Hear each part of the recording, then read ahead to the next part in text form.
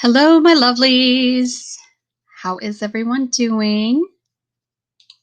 I hope everyone is doing well today. It is, ooh, sorry, moved that up so you could actually see my face. So, how is everyone doing? I have had quite the week.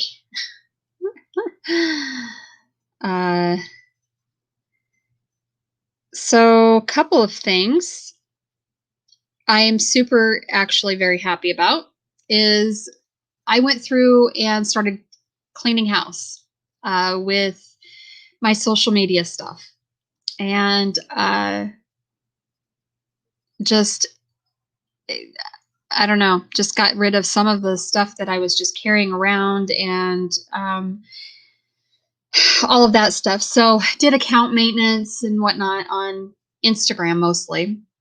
Started to do it on other my other social media as well. So I don't know that anybody is here. I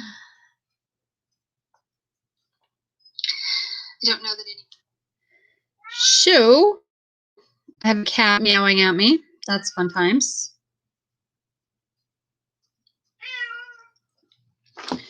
All right. So who just showed up?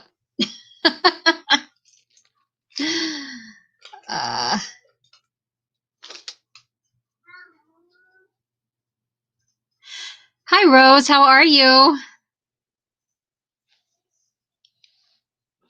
So in order to get my comments, because I'm on StreamYard, in order to get my comments, I had to have my YouTube on, my live chat as well. So anywho, yeah, quite uneventful so far. So what is going on in your world? I haven't talked to you in a few days, so probably about, what, 4 days? 5 days? Something like that? So I'm sorry, my cat is out there meowing. Making unstuffed cabbage roll soup and homemade bread rolls. Ooh. I'm not a huge cabbage fan, but I don't mind cabbage, like raw. So funny story about cabbage. We went on this, what is that diet? AccuTrim. Tony and I went on AccuTrim many years ago, and all you could have was was cabbage soup, and it was just super bland and just yeah, it didn't taste very good. Oh, yay! Well, give her hugs for me, and of course give the boys hugs for me. That's awesome. I have no idea where everybody went. It seems like it takes forever for people to kind of trickle in. I don't know. So hi, Al, how are ya? Hi, Boo. Hi, Deb. All right. Yay. More people coming along. Yeah, it usually takes a few minutes for people to start trickling in, but so I don't really try to discuss too much at the beginning, but it does take a while. Well, good. I'm glad everyone is doing well. So we got some exciting stuff going on. The new studio is up and running. It's really odd because we just really didn't think it was ever going to happen, like it was going to get done. But and it's still a work in progress, obviously. But we at least are one step closer. So we have electric in there.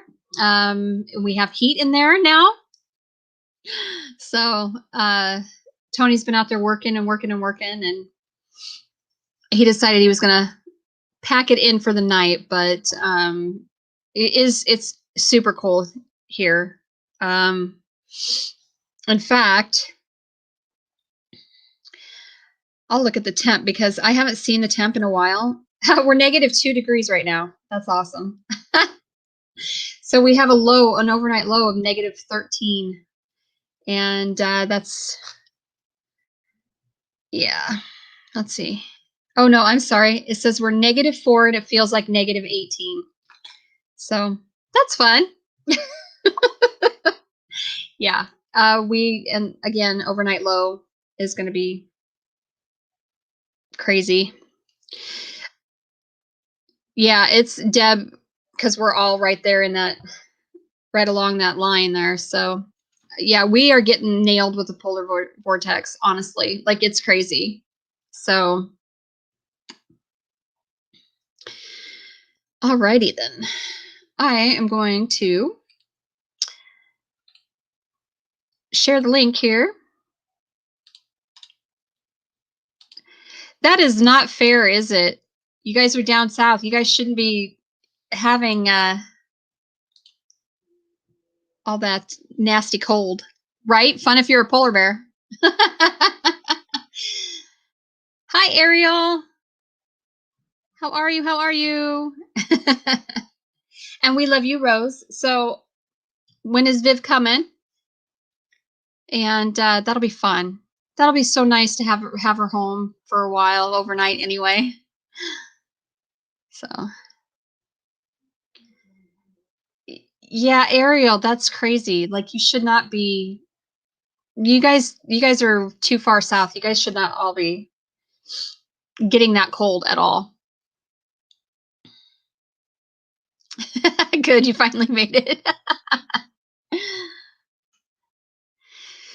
So, well, good. Rose, tell her hi and give her loves for me. So there is a lot of light coming out of the new shed, the new studio. Sorry, studio. Hi, Peanuts. How are ya? Um, it is so super bright in there. It's crazy how bright it is. And they're going to add more lighting to the rooms, various rooms. So it's crazy bright in there already. It's going to be like sunshine bright. It's going to be nuts. You've seen it lower, but it's been years. Oh, no, it's crappy. It is craptastic here. So I'll gladly send it somewhere else. But we have heat in there now, and Tony's been painting. So yeah, we're super excited about that. I got super frustrated today. We were doing homeschooling, and I almost kind of had a breakdown because I thought, I feel like I'm failing my grandson, with everything. Like, it's not, he's just not grasping stuff, or maybe he's being, just like, he doesn't want to do it, so he's not going to try. I don't really know, but it's crappy. Yeah, I would love to be in the 70s. I saw that, Rose, that you were excited to see snowflakes and whatnot, and I think Robert was saying, wasn't he saying, "Oh gosh, no, absolutely not."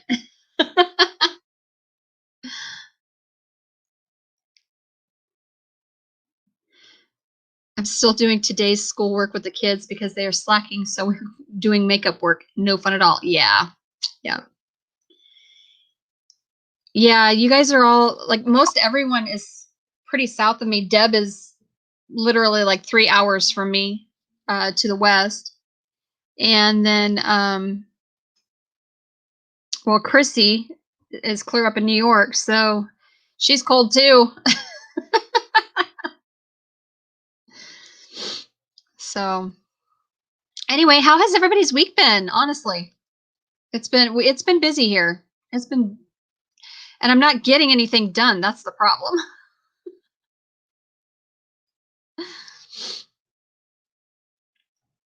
I did manage to get the chalkboard, DIY chalkboard project put up, and Yeah, I have a little post about that too.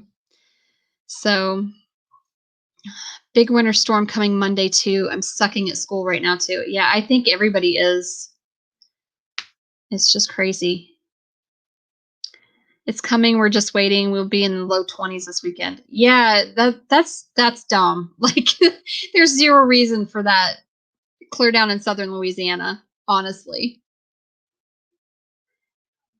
Why is your phone being ridiculous, Boo?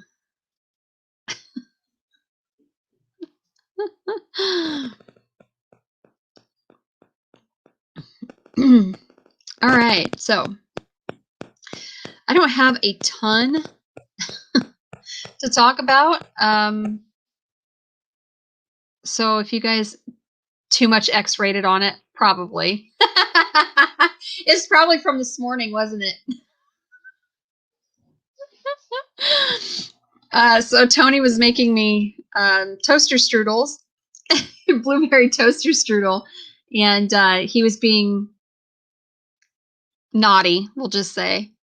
And he tried to draw naughty stuff. And hi, Zave.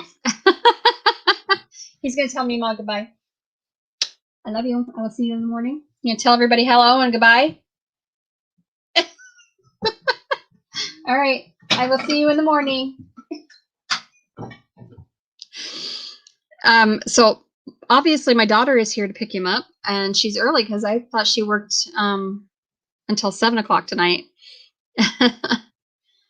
Yeah, I don't like the cold either. I don't like snow is okay if I don't have to be out and about in it.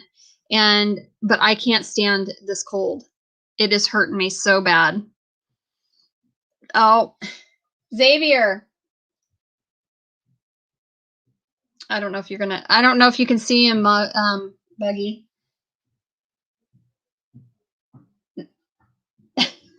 Xavier.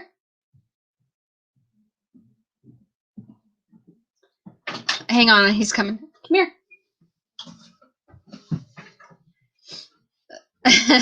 Look. Aunt Nene says, Muggins! Oh, good. The devil cat is in here now. I'm sorry, guys. It just derailed. Oh, you need to come up and say hello because... Hi. Yeah, Chrissy says she wants to hear your widow voice. I am curious. You're curious. What are you curious about? I don't know. But you're still curious. Alrighty then.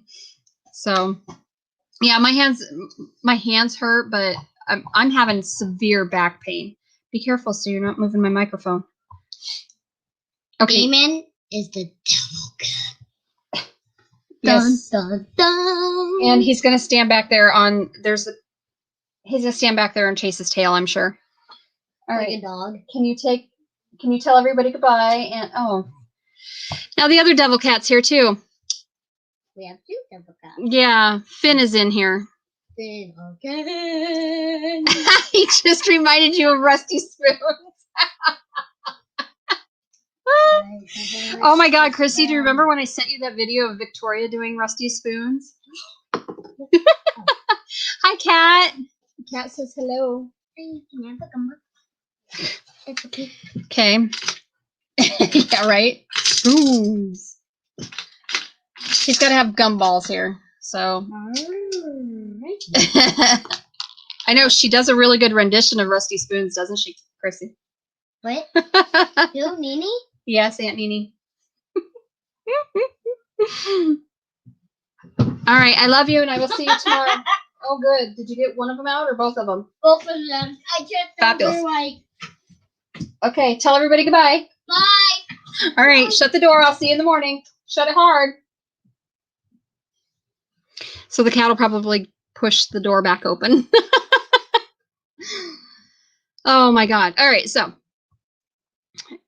Oh, you got part of your ceiling up? That's awesome. That's awesome. How is everything coming along? Yeah, most of you are like down in that Ozarks area that are in here.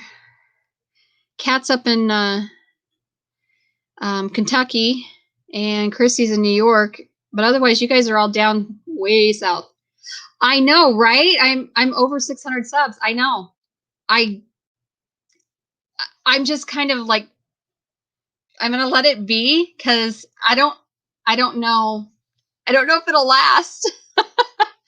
But I am dropping hours like crazy.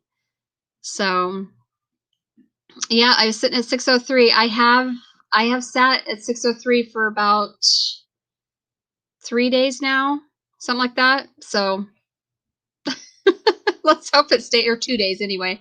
So let's hope it stays. Yeah, I gotta get some more content out. I agree. We do need to get back on that YouTube train. Seriously. It's been a long, hard haul for all of us. It seems like some just like flew right past, and I don't know how that happens. Choo choo! Come on, ride the train and ride it. I knew what you meant. 12 more panels to go, really. Wow. That is awesome though, Peanuts. I mean, honestly. Yeah, I've been sitting at like in the 80s and 90s for months.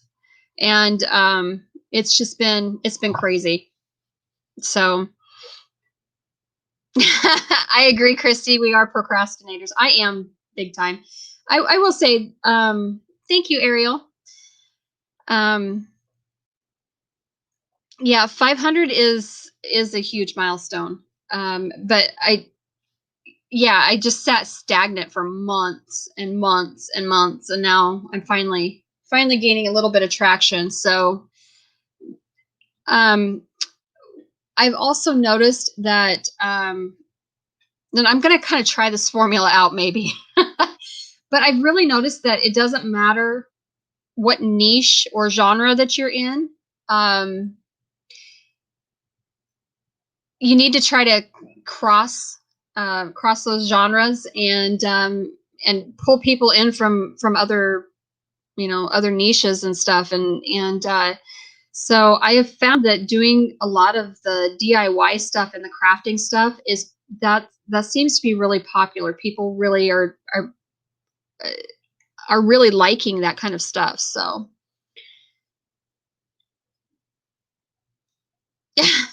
yeah, I was gonna say, I thought you were like 788 or 89, something like that, this morning. So that's awesome, Chrissy.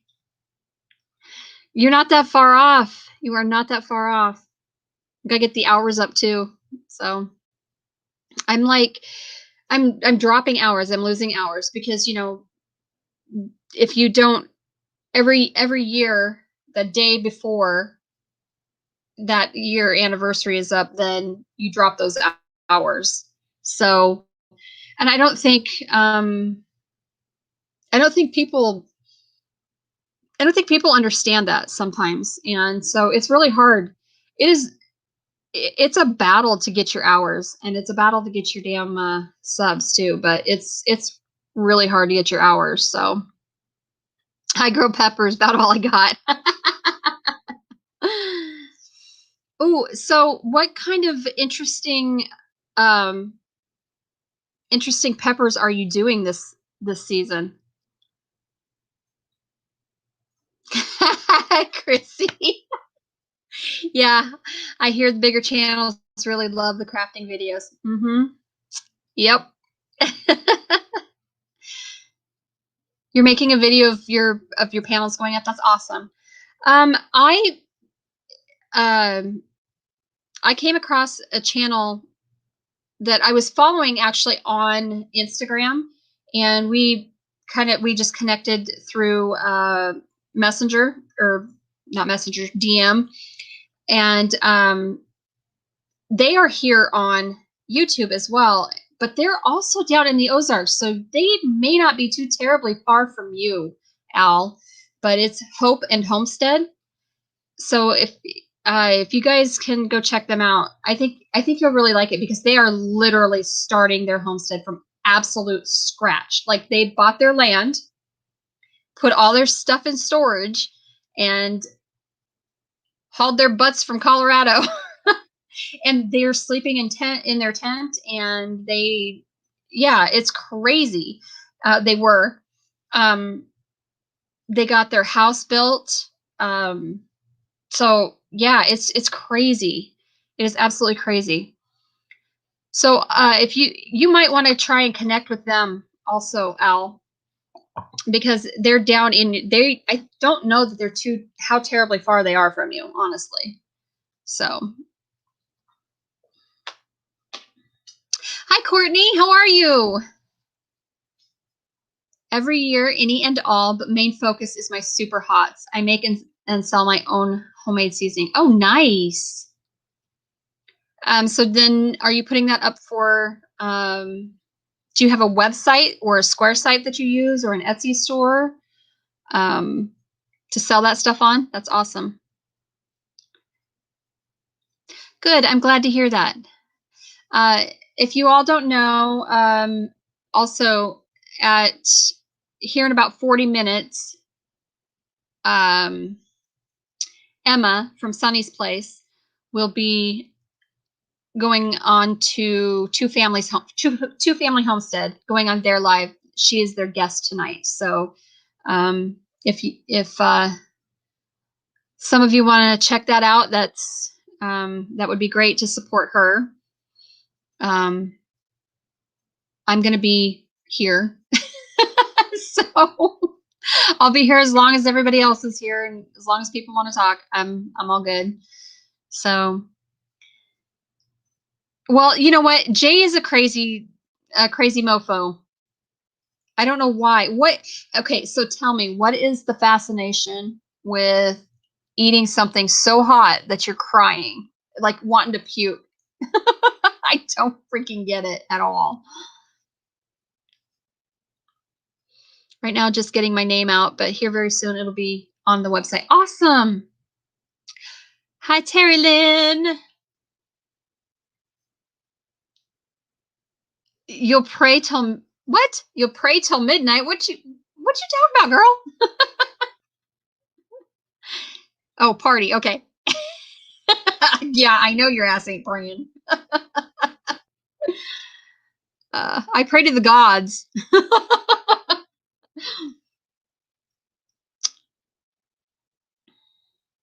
Where were you at, Terry, that you are just now getting home? Because I know you were down from of course, you were probably taking a probably sleeping, weren't you?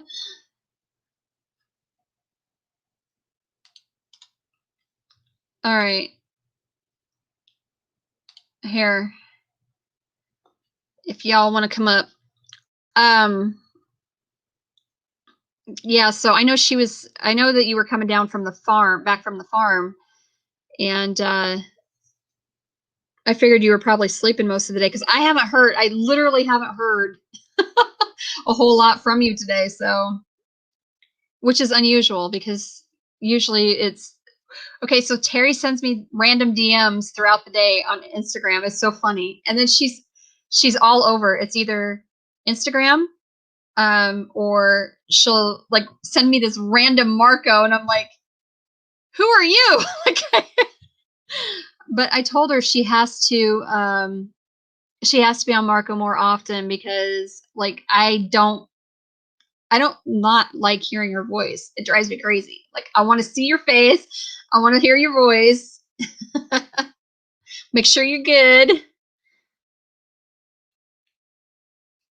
You would not ruin my life. It's boring right now. Like what the hell? That is so true. Yes, it is you. It is so you. Terry. You are so like squirrel. I'm on my phone too, where I'd pop on. Got the kids on the computers. Okay. Had to get stuff for the fifth wheel. Been moving all day. Now I got to do the black flies. I have to do 1,000 bags. Are you shitting me, woman? Oh my God. Fuck around, boring bitch. Yeah, I know. I know. Well, yeah, we are the cool kids, of course, but I don't really have a whole lot to talk about. I'm not that damn entertaining. I really don't have a ton to talk about, frankly. So what is it? Okay, what are plans for the week? Because I keep having people are bouncing in and out. It's so funny. Um,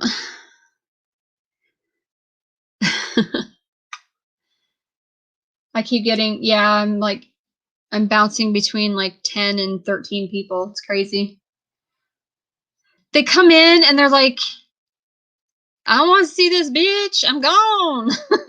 I'm gone. Yes, please, thumbs up. You don't do peppers. Why not, Al? Yes, Hope and Homestead. To answer to reply to your question.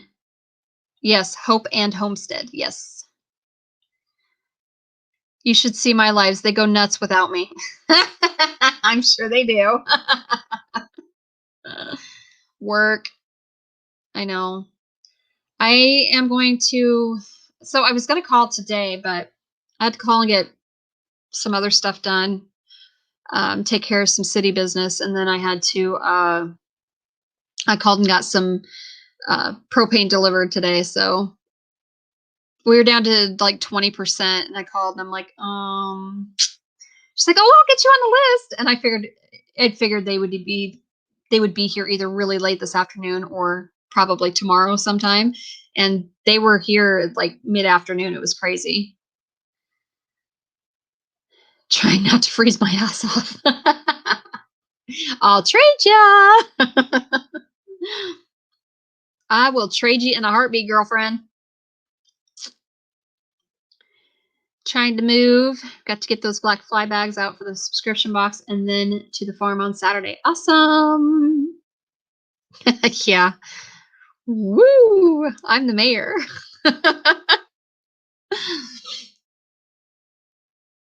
Yes, I am the mayor. I am the mayor of Dana, Iowa. I know, right? So that's why sometimes I'm a little more reserved when I'm doing my own lives and stuff because, you know. So, yes, I am the mayor and we have I don't even know what our census is right now. I think we're hovering right at the 37 to 40 mark, somewhere in there.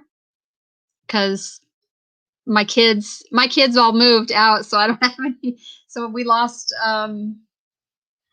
we lost 4 people when my kids all moved out.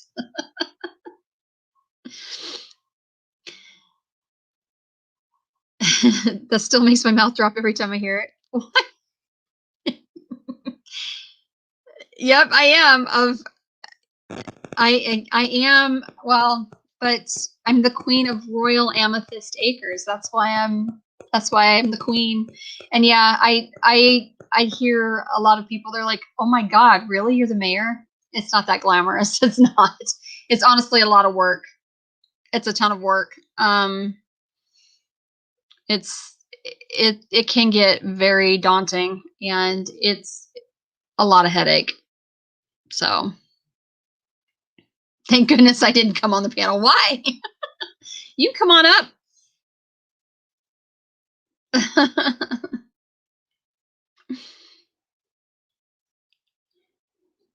Yeah, what is your name? Because like I'm drawing a blank, and I know I know you said it, and I don't remember, and I'm so sorry. It's just everything runs through my head so fast. You're not giving your government name out.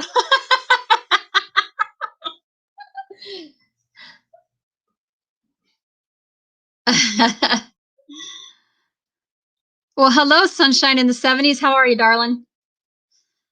Can you make rules or laws for your town? No. I can't. So, I mean, I can suggest them and I can present them to my council, and my council will have to, they can either vote them in as a code um, or decline it. They can vote yay or nay on it. So, but honestly, I don't really like, I had a lot of our codes changed and I had new ones added because we'll call you PP. Really? No, not PP. That's worse than Pete's.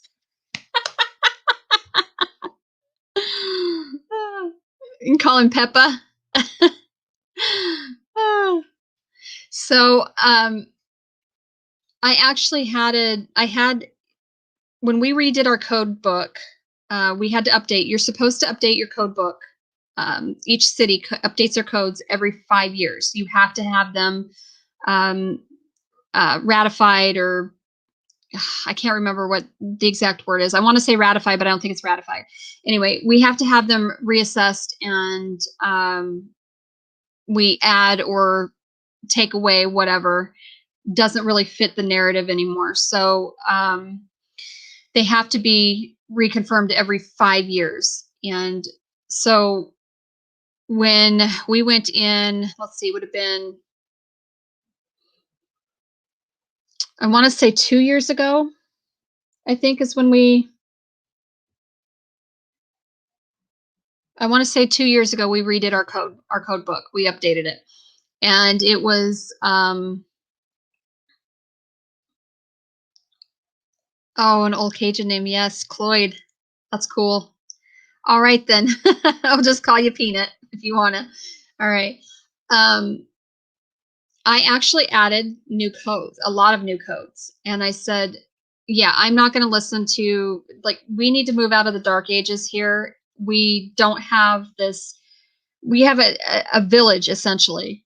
So we're still incorporated. We still need to have codes and all that stuff. But let's just kind of move away from the, you can't have this and you can't have that and you have to do this. And so I ended up putting in our code book, I changed our animal code. So we updated, let's see, you can have bees now in town. They have to be 20 feet, or 20 feet, I think it is, off of your property line if you have bees. And you can only have 2 hives, but 2 hives is plenty for, unless you ask for special permission from the council and you're not like right on top of your neighbor kind of thing. So but I said, nope, we're having bees. If somebody wants to have bees, we're having them. And then the code reads for chickens, which I did not approve the second part of it, but it was the code read for the chickens that you could have a what they say, it is a reasonable amount of chickens. I'm like, these people don't know chicken math. Just saying. So yeah, your phone sucks with this terrible weather. And then at the end of it, they put no roosters. And I'm like, yeah, that didn't happen because what was supposed to be a pullet ended up being a roo.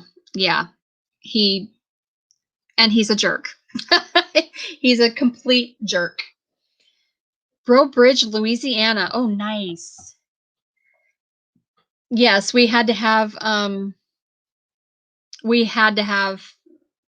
all that stuff written. Ooh, excuse me, I just had a hiccup out of nowhere. We had to have that written into the code. So we have bees. You can have bees. You can have a reasonable amount of chickens. And what was the other one?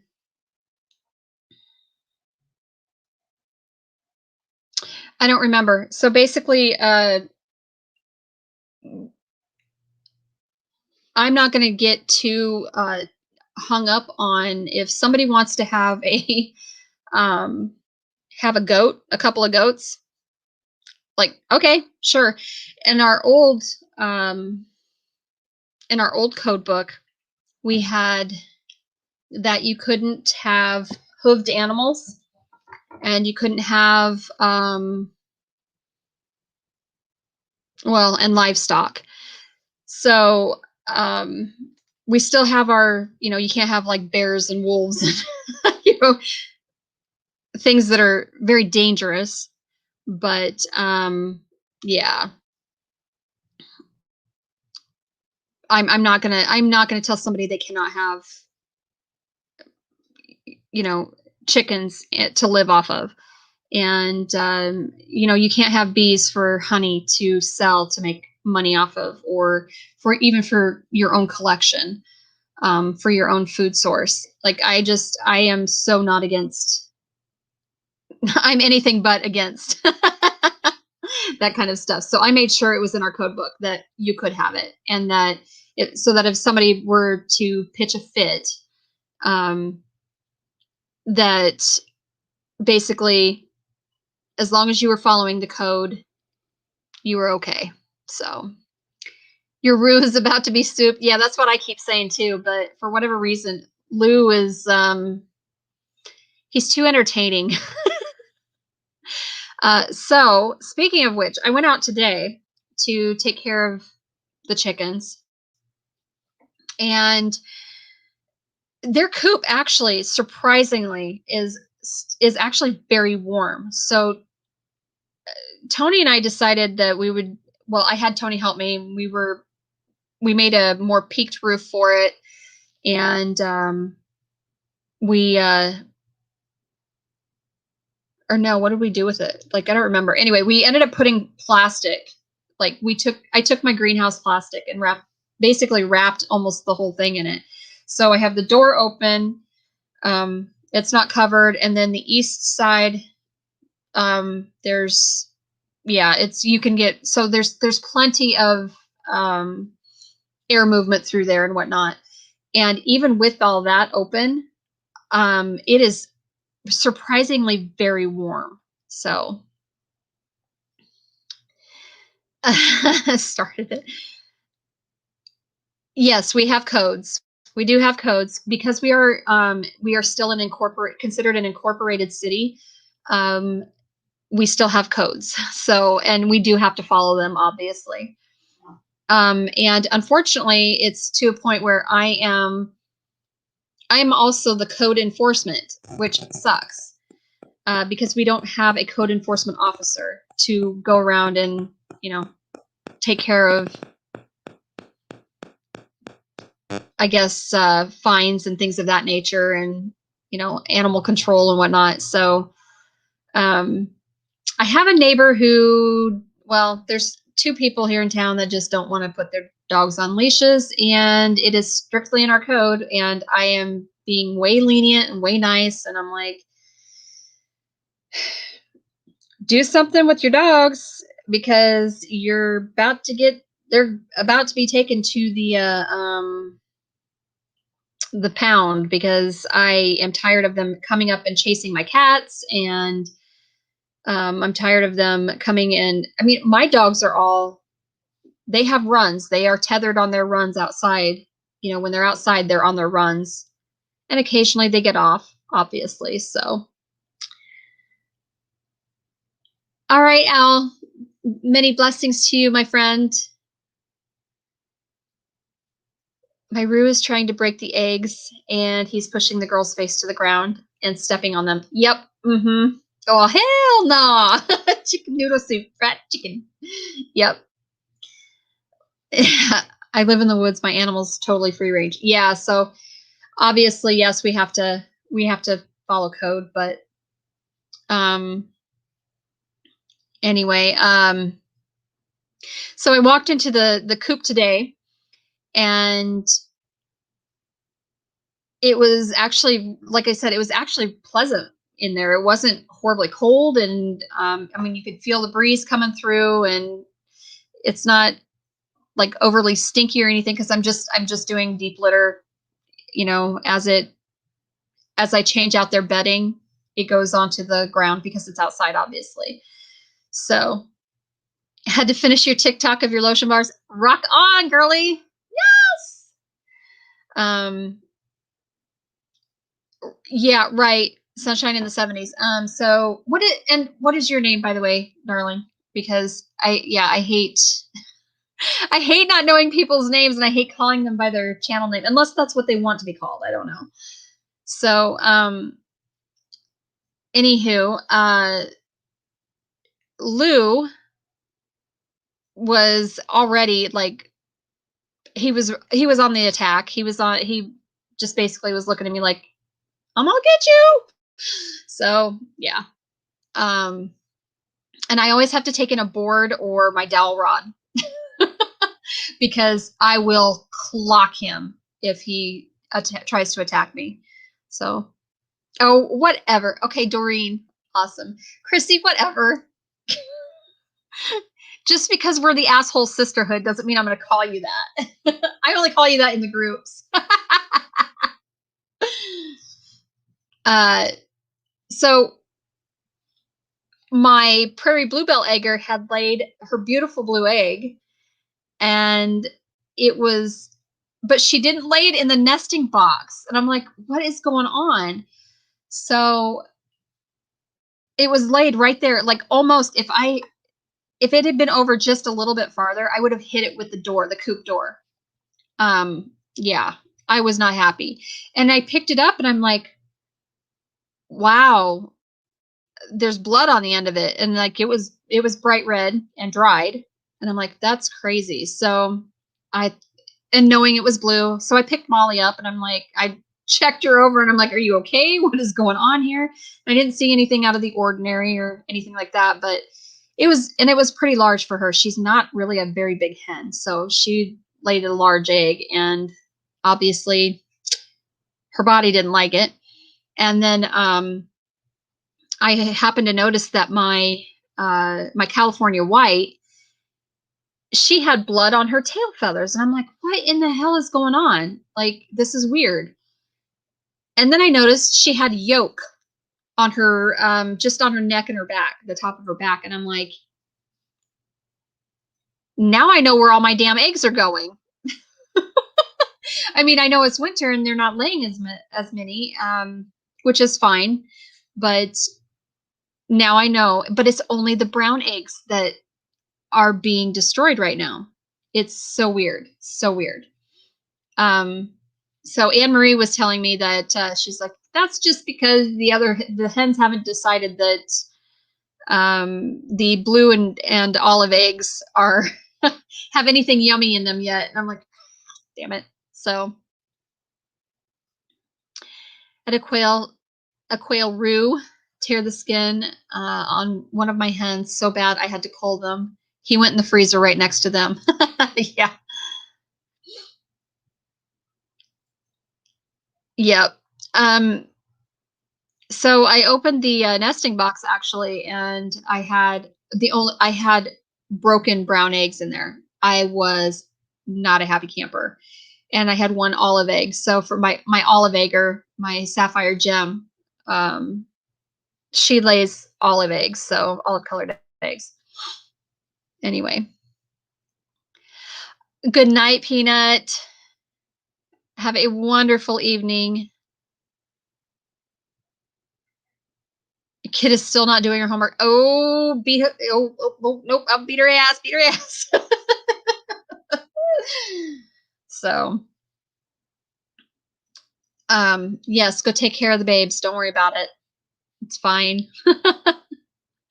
I mean, I've done a live with 3 people in it before, so there you go. All is good. Everybody is busy. Everybody has a life to live and things to do. So, you know, I'm pretty, I don't know, I'm pretty laid back.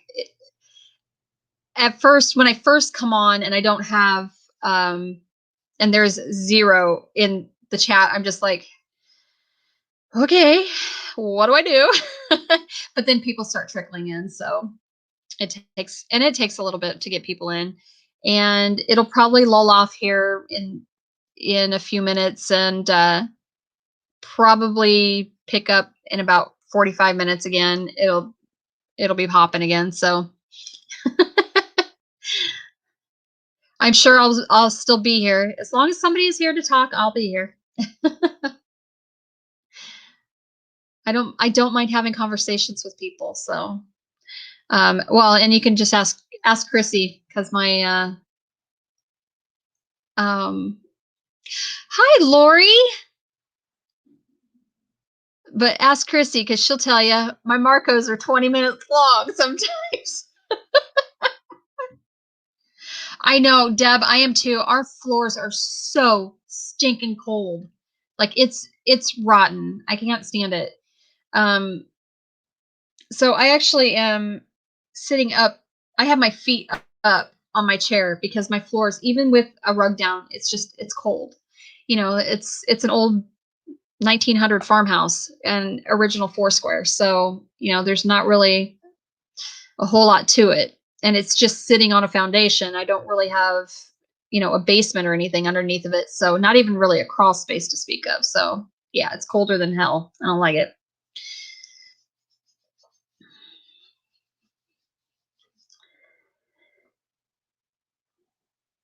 So, okay. So I have a question actually. Now, and I have received some nasty messages from people. Our governor has lifted a lot of the restrictions.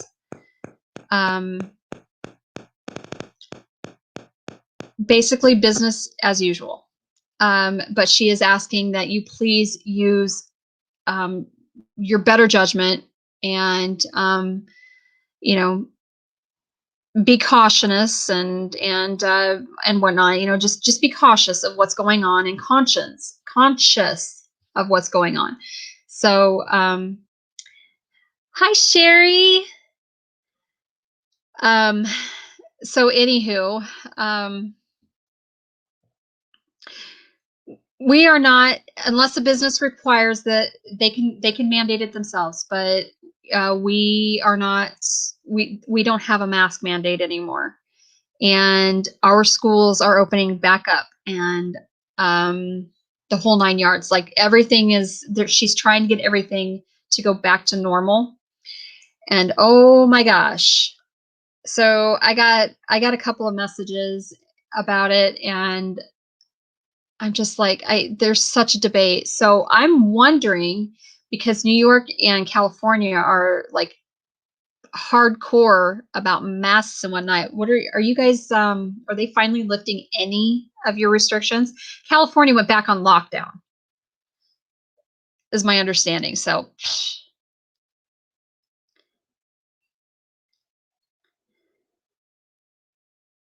yeah, I don't have I have mixed, I have mixed feelings about the whole pandemic to begin with. And so I don't have an issue with, if somebody wants to wear a mask, they can wear a mask. And if somebody doesn't want to wear a mask, then they don't have to wear a mask. That's, I've really kind of been that way for the most part. So I'm just wondering, because I know Lori, you work out on, you know, you work in the city. So I'm just wondering if they are lifting up any, like loosening up any of the restrictions whatsoever. So you're wearing slippers, sweatpants, and a heavy t-shirt, a long sleeve sweatshirt, and wrapped in a quilted bed cover. Oh my gosh. Woman, you need to go crawl under your blankies. Yeah, Washington's still shut down. I know, it's crazy. Um, okay, so I just kind of wondered, masks are a must. Ours are, but here's also the thing, like if you look at the population of our state, we are not as densely populated as most other states. So we are like, I think we rank number 37 in population. So that is probably part of the reason why the restrictions are being lifted up. And all that fun stuff. So you ate at a diner today. Awesome. So yesterday, this went into effect at 12:01 Sunday morning. So yeah, it was pretty. We went yesterday. I took my daughter, picked her up, and took her to the laundromat so she could do all of her laundry in one shot, and didn't have to waste time at mom's. But so while we were there, they still have on their door, masks are mandatory or masks are required, but there was literally like one other person in there, so nobody wore a mask. I'm ready for the snow to leave so we can get back on the road, right? Oh my God. I am so over the snow. I am so over the cold. No, we're sitting at -4 right now with a -18 wind chill. So pretty much winter can go suck on a big green weenie.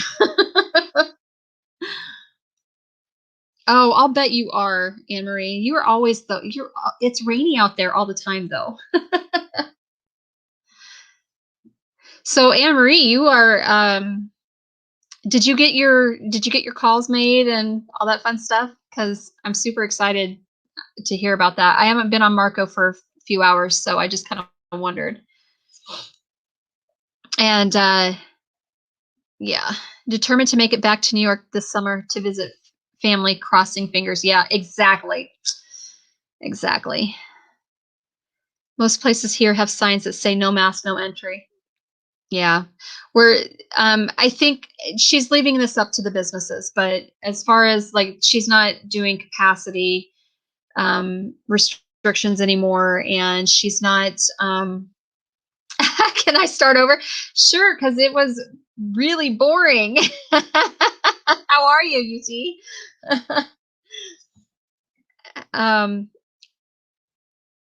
So I actually watched UT's Pepper what was it? Pepper Pusher. And yeah, crazy. Um so you have some really interesting peppers I've never even heard of. So that's really cool.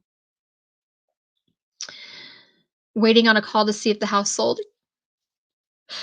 Crossing my fingers, girlfriend. So crossing my fingers. Oh, that's going to be awesome for you.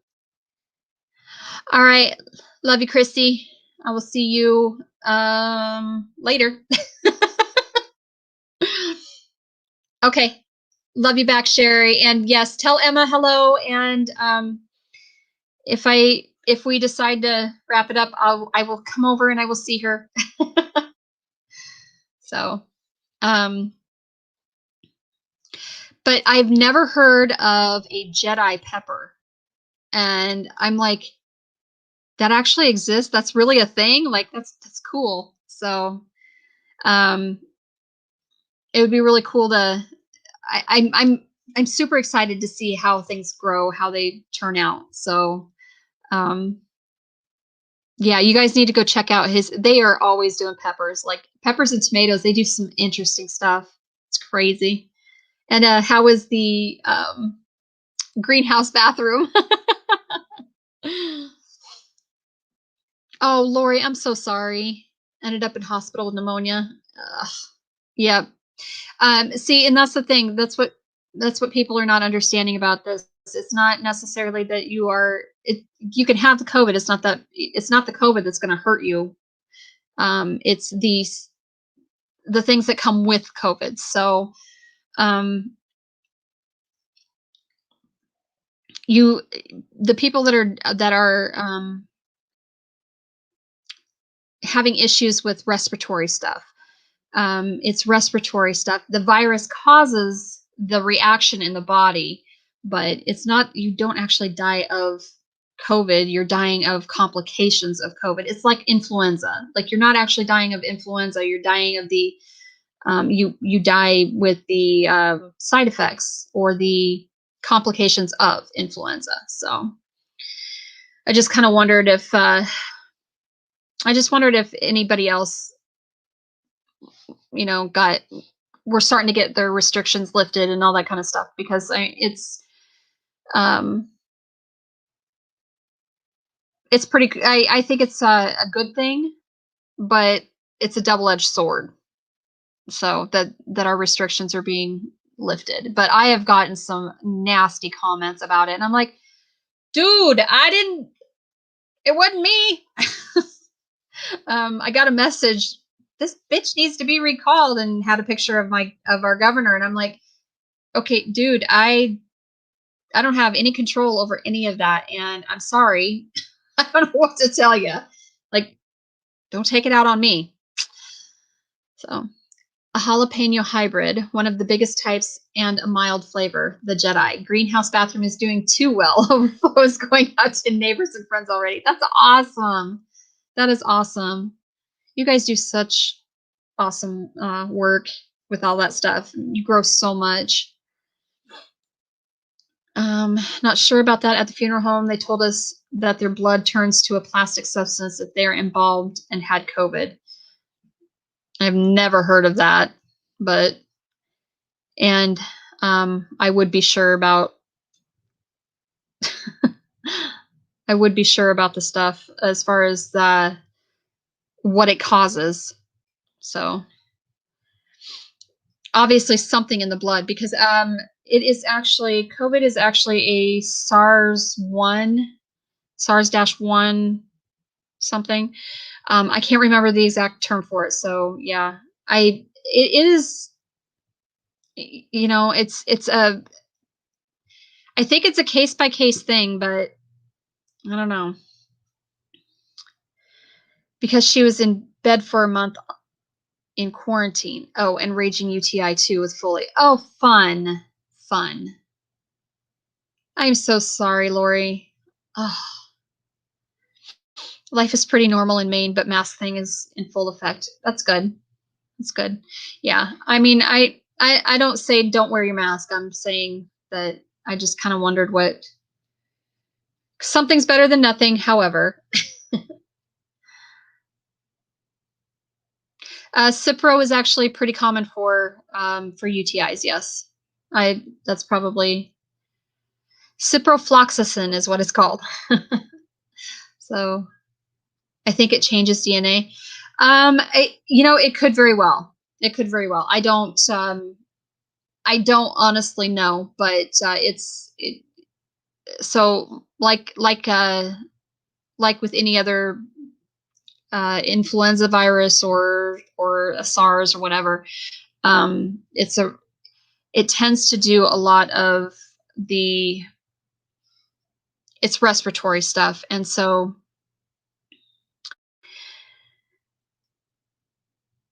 the stuff that's in your, I don't know that it changes the DNA, but it attacks a certain protein, and is from what I'm researching. So let's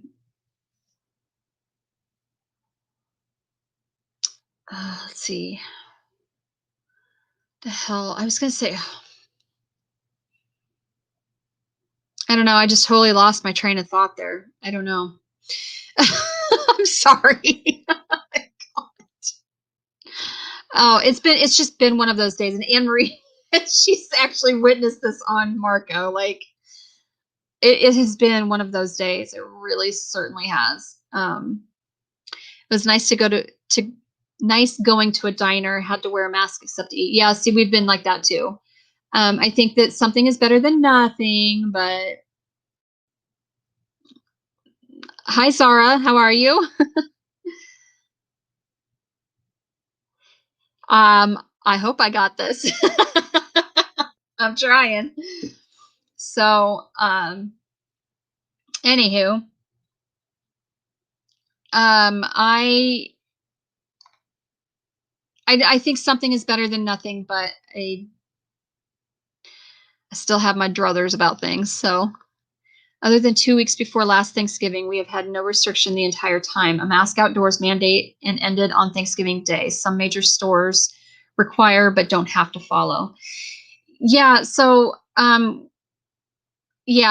major stores are the big thing, and then now we had the mandate, and then we don't have to have one outdoors, but so we don't have the mandate anymore on social distancing, or like capacities in restaurants, or the mask now at all. So our restrictions were our mask mandate was something to do with if you were in somewhere in a place for more than an extended period of 15 minutes, you had to wear a mask, which really made no sense. It's either wear it or don't.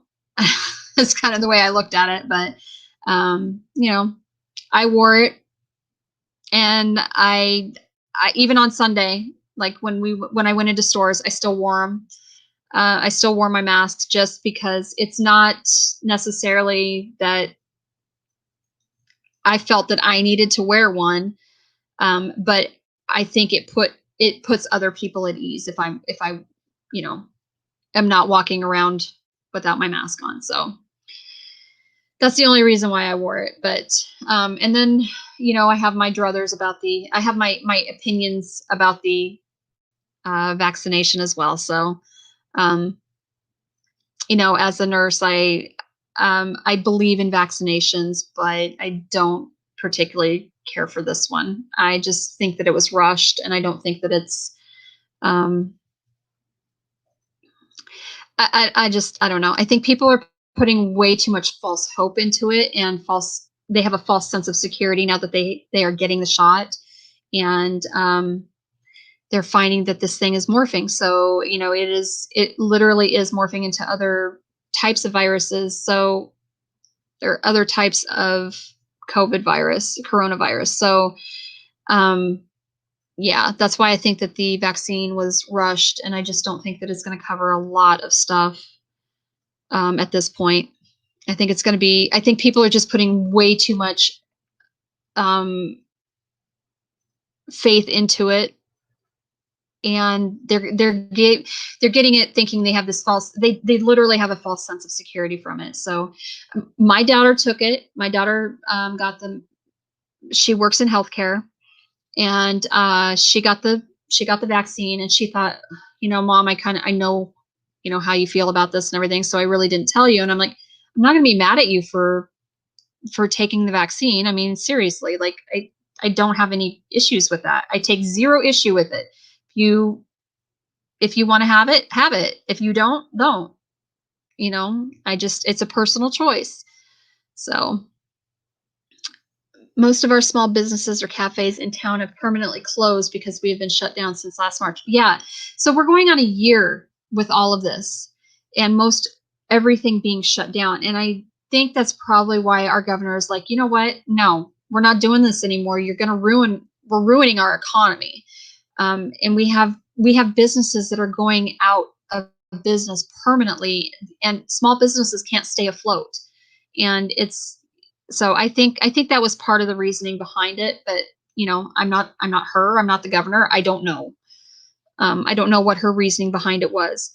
I do know that our rates, our positivity rate and our, morbidity rate have dropped significantly. And that could be the reason why. I don't know.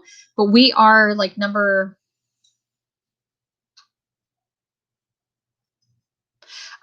think we're like number 47th, 45th, something like that, to even have the vaccine. So I don't understand why. I don't know. I don't understand any of this going on for people. So you have to wear a mask for 6 hours. Yeah. Yeah, working. So if I were still working in healthcare, if I were still actually nursing on the floor, I'd be wearing a mask for probably 14 to 16 hours. So I get it. It sucks. And my daughter she wears one as well for, her entire 8-hour shift. So unless you're eating or drinking. So, my other daughter works in, she's a cosmetologist, so she cuts hair and whatnot, and she's in hers for 6 to 8 hours a day. So yeah, it's just, unfortunately, it seems like it's the new norm. And it's kind of scary. Oh, yeah, Anne Marie, I'm just yeah. 5 days straight on the train. Yeah, I can imagine that's did you and I also wonder, so, like, if I wear one for an extended period of time, for more than, like an hour or 2 out of the day, I end up in migraine hell. So, that's another reason why I'm like, "Nope, I don't wanna wear one," but I do when I'm out in public just because. So, used to wearing a respirator. Yeah. I actually like wearing my heavy cloth masks in this Arctic black blast weather. Yeah, yeah. Um, it is nice. It's like having a scarf over your face, and protecting you when it's this cold out. And oh, that wind is brutal. That wind chill is just absolutely brutal. Has anyone flown?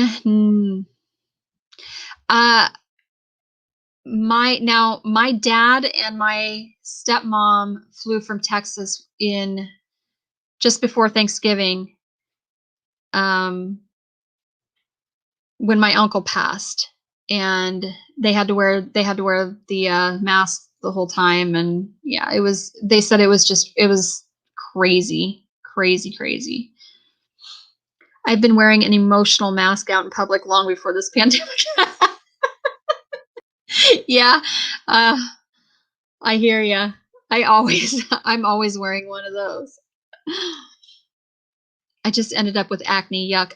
Yeah. So my daughter, my oldest daughter, she is from wearing it, all day long. She is so broke out, and I told her, I said, well, when you go to do your makeup in the morning, before you go to work, don't put any foundation or anything on. Just, only do your eyes and your eyebrows.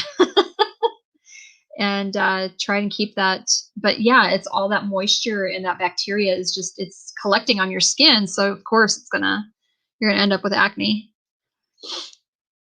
A lot of people are actually ending up with other illnesses as well. So, and that could be another thing is the having them on, people wearing them for prolonged periods of time, like myself, um, does not bode well for those who suffer with migraines or those who suffer with respiratory issues to begin with. So, um, and then you start, like, there's been an increase in impetigo and acne. There's also been cases of listeria. Like, it's crazy. Oh, Anne Marie, that would suck. Makeup. I haven't worn a bra in months, but I really don't go anywhere. Well, I actually put one on for you tonight. Hi, Pam. How are you, honey? I know I hate wearing a bra too, but I don't like to be in public without one either. So, yes, yay, it showed up with the ability to comment. Woo! Yeah, I have so many masks, so many masks. So,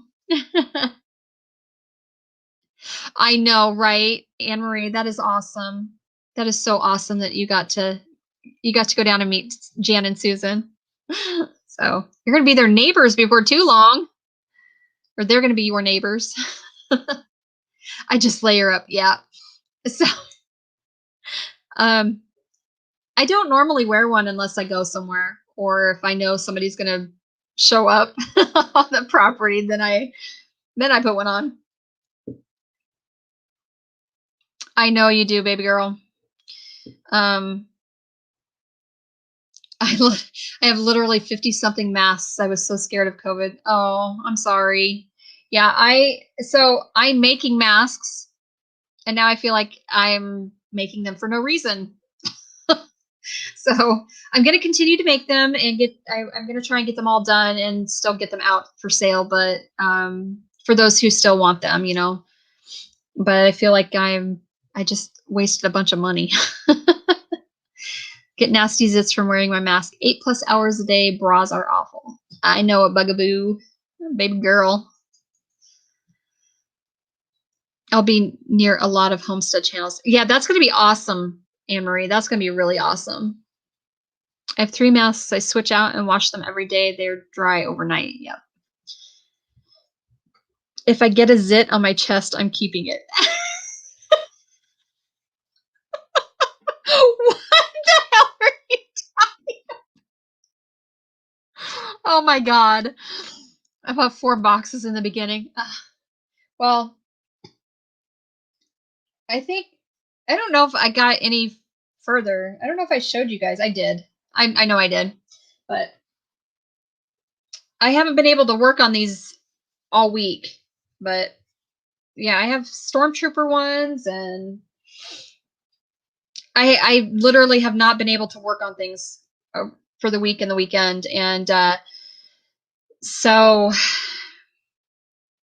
on Wednesday, we ended up having to, what were we doing? Oh, we had to go, we ended up going to Costco and all that stuff. And then Thursday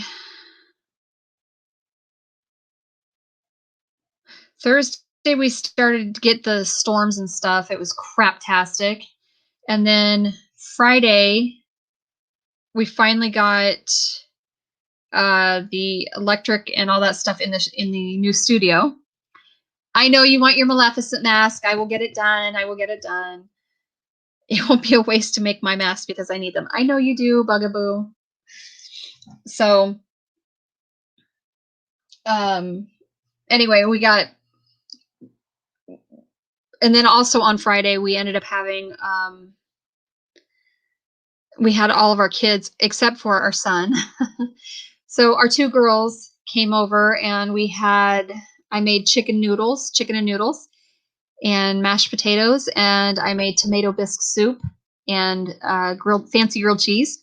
So, and I forgot to send that pepper jack cheese home with you, bugaboo. So that needs to go. Then I don't remember what happened Saturday. What did we do Saturday? I was down most of the day. I couldn't hardly walk, I think was the deal. And then Sunday, no,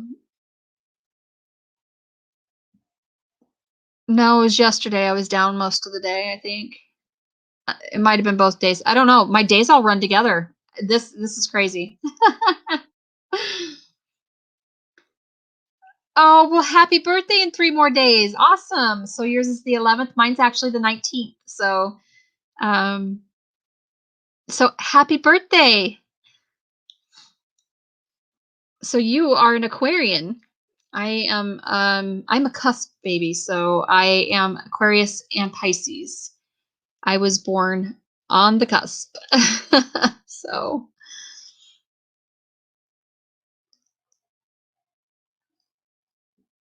Oh, from wearing bras. Okay.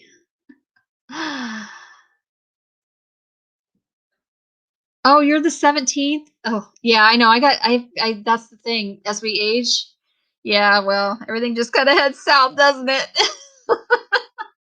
Especially if you are more endowed, more gifted up here. So, yeah, they definitely start going as we age. Hi, Kathleen. How are you? All right. So, yeah, I try to get away with not even getting out of my pajamas, so most of the time. I would live in my pajamas if I could. I really would. I just, it's so much more comfortable. However, I did get myself some new uh insulated running pants. Not that I'm going to be running, but um they're nice and warm, and they are so comfy. I got them in Old Navy, and they were uh I think they were like $34 or $39. I don't remember how much exactly they were. And they were having like a 30% off sale. So I got them for like $23. It's great. So laundry is light lately. Yeah. Well, good. I'm glad to hear you're doing well, Kathleen. That's awesome. Yeah, it's if I could live in my jammas, that would be absolutely amazing. I agree. I love my pajamas. So, and then so even at Old Navy, it's a standalone. We went to the standalone store and got my husband a pair of dress pants, khaki dress pants for $2.91. I'm not even kidding you. They were clearanced out for $3. And I'm like, yeah. So I do have to hem them up for him and all of that stuff. And then I got myself a pair and I'm hoping that they're going to fit because, at the time we couldn't, all the fitting rooms are closed. You can't try any clothes on. So I did get myself a pair of wide-legged pants. So they're almost sailor pants. But they're like 1940s-ish. So they got the wide leg all the way through. Ooh, hello, microphone. So, but they're super cute. But yeah, they're just wide-legged all the way through. So I like them. I might have to hem them up, but I do like them. All right, good night, Anne Marie. Love ya. Doesn't matter what you wear, you're still cold. Yep. Well, that's because it's colder than a witch's titty around here right now. I keep saying that. I'm like, dude, I don't live in the Arctic. Seriously. Like, this is ridiculous. I live in Iowa, not the Arctic.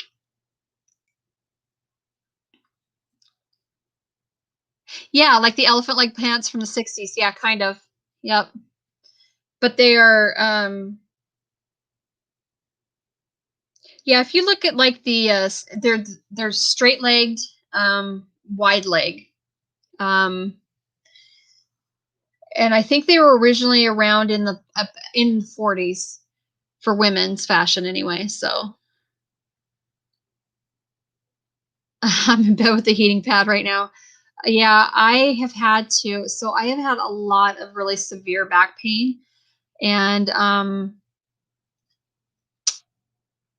on Wednesday I broke down while we were out. I broke down, like I wanted to cry. I hurt so bad. And then Wednesday night we had council meeting. That's what it was. So I actually broke down and bought myself some roll-on Aspercreme with lidocaine in it because I hurt that bad. And the problem is that it's not my muscles that hurt, it's bone pain. Like my bones hurt in my back. So for my spinal fusion when I was a kid, it seriously just feels like just a solid plate in my back, just above my hips. So through basically L2 through well, I think L2 and 3 were or L2, 3, and 4 were all fused together because I think I didn't have L3. I was born without L3. So, yeah, I basically have a solid plate in my lower back. It just of bone, and it sucks and it hurts. And I think I have arthritis in it at this point.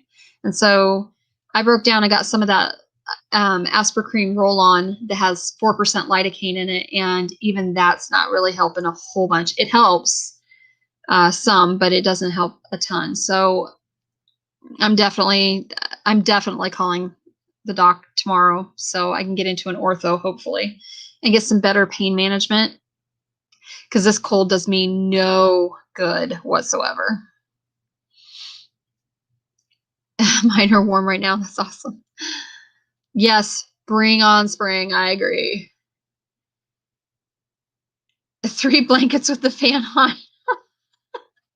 A lot of people sleep with the fan, not only just to circulate the heat even throughout the house, but it's that white noise. So it's the ambient noise. I have one blanket that is so furry, another on top with not fur and the fan on. You're funny. Yeah, I think a lot of people just really they like the noise of the fan. So I got a pulled intercostal that's killing me. Oh yeah, yuck.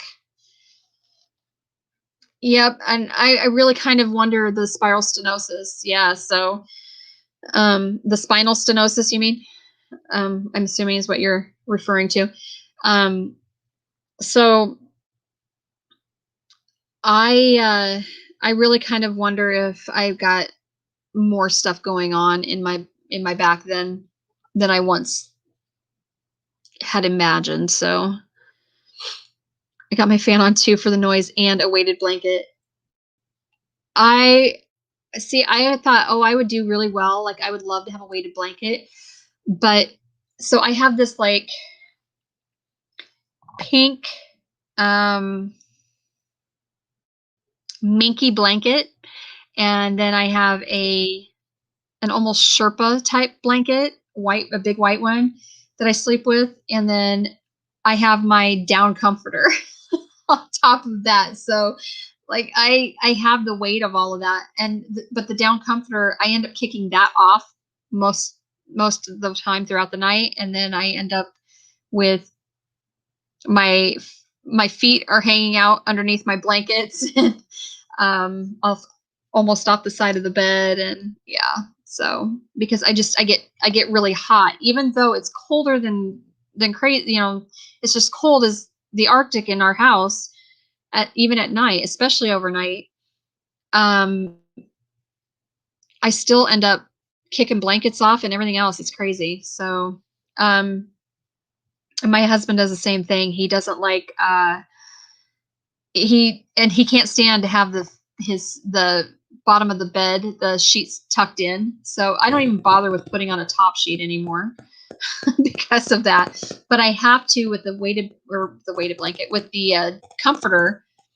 I do have to tuck that in behind the bars on the bottom. We have a Tempur-Pedic mattress, and it's the mattress is adjustable. The bed's adjustable, and so anytime that bed is moved in any way, shape, or form, the mattress and everything else tries to slide off. So they have the bars down at the bottom, and so I tuck the comforter in because he kicks it all night long, and then it ends up on the floor, and I don't want my animals coming in and laying on, and I don't want it on the floor.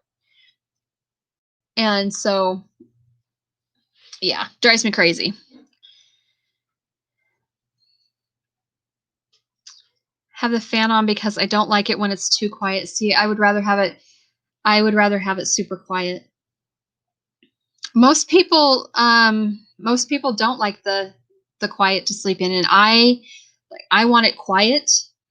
Um and I want it to be very temperate and yeah, I'm crazy. I know. No top sheet either. Yeah, they are kind of like hot flashes, but I just get too hot. I don't know. And then but if if I stick one leg out from under the cover, that's usually enough to keep me cool enough.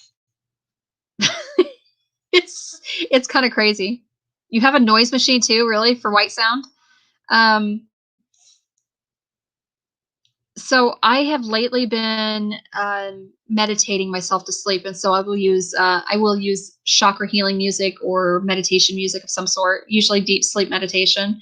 And it's just music; it's not guided meditation because I can meditate myself. Like I don't need the guidance for meditation. Um, so that I might have on to go to sleep, but eventually it shuts off like it's only for a few hours. It'll just shut itself off. So there are a lot of people that really have to have that white noise to go to sleep. They really do, and that's kind of what the fan is, and yeah. And I will say that also, it is kind of comforting actually at night, even though it's quiet. Um, when I hear the furnace kick on and it's running through the vents in the ceiling, like that's kind of a comforting sound to me for whatever reason. I live on a busy street and the houses are 18 feet apart, so quiet is not the norm at my house. No, I don't suppose it is. No. I absolutely despised living in Omaha, so only difference is unusual noises wake me up or bother me. Yep. Yep. Um, it's funny because I'm such a light sleeper. So basically, if a squirrel farts in the woods, I'm going to wake up to it. I'm going to hear it. I'm going to wake up. Um, unless I've taken quite a bit of medication to, help a migraine or my back pain or something of that nature. So, but yeah, there's just the slightest noises they will wake me up. It's crazy. Every time, even though it's comforting to hear, every time the furnace kicks on, it wakes me up. And lately that's been, it literally like seems like it shuts off and then it kicks back on within 5 minutes and runs again because it's so stinking cold. We did get we did get some propane delivered today, so we were down to 20%, and I'm like, uh, we need some propane because I don't know how long 20% is gonna last in this cold weather. And my stove is propane, so I'm like, should probably make sure we have that. Because if nothing else, even if like the electric goes out or something, I should be able to I could turn the oven on, at least I can light the pilot light, and we can have a little bit of heat. So we'll have to sit in front of it, but it'd be fine. Live in a townhouse with kids in the other house, and they're loud. They're banging, but nighttime I hear nothing. So I don't know how my youngest daughter, or even my son, all three of my kids live in apartments, and my oldest daughter, she finally got to a point where this morning, very early this morning, she texted her landlord and she said, I don't know what you have to do, but I can't handle this person living next to me, because they're up playing their music loudly until all odd hours of the morning. I have to get up and go to work in the morning. There are many people in this, in the whole complex, that we get up and go to work in the morning. And just because she, I don't know what she does, but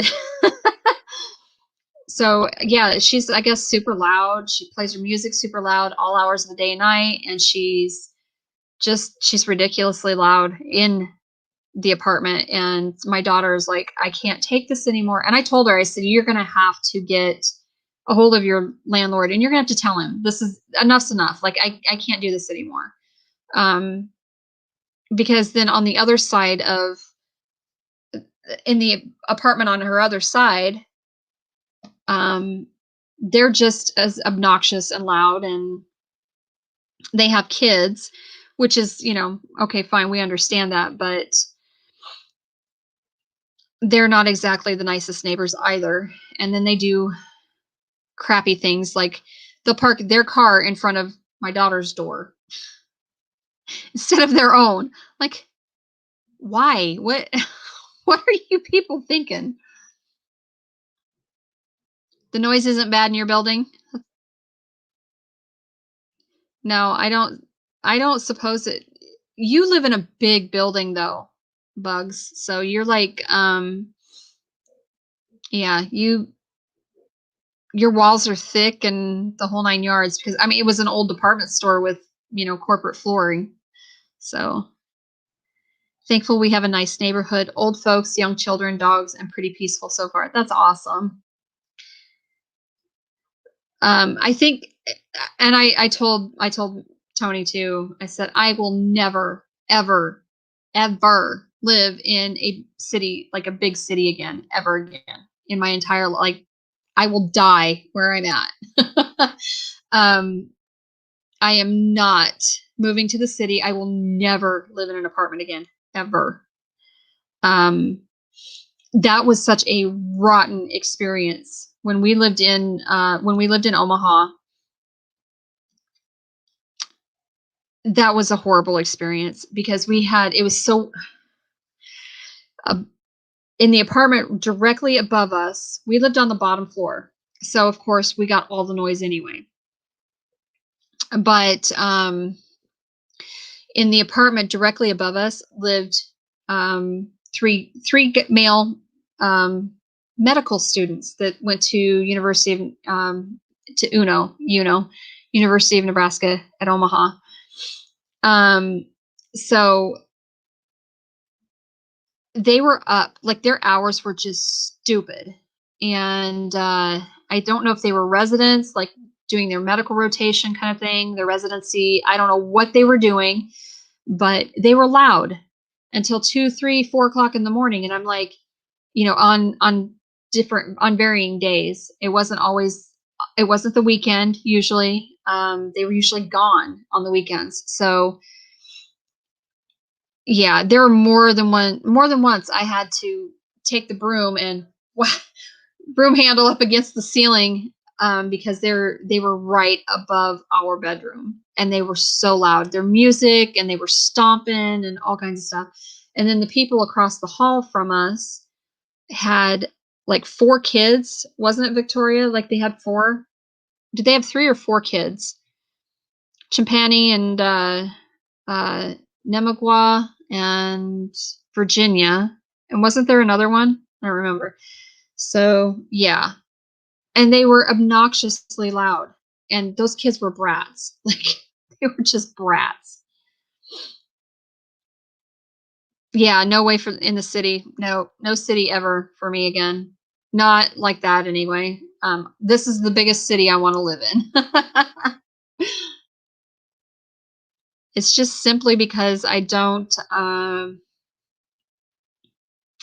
really like my neighbor that I have now is too close. I no. Yeah, she was a single mom with 4 kids. I don't remember where the dad was though. Like he was there for a while and then he wasn't.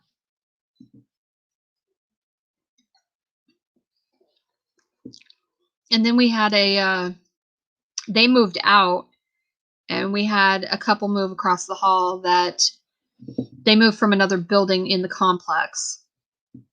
And they just had the one little girl because I think they had an older son, but he was grown or something. He was out. But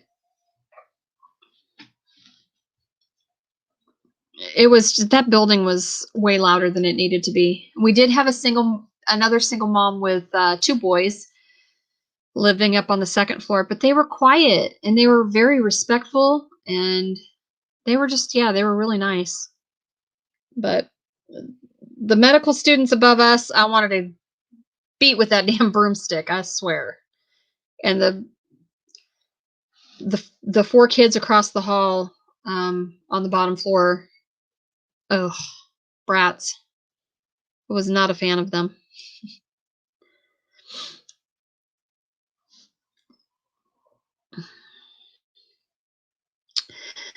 So I don't really have much else to talk about. I don't remember their dad. I never saw him. Yeah, he was a really tall, lanky guy. Um,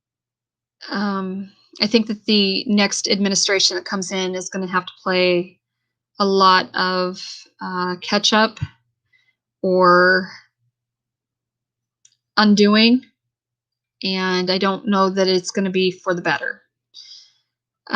So I'm not one to really discuss politics publicly because I think that I think it has a way of dividing people, obviously. But yeah, my feelings are that this is going to be no bueno. And no, I was not a Trump fan. So just, but I don't think he did a horrible job either. So I think he probably would have been a lot less, if he just shut his mouth. I think things would have been a lot better for him. And if he just not been on Twitter and running his mouth and all of that stuff. I think because our economy was doing well, we were pulling out of unnecessary places that we were at. We didn't need to be in a lot of places that we were at. So yeah, that's my thought. That's my thoughts. I don't think he was the worst, nor do I think he was the best. But I don't have high hopes for this particular administration. I know, Deb. I know, but you also know my thoughts on that. I think people need to stop drinking the political Kool-Aid and actually take part in their country and reforming our government instead of voting party lines because that's all you know how to do. I don't believe in voting along party lines for any reason. I think that if you're going to vote for people, if you're going to put your vote in for somebody who you align with morally and ethically, and whatever that may be, then that's good. So yeah, but I typically don't discuss politics especially on a public platform like this, because it opens me up for a lot of scrutiny and a lot of hate that, yeah, I'm just not going to do it. So, we do have to stay together. And that's the thing. We really need to come together as a country, and we really need to, start saying enough is enough. And, our government is supposed to be working for us, and I don't feel that they are.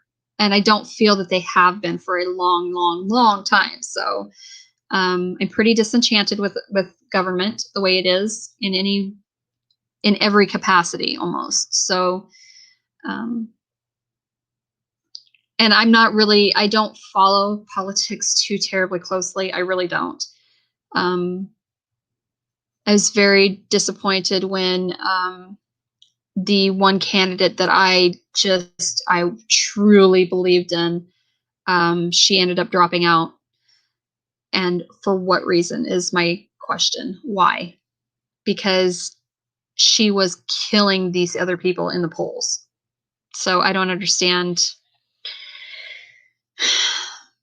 But I'm hoping that she decides that she's going to try and run again, because yeah, I will vote for her. I would even campaign for her. I mean, I really would. I don't, and I don't say that about a lot of people, but I really truly align with her so well, so much. And so anyway, yeah.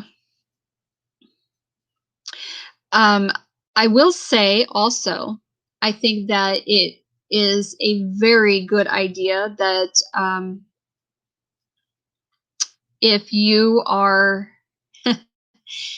if you're a homesteader, you're already prepping. It's not even that you're being, like this doomsday prepper or anything. You're being uh, you're just you're doing what you inherently need to do, which is to try to prepare yourself for the unknown. And so you do things like stock up on your food, and you grow your food, and things like that. So I find it really funny that all of a sudden prepping has become what people thought was crazy thought and crazy talk and crazy action, uh, is now kind of become, oh yeah, we should have been doing this a long time ago. So I don't follow politics either. I just want peace, comfy, and happy, but feel like fight is coming. I do too. Yeah, I think there's some issues coming down the road, and it's scary. It is really scary. I'm so my thing is I just want to stay here and grow my own food and be um just take care of us, and whatever happens, and we'll deal with it as it comes. So that killed, oh my gosh, wow, that killed a lot of people out of this. Start bringing up politics.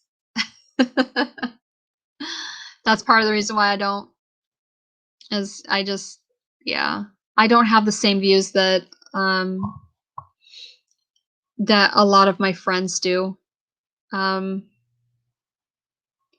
which is kind of weird because I really do. I literally am like, I'm I'm open to I'm open to varying views. It doesn't bother me.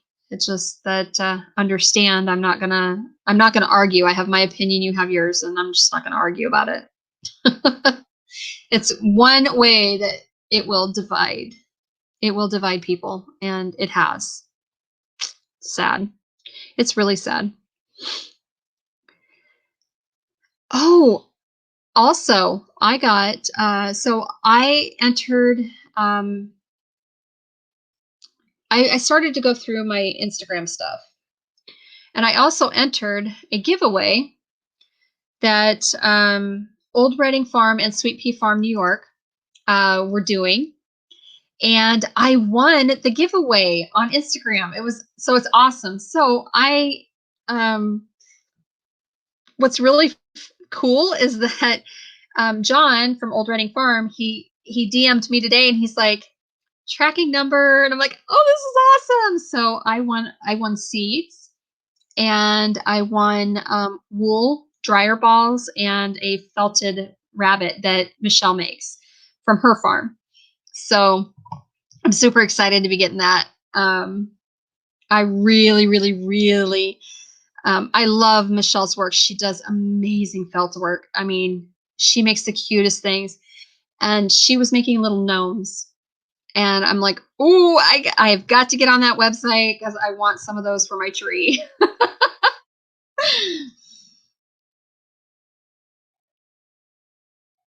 If I only had friends who thought like me and everything, it would be so boring. Right? Exactly. It's the spice of life, right? There's a Yeah, life would be really boring if everybody thought the same. I mean, it would suck, honestly. So yeah, it is so cool, Deb. I am super pumped. I can't wait. And when I get them, I will show them. I'll show them here on a live because they're so awesome. But so I actually went through started I've been starting to kind of do this anyway, but last night, yesterday I had posted my video of my DIY chalkboard video. And somebody um, in sent me a message and showed that another big channel had 24 hours later done and recorded, did almost the same thing. They did the same project ish. And I'm like, and I was kind of upset by it.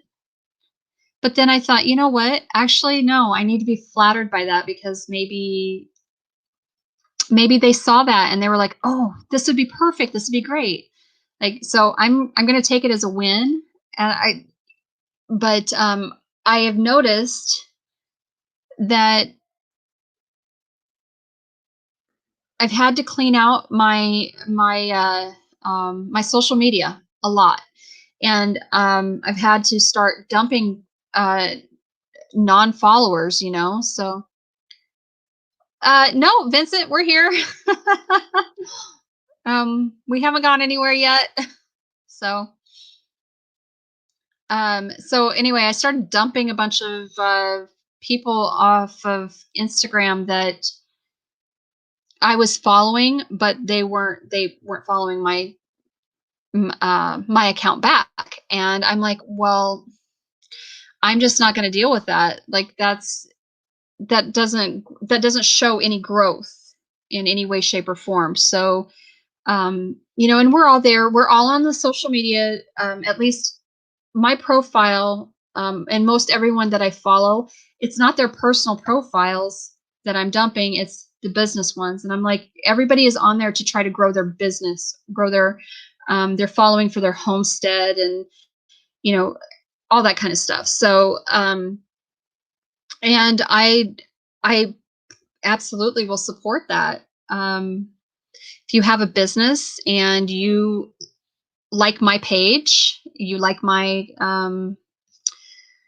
Instagram account, you follow my Instagram account, I'm going to follow you back, because it's reciprocating the favor. And I'm finding that a lot of people don't do that. They will start following you, you follow them back, and then they end up they end up unfollowing. And I'm like, that's not cool with me. Because I do put, and I'm guilty of having a lull in keeping up with social media or this or that. Like, I'm just as guilty as the next person, but I don't go and purposely uh unfollow somebody because they've been, they haven't posted in a while or whatever.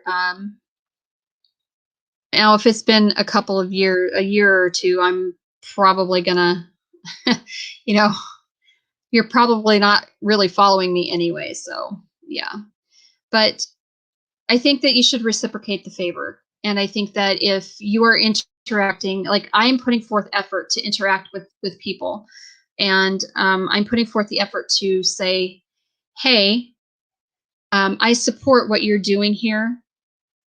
So I'm going to follow you, and I'm going to leave you a comment when I can. So, that kind of stuff.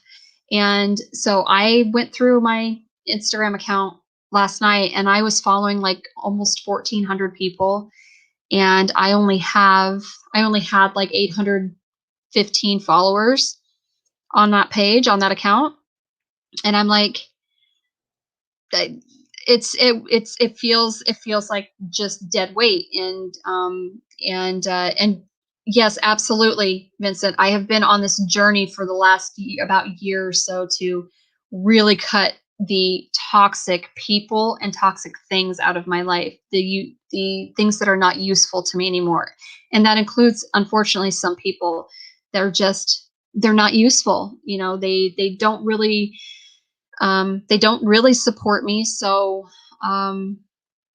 there's no reason there's no reason to carry that with me. So, I totally agree with you.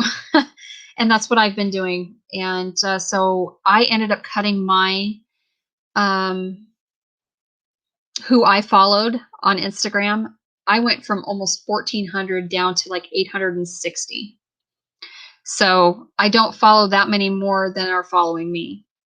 And it's honestly, if you look at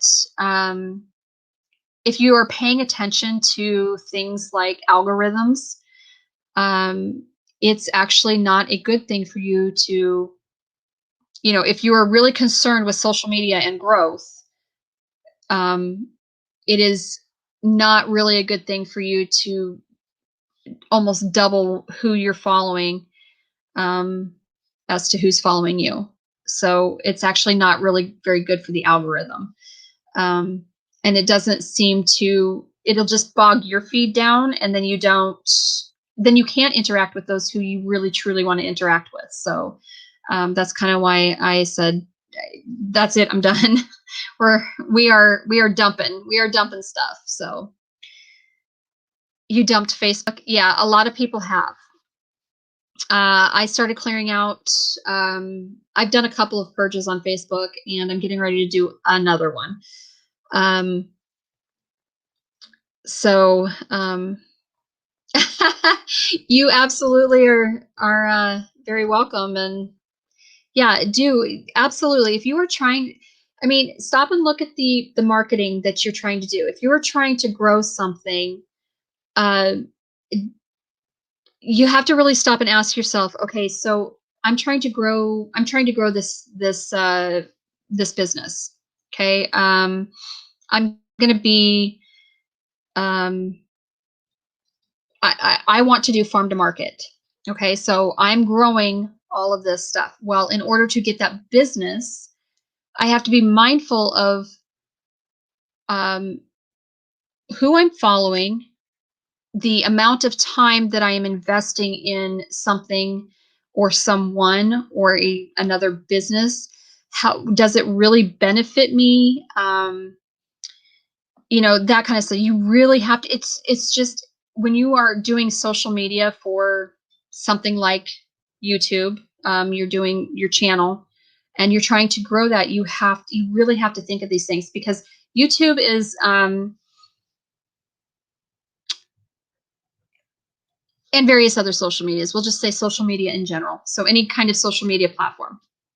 If you are trying to grow that and you are trying to make money from that platform, you have to make good decisions about, who you're following, when you're following them, whether or not, how much you're interacting with them, what benefit will you be giving, what benefit will you provide for them, as well as them providing for you. When you go into business, like say you have a corner store, you still have to, you have to really think about, okay, so my traffic, who am I trying to attract? Why am I trying to attract this traffic? What are my financial goals? What are my social goals? What are my, what are my personal, emotional goals? That kind of stuff. So these are all things that do play into how you run a business. And I think that with, at least for me, Royal Amethyst Acres is a business for me.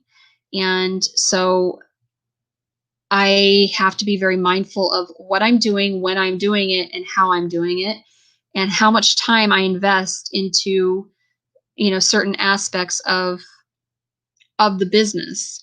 And social media and marketing is one of you're literally trying to market yourself. You're trying to sell, your product is you. And so you're really trying to sell yourself, and, and not in a negative way, and not in a,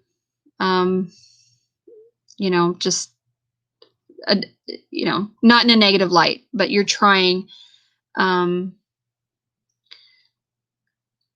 to grow this business. So that means you have to put in the effort, and you have to be mindful of what you're doing, if that makes sense. So you have a wonderful night, Zara. And yes, you got this, girl. I checked on the GoFundMe for Amy. We need to give it a kick to help it grow. Oh, yes, absolutely. Absolutely. If you want to share, or can you, if you can share her link, that would be wonderful. So our friend Amy at J&A Hopeful Acres is, somebody set up a GoFundMe account for her to help get her the down payment for a service dog, and she is in desperate need of this service dog. So she'll be able to get the rest of the cost of the service dog covered through grants, etc. But she needs a down payment of $10,000. So if we can kick that and share that out, that would be amazing, and I would greatly appreciate it. Amy's a fantastic woman. She is. She's very kind, and she's loving, and she's caring, and she's giving, and so she just needs a little help right now. So if we can help her and give back to her, then that would be awesome. So needing to be everyone's friend on social media is not always a good. Yes, are outside it too. Yep. Time consuming and self-deprecating. It is very self-deprecating sometimes. Yes. Yep. Friending the non-followers. Yep. You are absolutely correct. You're putting an effort, and energy into something that's not going to come back to you. And the only thing that you're doing that is good about it is that you are putting good energy out into the universe, and you are, you are somehow affecting your fellow man in a positive light. But, but, um, sometimes you also have to be, if you're trying to grow your own business and your own brand, you have to be a little bit selfish as well. And there's nothing wrong with that. It's not honestly being selfish if you are doing it for the right reasons. And as long as you're not hurting anybody by not following them, it's just, you don't need to carry that. You don't need to carry the dead weight with you, like that. It's just, it serves zero purpose, and it weighs you down. It weighs your whole energy down, and it's not worth it. So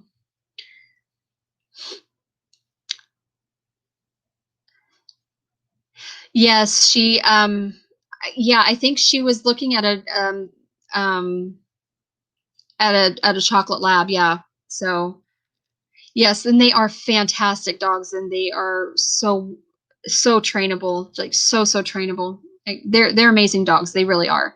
Um, she does need a much bigger dog, I think, too, because yeah. I don't know yeah, I agree with you, Deb. I don't know that a lab would be maybe quite big enough for her. She might need something a little more stout than that. But, um, you know, the lab might actually be, it might work well for her too. We don't really know. I think that, I'm not really into, a lot of dog breeds.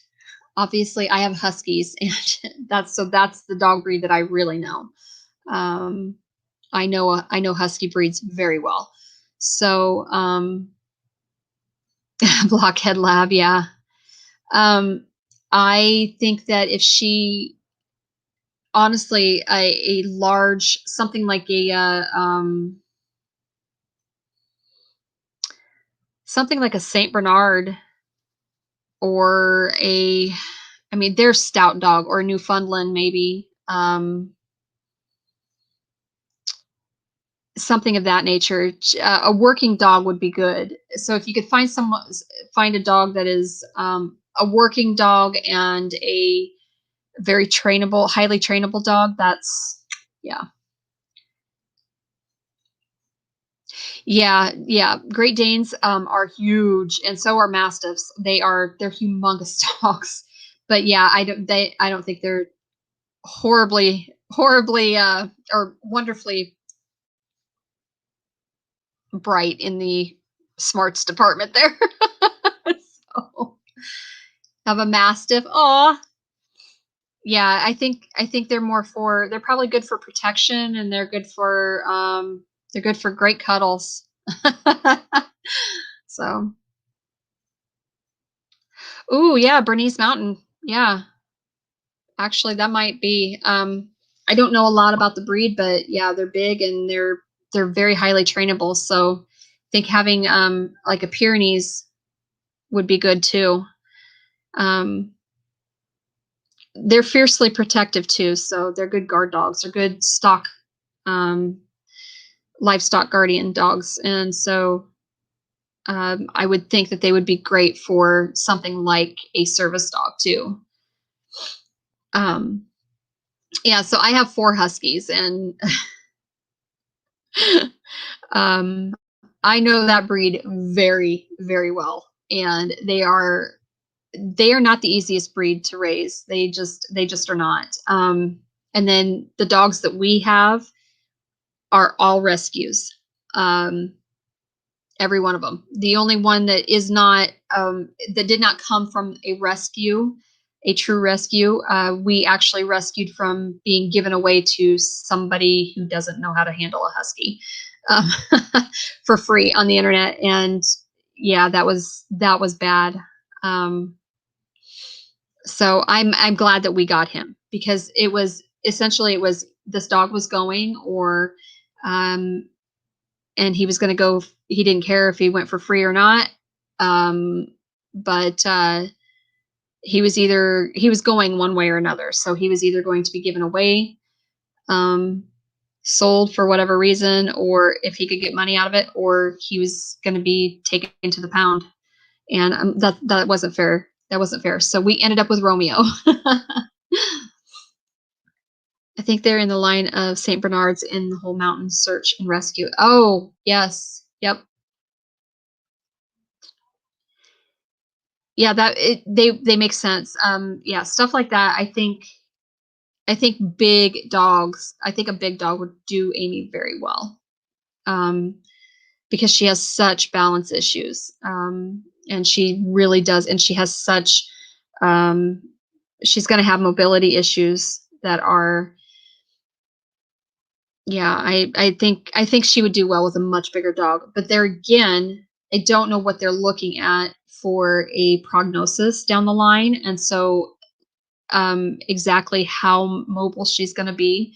And so they're probably thinking, a lab will be okay or a retriever or something of that nature. So we had a lab years ago, love of my life. She was great. Aw, yeah. Huskies have a mindset. They get their mindset and only a block of C4 will change it. Maybe. Yep. Yep. Exactly. They are Houdinis. They get into and out of absolutely everything and everywhere. They will not do what you want them to do. Like it doesn't matter. Um, it doesn't matter if you've trained them from the day they were born. It doesn't matter. Like they truly are very independent. Um, they don't want to be controlled, but they want to be part of a pack. It's so funny. They're funny dogs. You're right. You're right, Bugs. Yes, pit bulls are amazing. They truly are amazing dogs. And yeah, I think that if they are raised with the right environment in the right environment and they're raised by the right people, I don't and you're going to have in every dog breed. Okay, it doesn't matter what dog breed you have. In every dog breed you have some that just they're not wired right. And I think that so you're going to have issues with just particular dogs. It's just the way it is. But I don't think that having a I don't know. I don't believe in breed discrimination. So I really don't. I've known so many people that have had amazing pit bulls or pity rot mixes or even full Rottweilers and Dobermans and things like that, and they've all been like they've always been okay. So I think that I think it's the way that people portray them, and the way that people raise them is a big um, is a big reason why they are the way they are. So, but I mean, because you're gonna have kids like that too. How are they? You raise a kid and you raise it so that you are, you're mean to that child all of the time, and it grows up in that kind of an environment. And so when that child is an adult and goes out and has children of their own, they're not going to know any different on how to parent. And that's why we constantly perpetuate and repeat the cycle with children and animals even. So um, you just can't. Your animals are going to treat you the way that you treat them.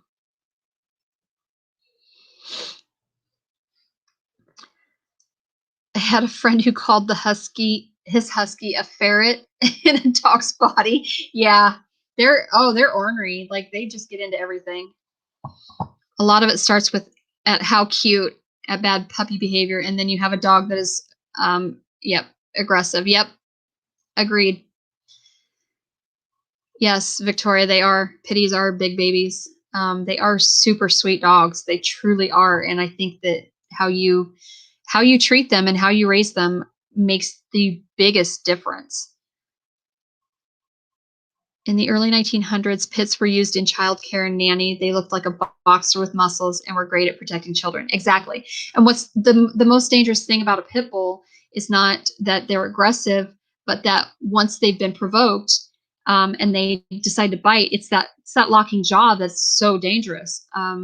Other than that, though, like they're not any more aggressive than any other breed of dog. Um, if they're provoked, they're going to fight back.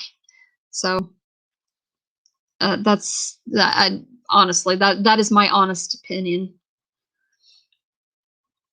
Also, 100% random. Your eyes are stunning. I envy people with colorful eyes. Mine are poo brown. Well, thank you. I appreciate that. So earlier today, actually, my eyes are really dark right now, compared to what they usually are. So, but yes, I love my blue eyes.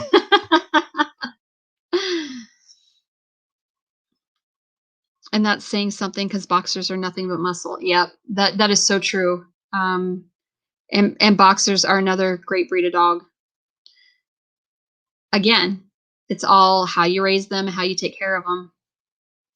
If you raise them to be aggressive, they're going to be aggressive. If you don't, they're probably not going to be aggressive. The chances of them being that way are pretty slim. So, look, Buggy, I'm drinking my Coke in a bottle.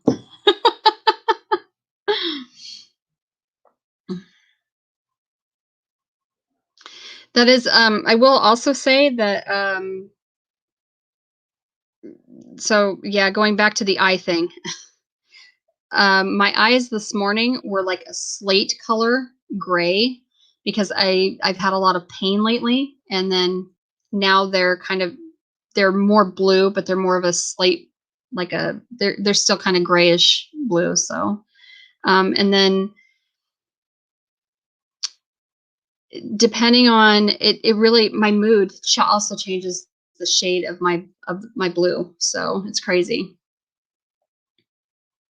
You can't have a bottle of Coke until you come to Mom's house. A neighbor had a cinnamon colored pitty who loved to jump up and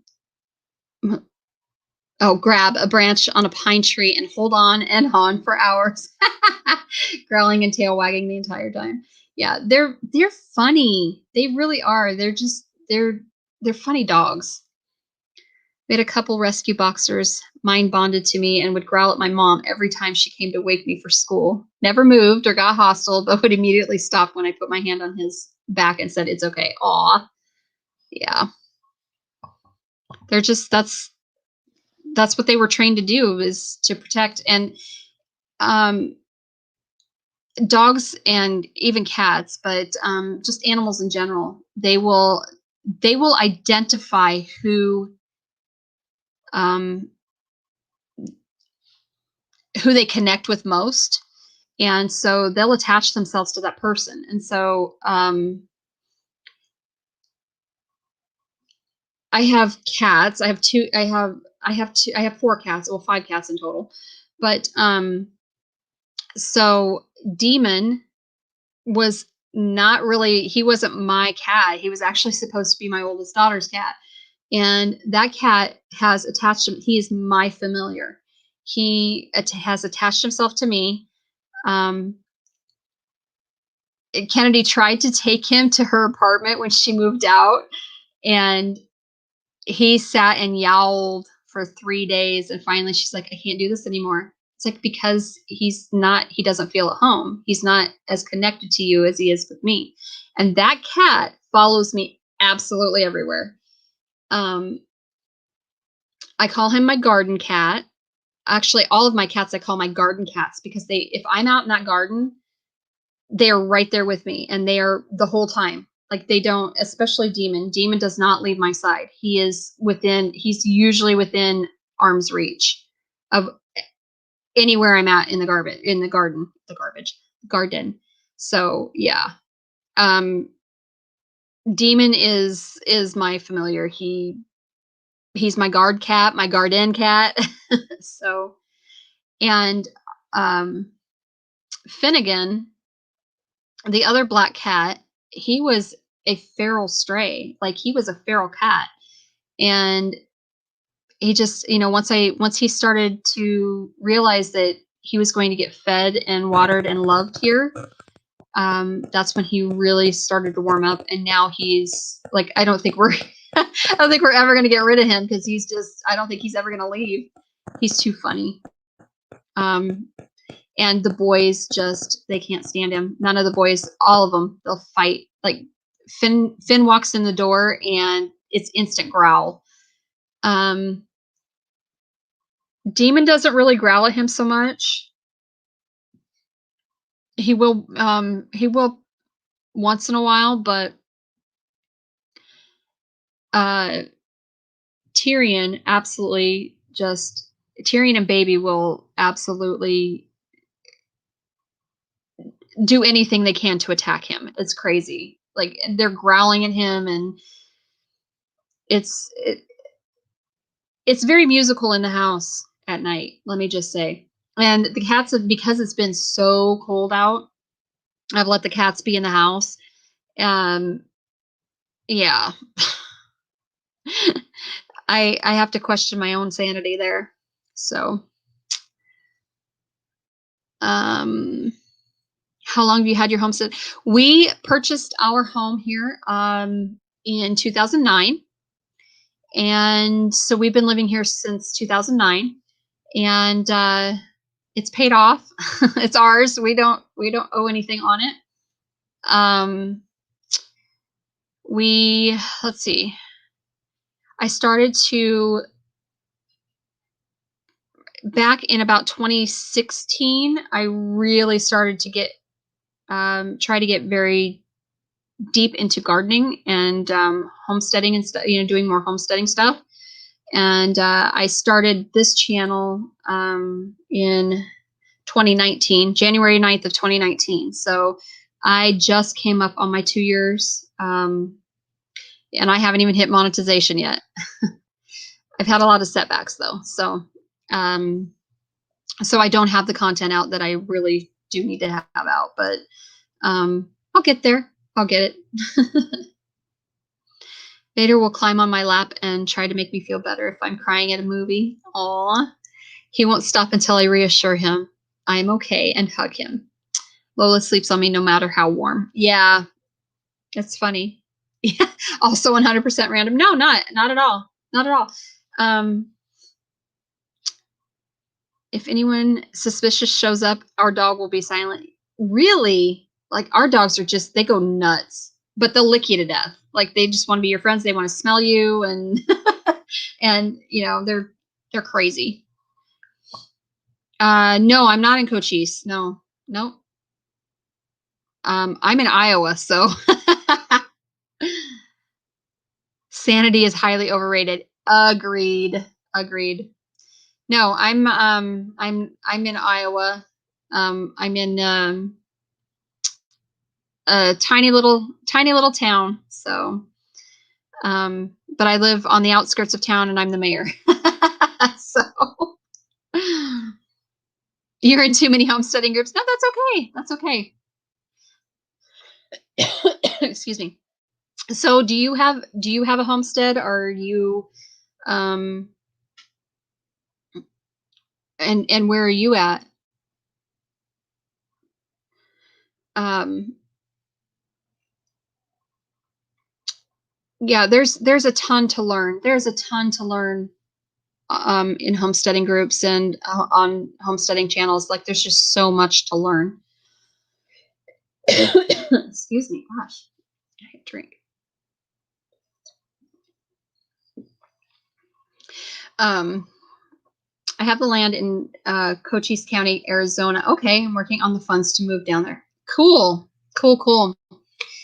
So yeah, I actually was looking for land I was looking at land in, okay, now that you say that, um, there was Cochise County, and then there's another county that is basically within the same area that is selling large swaths of land. And, but you have to be careful too, because, so in looking at that land, like it's super cheap to purchase it, but it is extremely expensive if you want to try to put a well on it, dig for a well, and the permitting is ridiculous.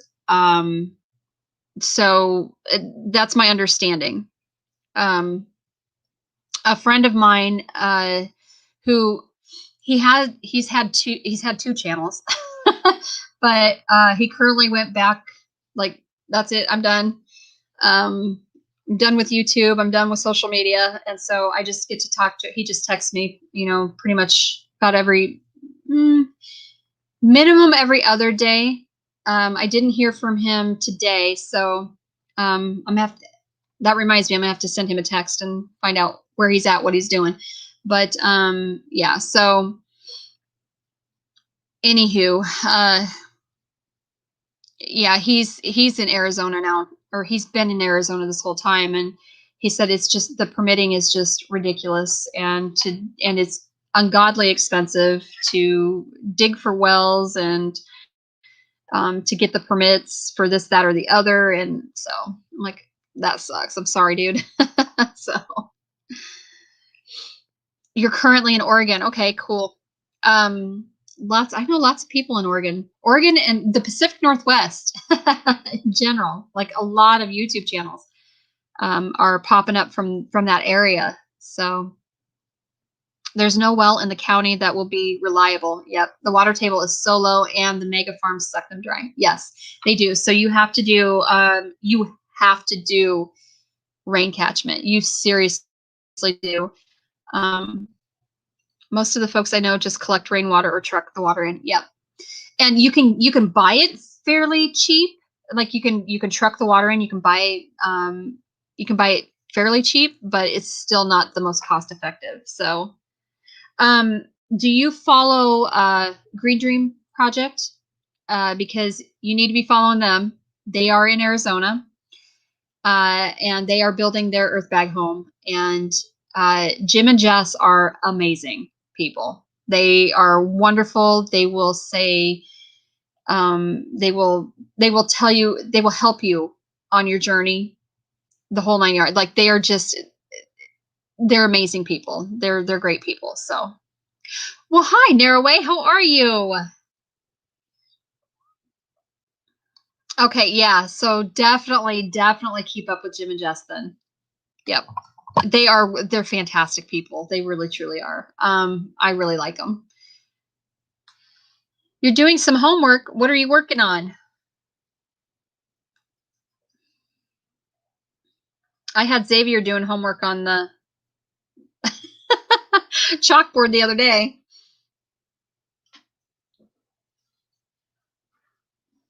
Oh. And you're still, yeah, because you're still going to school, aren't you? And I don't remember what you were going, what you were studying though. Um, boy, I'm bad. I'm so bad. STEM classes and organizing the agenda for this week's work. Okay, cool beans. Cool beans. Good. I'm glad to hear that. I'm glad to hear that. So how are the wife and well, I guess the kiddo.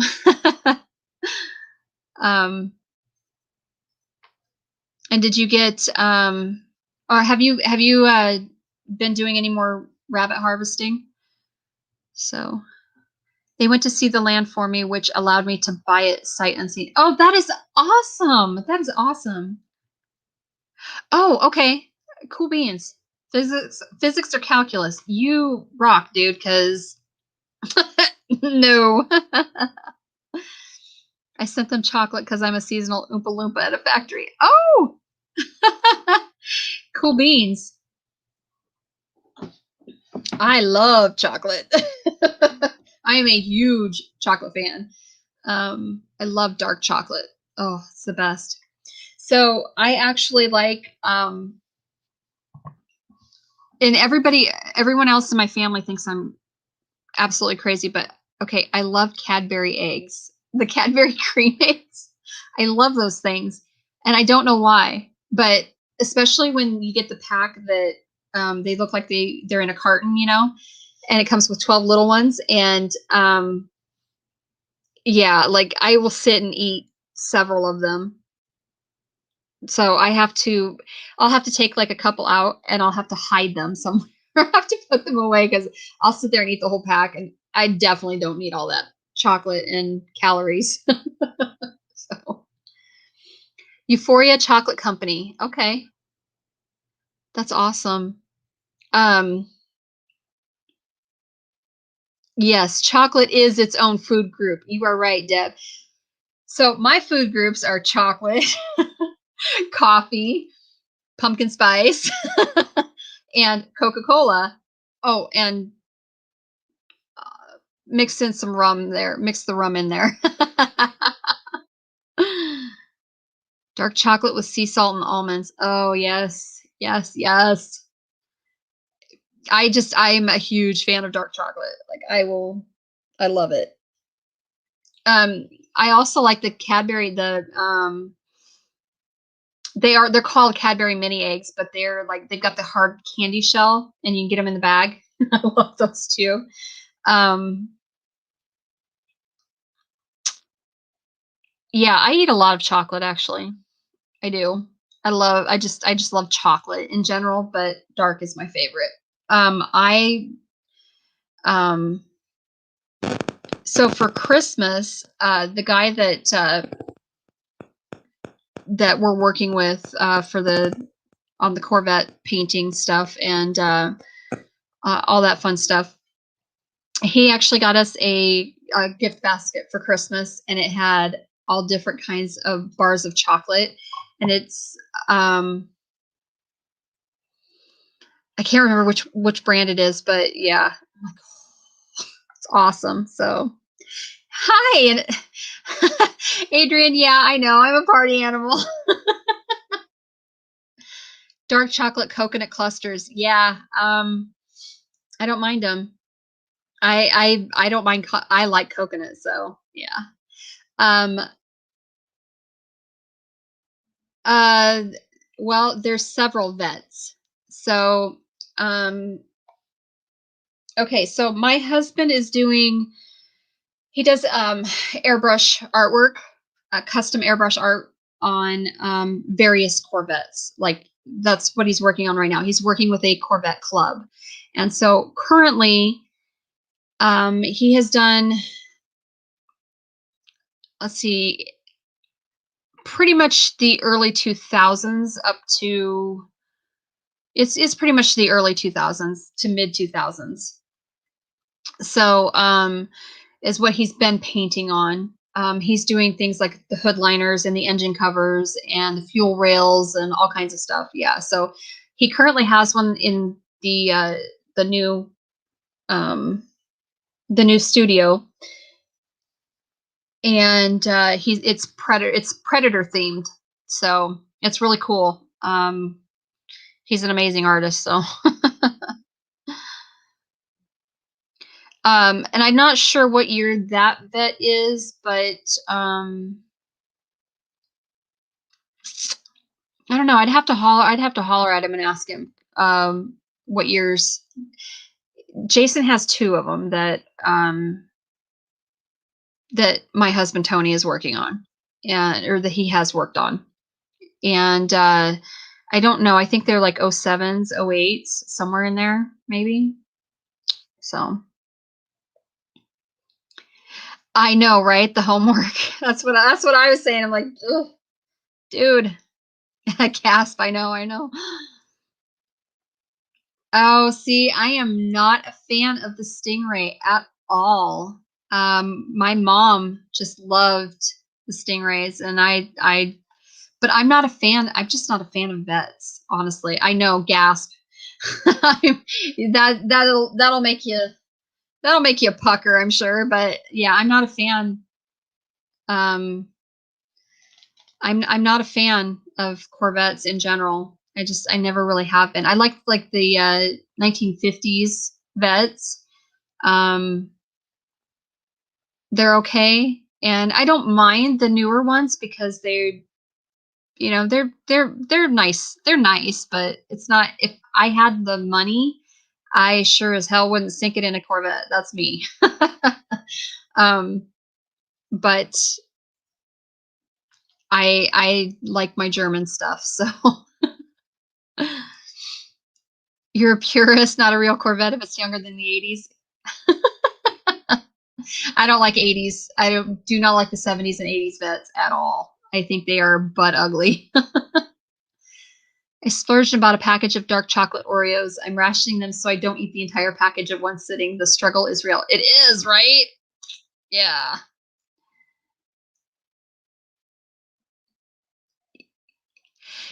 Yeah, I asked we can't be friends. Okay. Yeah, Adrian, I was gonna come over and talk with her, but she knows I'm doing my live, so uh she already knew I wasn't going to be there. Sherry stopped in and I said, please tell Emma hi for me, and I'm rooting for her. So it's hard to join chats and stick around when school is in session. Yeah, it is hard, honestly. My stepdad has a Stingray and it has the exhaust pipes under the doors. Yep. And I burned the ever-loving out of the back of my leg. Yes. I like Camaros more. Yeah, I'm not a Camaro fan either. No. Neither would I if I had the money. I like Carmen Gias too. My dad has had a couple. Carmen Gias are cool. They're cool. Good, Terry Lynn. You still packing. Still packing flies.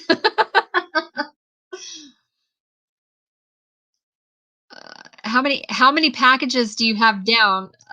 Or I should say done. I don't envy you, girlfriend, at all. So she's packing 1,000 bags of soldier flies. Crazy. But they're going in a subscription box for chickens. So my first real boyfriend with a car had a 68 Chevy SS. I get butterflies every time I see one drive by. I don't care much for the newer muscle cars. I'd rather have a nice truck. Yeah, I'm kind of that way too. But if I'm gonna, yeah, I had a I originally thought when I first got it, it was a 69, but it was actually a 67 Pontiac GTO. And I know that they are like, well, right now, if you can find one for less than 40 grand, you're doing really good, and it's probably not in great shape because just a frame alone to get is about 40 grand. It sucks. But that's the only muscle car that I've ever really been into. And I had that, and I only got it because my biological father had a neighbor who was who had it, and so I basically I stayed with my biological father for throughout the summer, and I babysat his neighbor's twin kiddos, and for payment, which I thought was crazy, but you know, and I really didn't have any idea, but for payment was my payment was that GTO, and so my father had. I didn't even get to drive it. This is the crap thing. I didn't even get to drive it. So, all right. Good night, Narrow. Have a fun evening planning your STEM and week schedule. So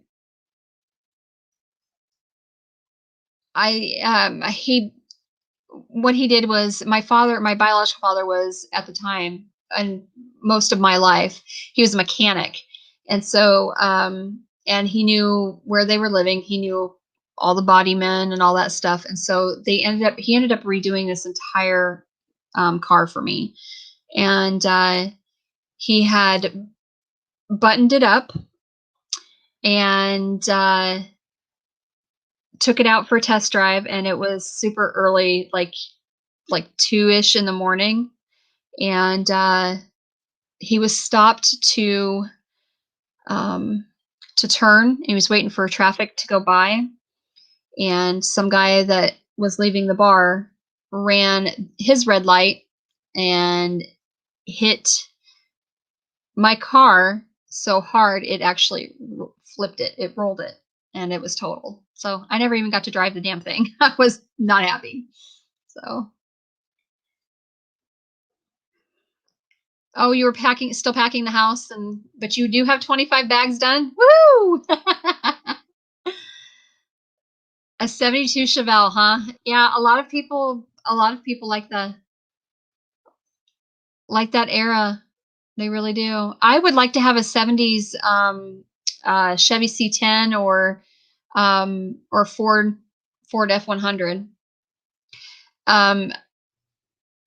I really like the mid 40s Fords and Chevy pickups and internationals. Oh, I like those. I want one of those. If I had the money that most cars cost, I would smack it down on a nice high top camper van or a nice used Class C. Yes, yes.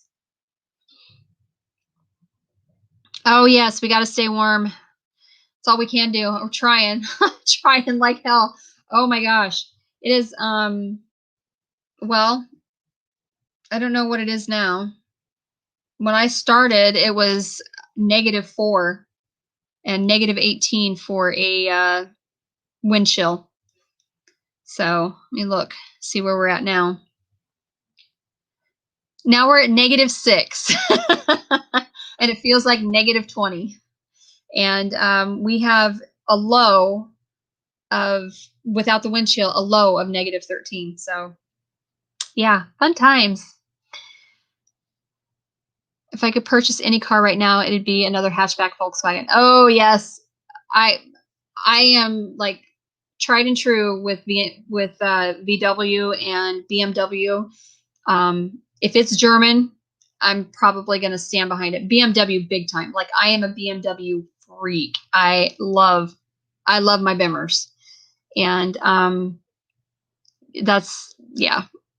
We have several and have had several BMWs, and yes, they're all older. We're not rich by any means. I mean, at all. So, but I have a 2000 Volkswagen Jetta sitting out in my driveway right now. She has almost 400,000 miles on her. The reason she's sitting, because we need to put front end work into her, suspension work into her. Otherwise, she runs just fine. Yeah. She's awesome. Her name's Gemma. Gemma the Jetta. Yes, a brand new Chevy pickup. I have a Chevy Suburban, an 09 Chevy Suburban that we just finally got back. So in November. Yeah. 2010 Toyota Tacoma is pretty sweet. Yeah, I will say for big work trucks, I would say I will stick with probably a Ford. I don't mind like the Dodge, the Rams. I don't mind those. But if I wanted a fun pickup, like a cool fun pickup, I really want a Ford Raptor. I think those are so cool. Like they're just cool looking and they're just neat trucks in general. I would love to have a camper van with a fold down bed and kitchenette. I had a 77. Oh, you had a 77 Ford? Really? Ford conversion van for 3 years, went everywhere with my son on trips. Yeah, those are not, that's Tony loves vans. Like he has kind of a soft spot for vans, especially Ford Econolines and that kind of stuff, and conversion vans. Not minivans, but well, hey Jan, how are you, honey? Um, so uh I don't really have an affinity for them, but he misses. We had one. We had a 2000. It was the year 2000 Ford Econoline, and it was I don't know, I think it was a V8 if I'm not mistaken. I don't remember exactly what it was, but he loved that damn thing, and I'm like, ugh. We used to call it the oh gosh, various things. The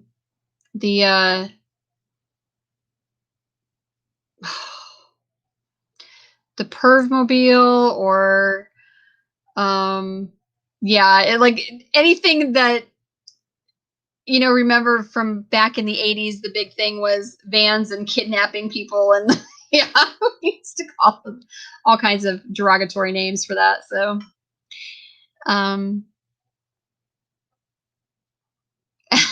right, why do I live somewhere where the air hates me? Yes, I know. And yeah, you will find that out when you move to the desert, dude. I'm telling you.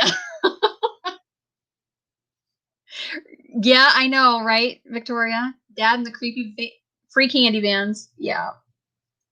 I won't say what we had, what we called it. I mean, it was just so many bad things that we called it.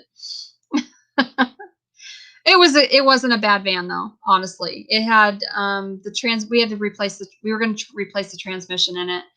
But it had like 402 or 403,000 miles on it when the transmission failed in it. So you can't really complain. 2006 Rabbit. Nice. Yes. We like those rabbits around here too. Yep.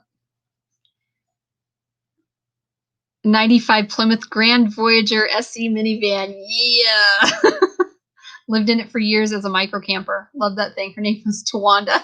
That's awesome. We had a 94 Grand Caravan. That thing was the biggest hunk of crap. I hated that thing.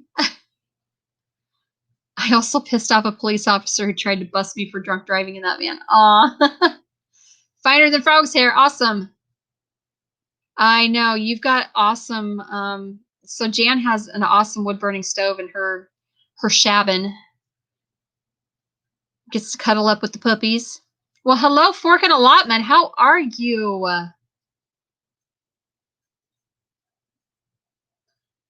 We were drunk but not driving. We were burning off the alcohol and parked in a privately owned lot. Really? Wow. No, I don't know that Adrienne would be stalking anyone. Just don't see that about her. I can fit so much stuff in my little hatchback. It's incredible. The front seat folds down. It's amazing. I know, right? Your neon was Tawanda. Okay. Tilly Starlight, the little engine that could, was the mini. That is awesome. Um, well, good. I'm glad to hear that.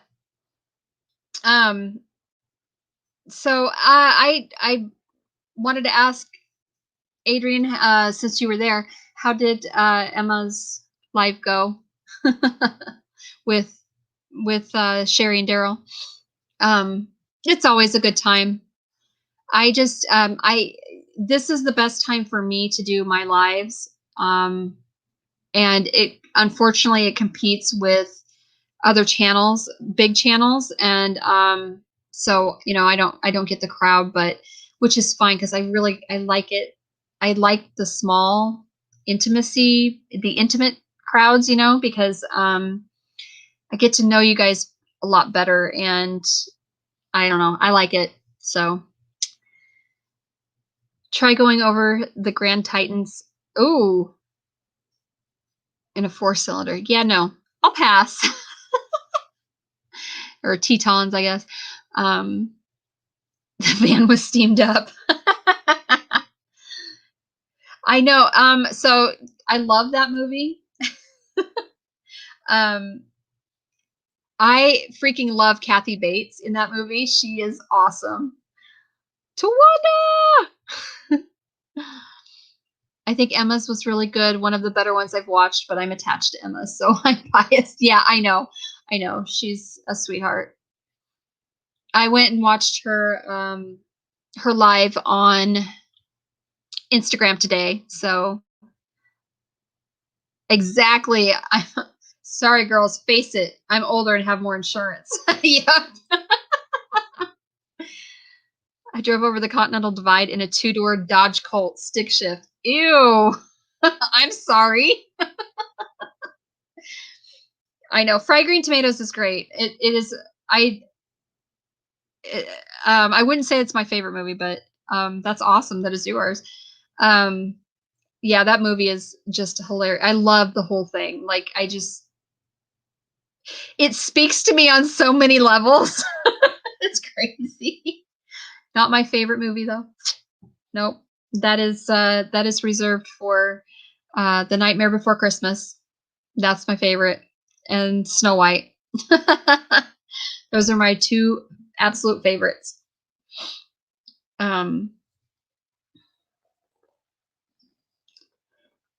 Yeah, I actually I haven't watched Fried Green Tomatoes in several years. So The Princess Bride. Oh, I love The Princess Bride too. Yes. Yes, the barbecue part. Yeah, that was great in Fried Green Tomatoes. Tilly was called that, the name of the little engine that could, and Starlight Express is a Broadway based on story. Okay. Because Shen redlined what? All winter in Montana to the point of shutting down. But when we finally got her in, not a damn thing was wrong with her other than a cracked water pump. Oh, wow. Wow. That's cool. So, oh, she redlined all winter, I'm guessing, is what you were My favorite movies, Dumb and Dumber. I love Dumb and Dumber. I love Ace Ventura, When Nature Calls. Yeah. Chitty! Oh, you know what? My oldest daughter would love to sit and watch doTERRA with you.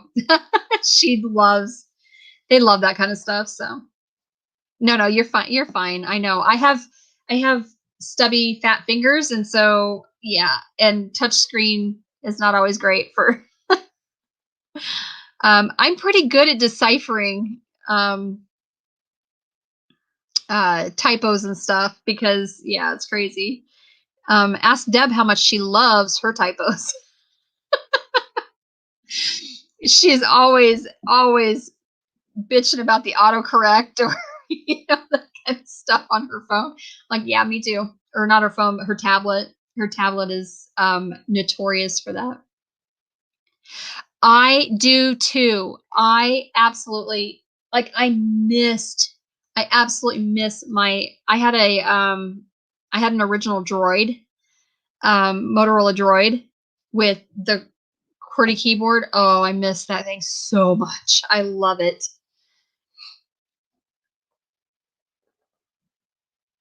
Susan loves anything brain-sucking aliens. Yeah, I absolutely I miss those QWERTY keyboards so much. What's funny is that I still have an LG flip phone with a QWERTY in it and a full QWERTY keyboard, and then and at the time it was like 3G was the big thing, so that tells you how many years ago, how old that phone is. We still have 2 of them, and I had a Droid that that is my Droid is my absolute favorite phone that I had. And then when because all I had to do was slide it up and there's my keyboard. I freaking love that. I miss that physical keyboard. Like, I hate these touch screen. And I will say though, I have stayed with Motorola brand phones for this entire time after I got my LG and switched over to the Motorola Droid. Like, I've stayed with Motorola for this entire time. And I had a BlackBerry. I hated it. I also had a Razor. I had a pink Razor. I love that thing. The Motorola Razor. And the new one they have now is like, it's a flip phone again, but it doesn't have the physical keyboard, the QWERTY. And so I also wonder how good it would be for the fact that it would have, it's dual screen. It pops into one. I don't know that I don't know if I would be.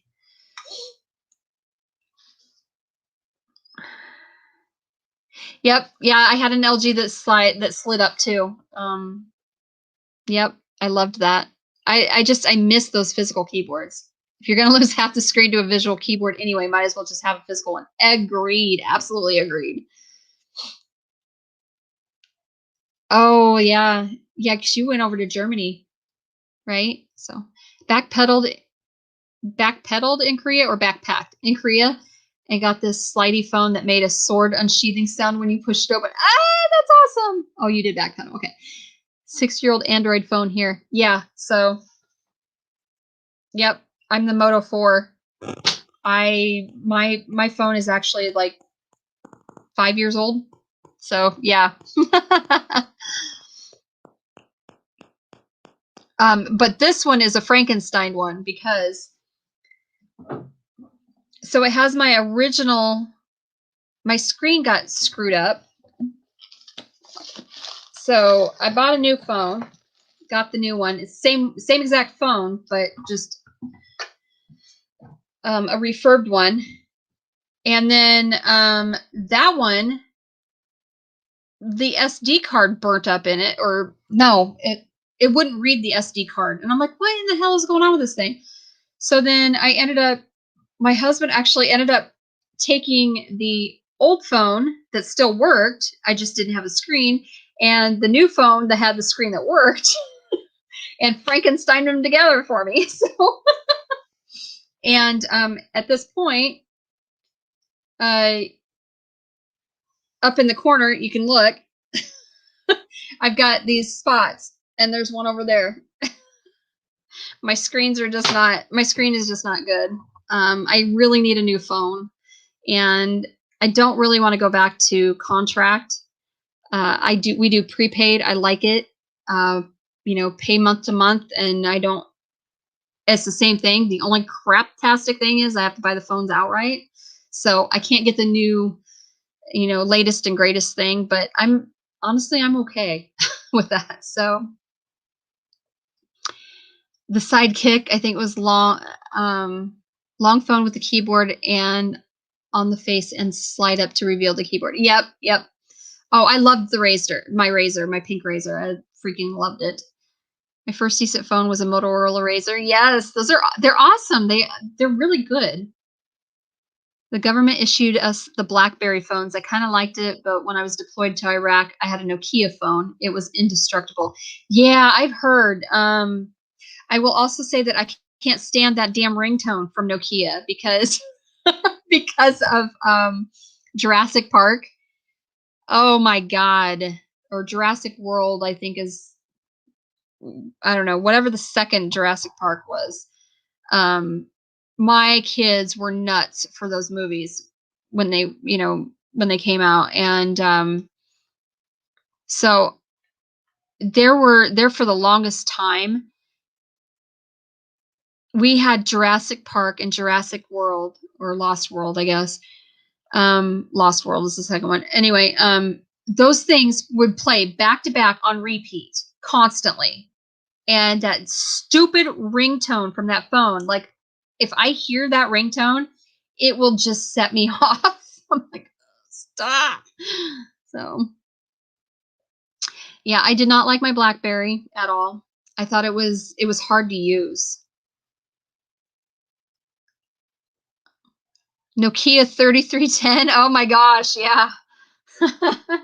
We're only in Korea for under a year, so we got the cheapest phone. Yeah, I don't blame you. I don't blame you at all. Okay. All right. We'll see you later, Adrienne. Thanks for stopping in. I appreciate it, honey. Verizon forced me into getting a new phone. It's a flip phone that doesn't do half the things my 3G LG phone did. Pictures suck and does not take video. Really? That's craptastic. Right? That ringtone. My first phone was a Nokia 6110. Oh my God. Yeah, The Lost World. That's right. So, yeah, those movies played back to back with my kids, and I despised them. like I despise that ringtone now. And if I hear it, I just want to I want to pull my hair out. I can't stand it. The BlackBerry is hard to hack. Yeah, I'm sure it is probably hard to hack because honestly, I didn't find it user friendly at all. So I had I can't remember what model it was, BlackBerry I had. I was not a fan at all. At all. And I'm trying to think what my first phone was.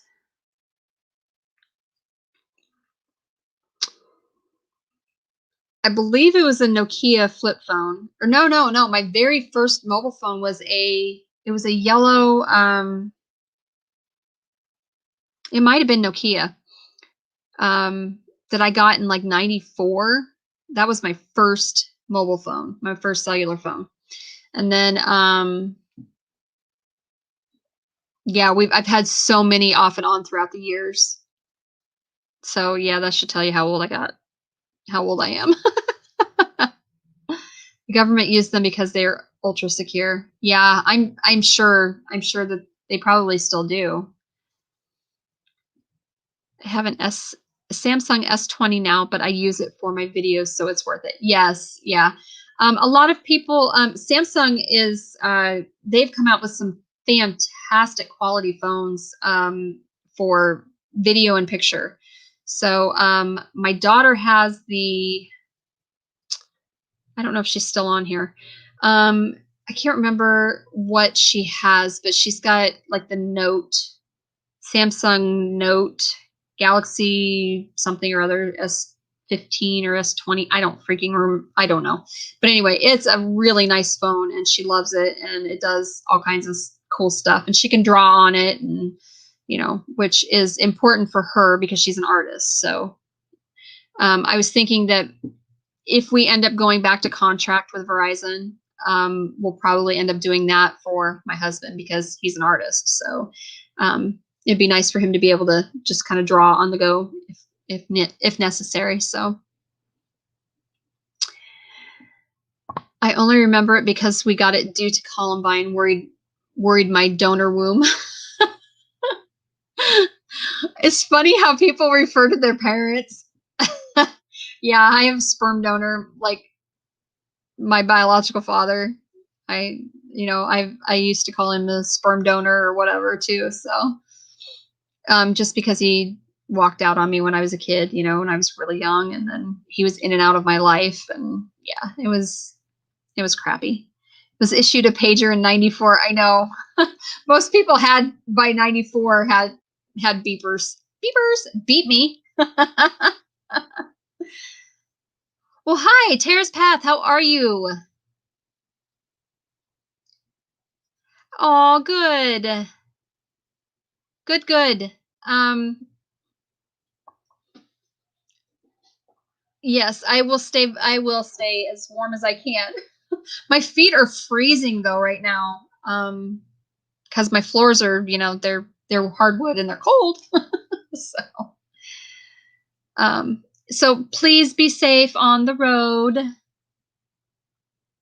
How long of a drive was it for you? I hope you're home and chilling out now.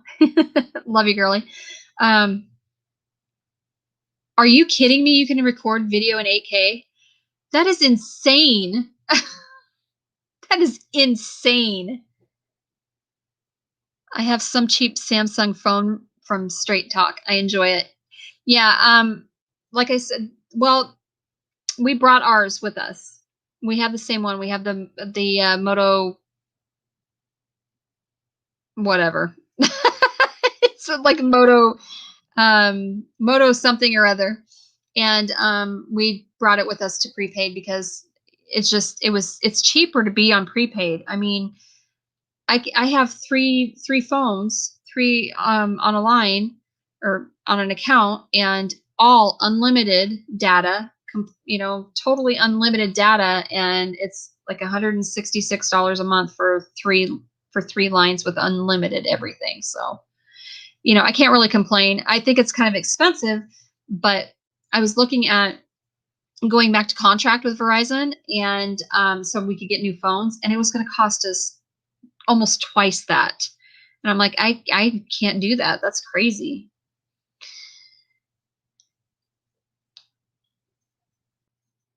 If you wanted to. This is my first and only cell phone. My husband got it for me. Wasn't exactly happy about it, but I was doing okay before it. Yeah, I think we all do. We're doing just fine without all of this technology in our faces all of the time. But it's also nice to have it. So you recently disowned your, okay, I get you. I understand. I totally understand. I'm a jet, kind of tired. Y'all have a good night. I'm gonna go lay down. Okay. Good night, Jan. I only record in full HD, but I can record in 4K and 8K if I wanted to. Yeah. Yep. I can't do that on my phone. It's way too old for that. I do not have those capabilities, which would be nice if I did, but yeah. I will see you on Marco, Jan.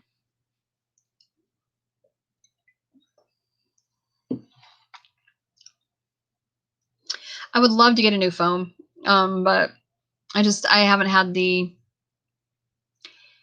have not had the extra cash. So at some point we'll get there, because this one's going to have to be replaced before too terribly long. But I kind of like the idea. I like the idea of contract because of the insurance. And so if something's wrong with the phone, I can take it to Verizon and I can, you know, whatever, exchange it, have it fixed, whatever. But I don't want to pay those huge prices every month for them and to pay them off. I don't understand how a phone can cost $1,500. Like that is insanity to me. 4K limits the video length, as does 8K, so I use FHD as no restrictions. Okay. Yeah,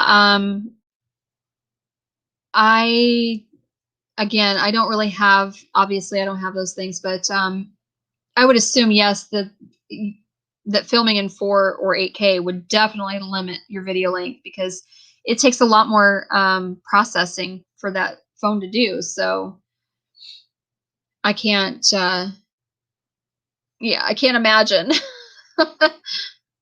Probably what, like 3 minutes? A 3-minute video in 4K, maybe a minute and a half in 8K. I don't really know, but that's crazy. But it's insane that something that small can do that now. It is just absolutely insane. We honestly, we need a new TV.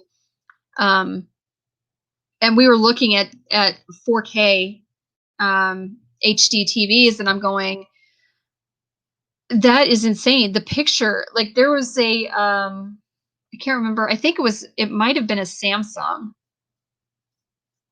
But it was 8K, and I'm going 8K HD TV, and I'm going, that is insane. Like I can't fathom that for whatever reason. I can't wrap my head around it. It is just insane to me that where our technology has gone. And unfortunately, I think that also puts us in a position where we can't, if we don't, it makes us more of a throwaway society, because there are very few people that could ever even think to know how to fix that stuff if it breaks, or it's not fixable, so we have to throw it away. Like it drives me nuts. It's down to -4 there. Oh, we're -6 here. Woo! I had a GoPro and did 15 minutes of 4K. Took my notebook over 8 hours to process it. Oh my God. That's insane. Yeah, I got a GoPro as well, but it's a Hero 4 Sessions. Yeah. And you know, you can only record with that in wide angle. It sucks. But it was given to me, so like I'm not going to complain. I didn't buy it. It was a gift. So I can record 10 minutes on 8K or 20 minutes on 4K, but sometimes it kicks you off at around 5. Wow. Those TVs don't work well with over-the-air signals. No, they don't. And however, so we have internet, obviously, and we watch streaming services. So we have Netflix, we have Hulu, we have HBO Max, Amazon Prime. I think those are the only one. Yeah, I think those are the only ones, streaming services we have.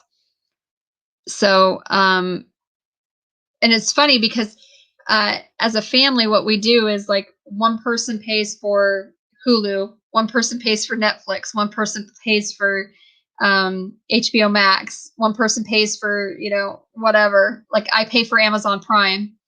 So it's it's funny. And then my youngest daughter pays for, I think she pays for Hulu. Oh, my son pays for Disney Plus. So yeah, it's crazy. But you know, it's nice because as a family we can share these accounts and we don't have to incur all of that cost. So we kind of like that. It's a chilly 41 degrees here in the Pacific Northwest. Absolutely miserable. Yeah. We're having a heat wave. That's what I would say. 41 degrees would be downright tropical here right now. And we'd take it. No, I don't. I'm not in competition with you. No, I don't want it. I'm saying it's -6 and I don't like it. I don't want the frigid temps. Hell no.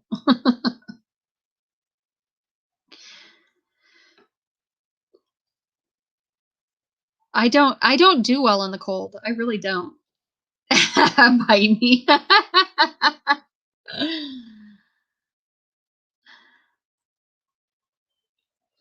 No, I don't want them. You can have them. You can have them. I will send them to you. Actually, they're heading east, so I don't know. It's weird. They're actually heading kind of northeast, I think. So no point in 8K yet anyway, as most phones, PCs, or TV can't play 8K or will scale it down. Right. It's crazy. I like the heat over the cold because at least in the heat you can get naked and still get shit done. True. So true. Yeah. And honestly, like I don't like the cold because I don't like to shiver. It hurts. It physically hurts for me to shiver. Um, I just no. I don't. I would honestly take heat over the cold as well. So,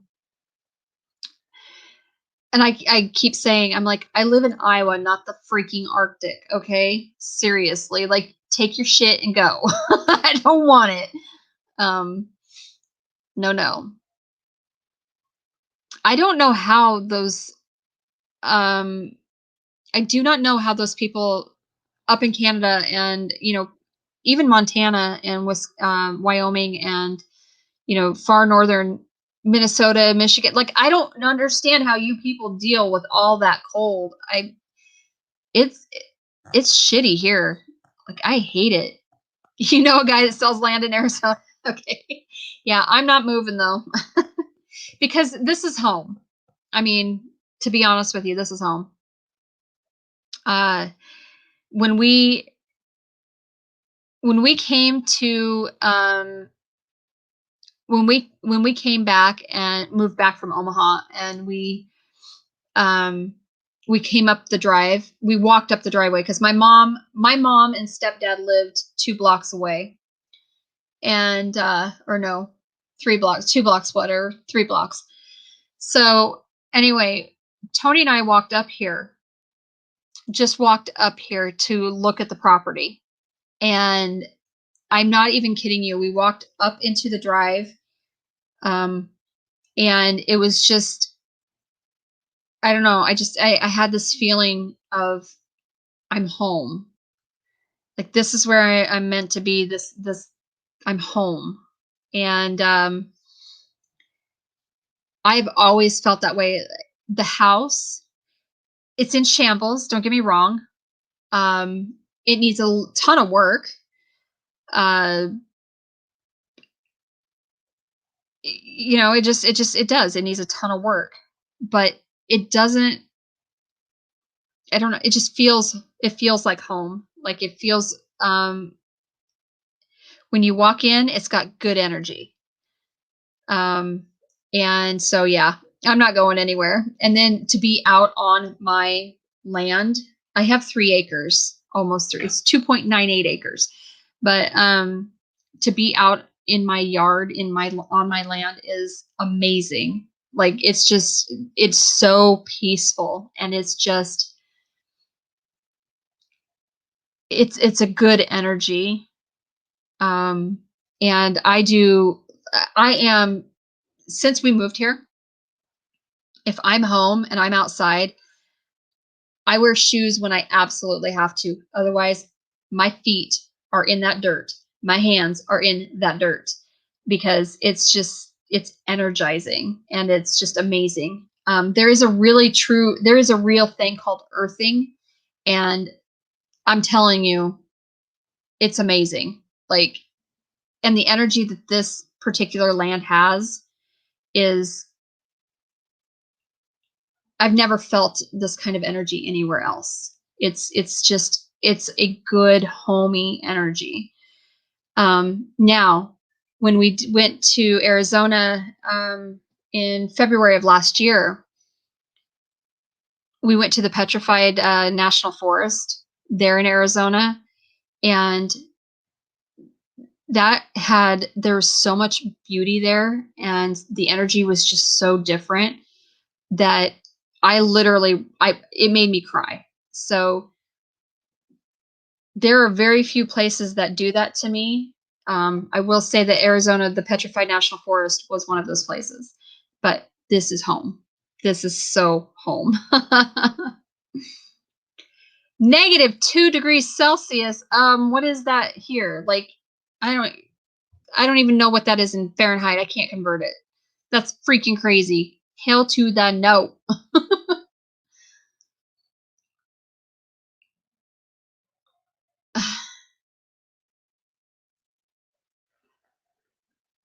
I don't know that they can, that YouTube supports 8K. No, I don't. I'm pretty sure it doesn't. Lots of wood cordage, huh? Your neighbors point and laugh. Montana was bitter even in Billings. Let me tell you, -60 is a hard nope. Yeah, exactly. Exactly. -30s was typical during winter. Yeah. That's why I'm saying because it's a big open state. Like there's yeah, that wind comes freaking whipping down through there. Oh, it's crazy cold.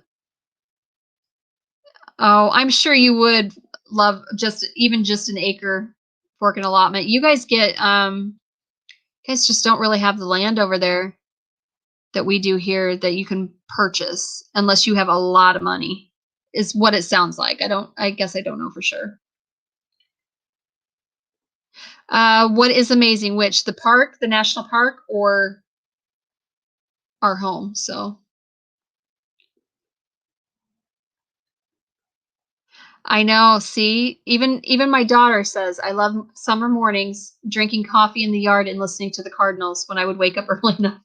Yeah, it is amazing, and I will tell you that to be outside in the spring, summer, and fall, and watching the sunrise or set and listening to all of the sounds on our that are on our property and around our property is it's freaking awe-inspiring. It really truly can be.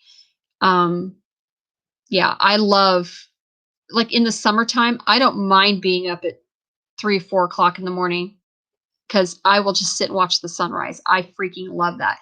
It is amazing to watch the sunrise. It is so um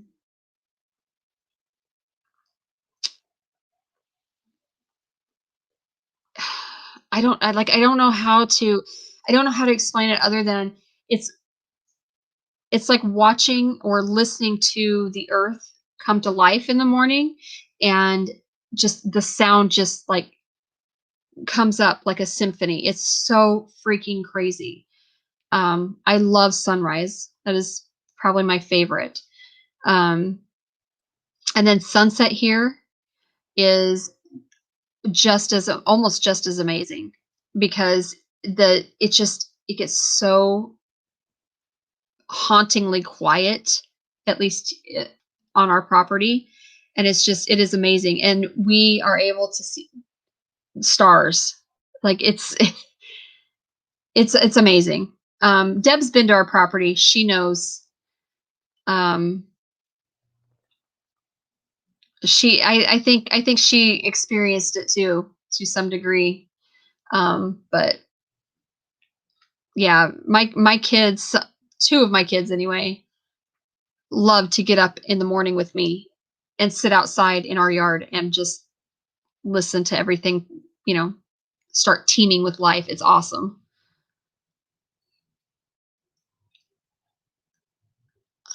Dum, dum.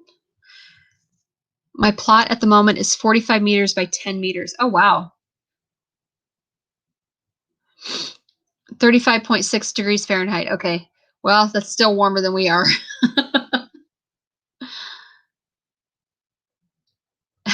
Yeah. Okay, Deb. Yeah. Your neighbors would point and laugh. I know mine too. Well, actually, no, mine is perverted enough. He'd probably be like all over that, taking pictures and stuff because he's kind of a pervert. So he has made several remarks about me. So I've looked at land in the UK and the US, and you can get 5 acres for 20K in the US. For the same here, it's like 100K plus. Oh my gosh, yeah. Well, and it also depends. It also depends on where you're buying that 5 acres at, because you won't be getting 5 acres of land here in Iowa for 5K. For 20K, I mean, at least farmland.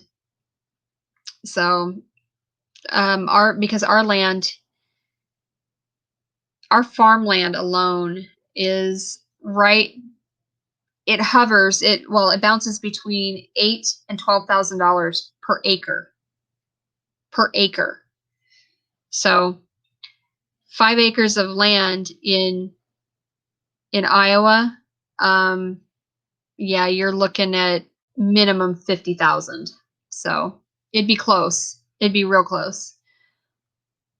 Just got back from a trip to Arizona, went to see my land. It is so beautiful to see the stars and to wake before the sun. It is so neat. It is just so neat to watch the earth come to life. It is so neat. And to listen to it go to sleep too it's amazing. I want to be that naked weirdo, but the world ain't ready for this trans boy bits bury the sun. Alrighty then.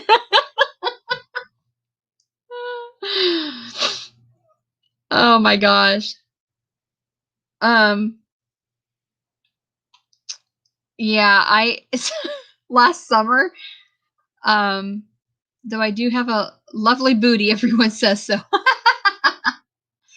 I think that was like Arizona or Colorado. Yeah, I can see that in like Arizona maybe. Oh, okay. Yeah, desert. Yeah. That I can see.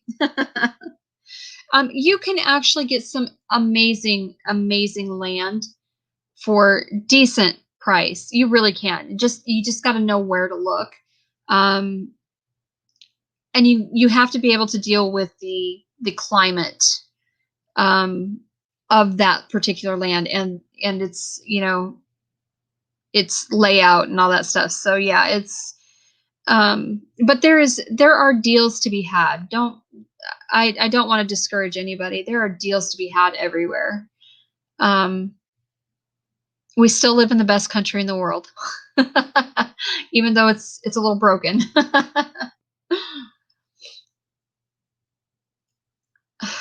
When I win the lottery, I'll be looking for 40 acres with forest and a stream so I can run around naked without neighbors peeking. Alrighty. That is one thing that like Tony hates about the winter the most. Is that he can't go outside and just go pee. He loves to pee outside. I'm like, I think that's every little boy. I think that's what they really love to do. So I wish I had the money, but financially I couldn't even afford 1K. Yeah, I see we're in that same boat right now. So yeah, I get you. I totally understand. I think we're all in that same boat right now. Like everybody is we're all just broke.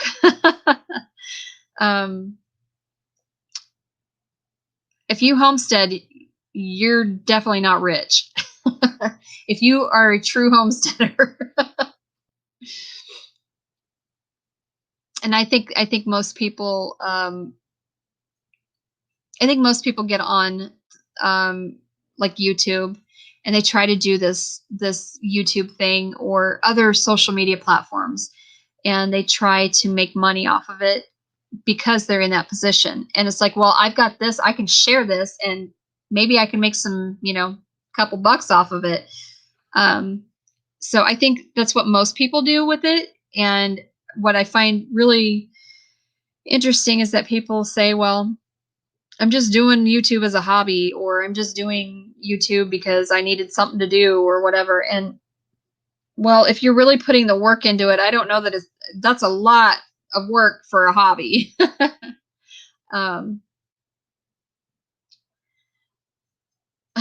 100 pounds is a stretch. Yeah, I get you. I know we're in the same boat. We are so in the same boat. Peeing outside is good for keeping the coyotes away. When I get my bottom bits reconjuggers, I'm gonna pee outside and yell Tawanda to the wind. Life goals. That's awesome.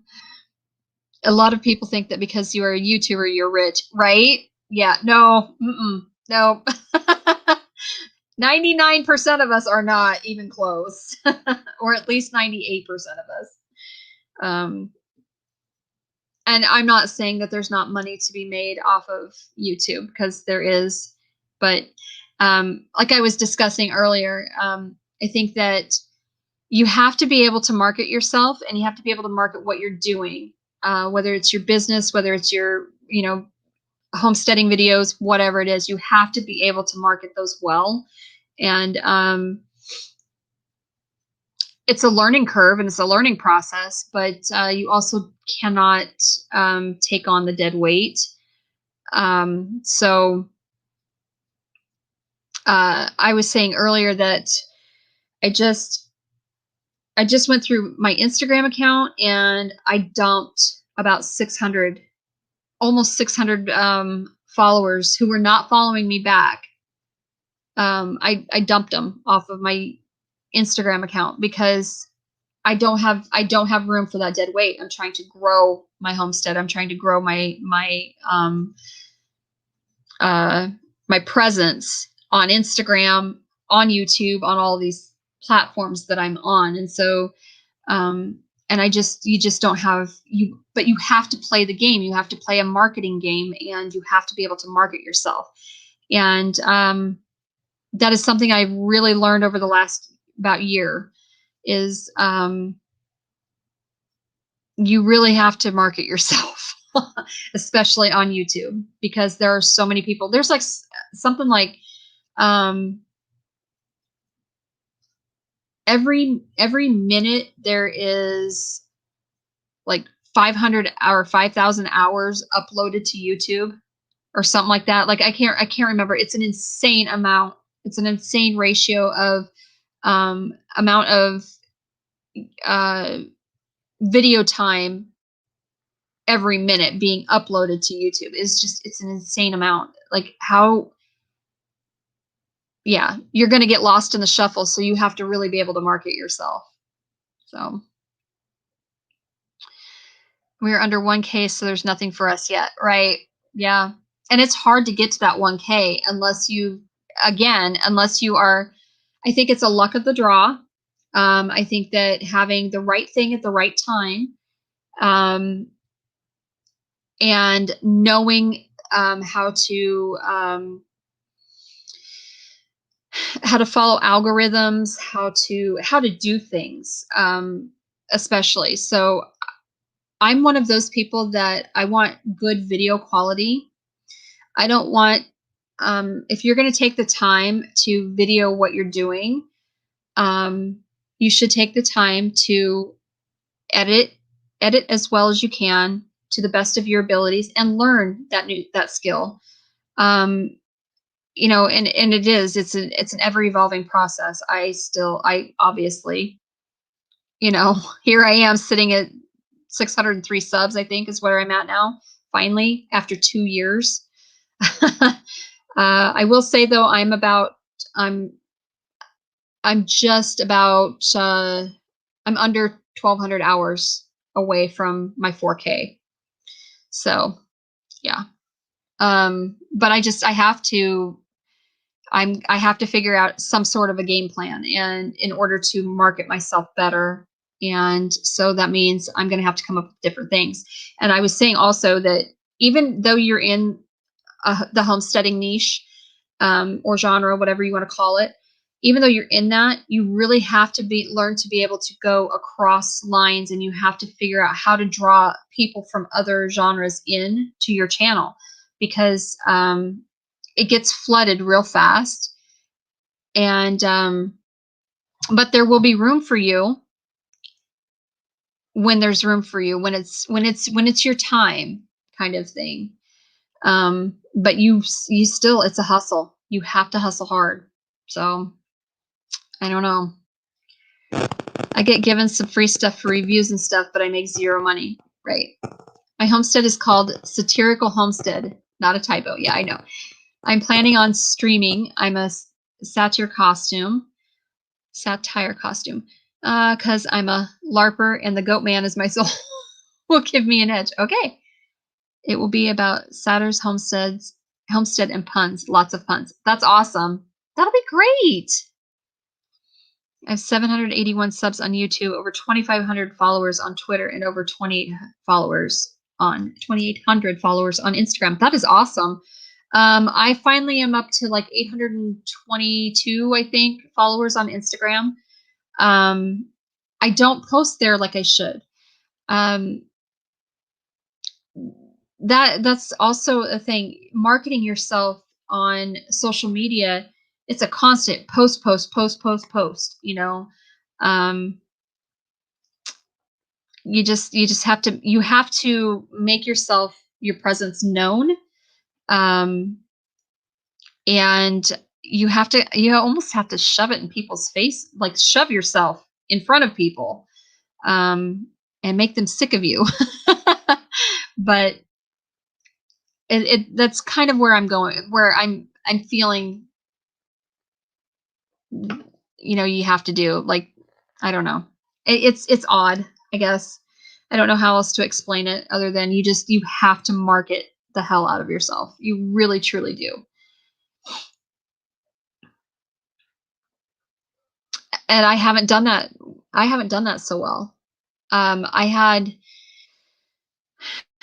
I have had people tell me, um, that they keep telling me, "Girl, you have personality. You have everything you need. You just need to put out content. You're going to blow up." And I've been being told this for for 2 years now. And I'm like, yeah, I don't think so. But I'll get there. I will. Just, I don't know when. Um, and the more that I hustle, then the Seder is how I say. Okay. Um, Stream in it. Oh my goodness. Um, yeah. Oh, DIY is a big, big, big draw. I'm just telling you right now. DIY is a huge draw for people. Um, because people just want to come and see, like, what you're doing, how you're doing it, and is it easier than, is it easy for me to mimic and to do what you're doing? That's honestly what DIY is all about.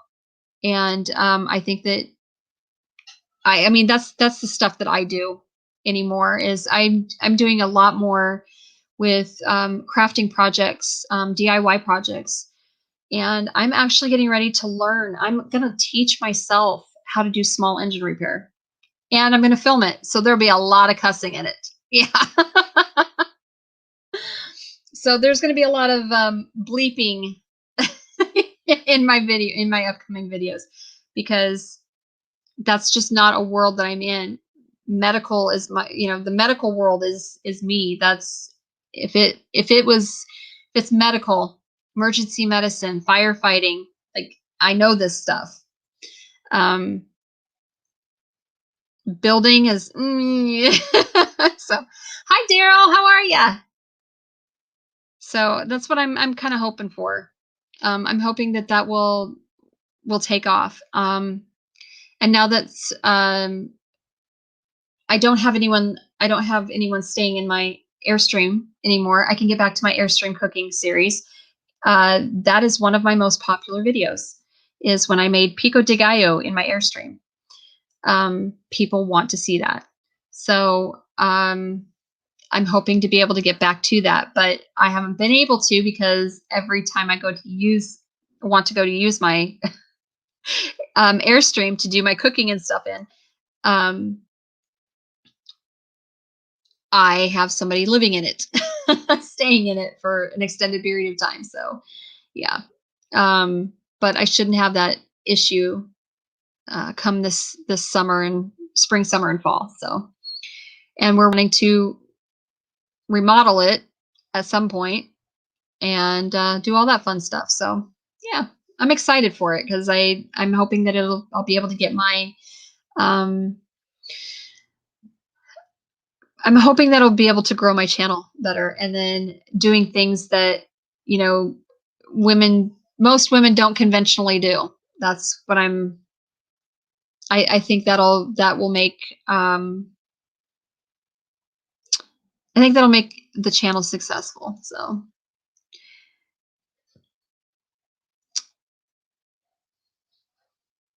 okay. I update my Instagram and Twitter more than I do my YouTube, but I'm looking to post at least 3 videos a week from next week, fingers crossed. Oh, I hope so. I hope so. That'll be awesome. You got in on the Shed Wars 21, didn't you? I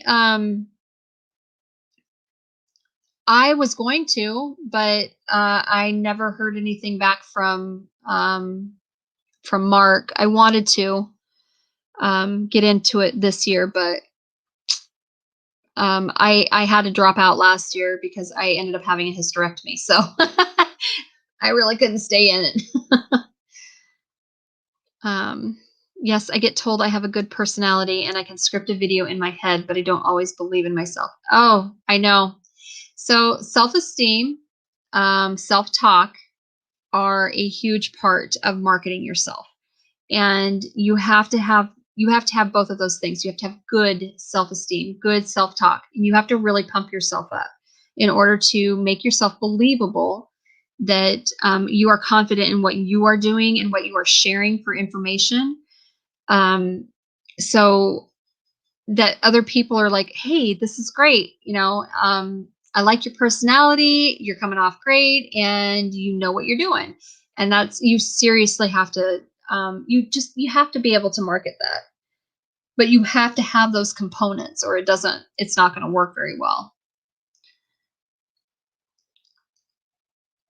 My world is pretending to be something I'm not. Role play, interpersonal relations. Oops. Customer service and sewing, fashion major. Oh, awesome. Right. I knew you got into the Shed Wars. I wanted to get into it. I couldn't do it I didn't hear anything back. Mark had sent me something and then it just said attachment unavailable and I'm like, crap. Okay. So I haven't had a chance to watch your vids yet. For shame, I know. No, you're fine. You're fine. Shed Wars was something that Mark, Arkansas Woodcutter, and John from Will It Grow, they started. They kind of were having this competition. Sorry, my nose is itching. They were kind of having this competition, and they decided to make this a big contest. And so we had team over the pond or across the pond. Was it over the pond? Anyway, I think it was over the pond. Anyway, and then we had Team Will It Grow and Team Woodcutter, and wasn't there another one? Wasn't there a fourth team? So anyway, then it was a big contest to see who could grow the most food out of their gardens and whatnot, and everything counted. Anything that you produced or grew on your homestead for food counted towards the total weight. And I ended up in July. Yeah, I ended up in July. I ended up having to drop out.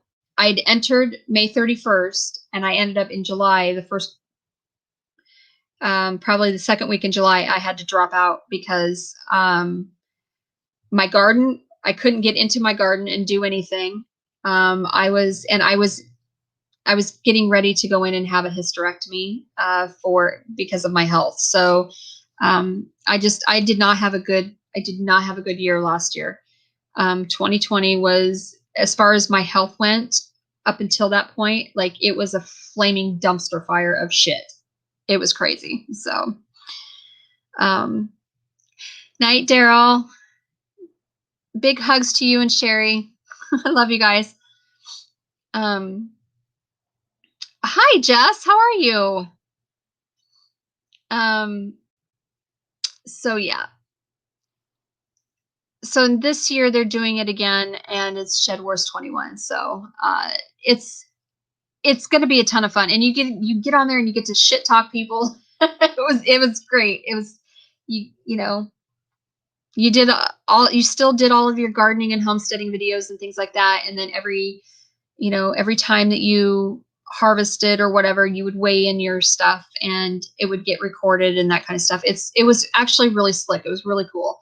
And I hope that this year I hope that they were able to streamline things, and get their footing on how they were doing it. So I think it'll be great.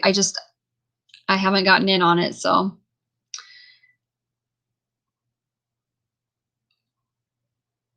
Okay. I just did a Google search on cooking in an Airstream or a midstream, because I don't know.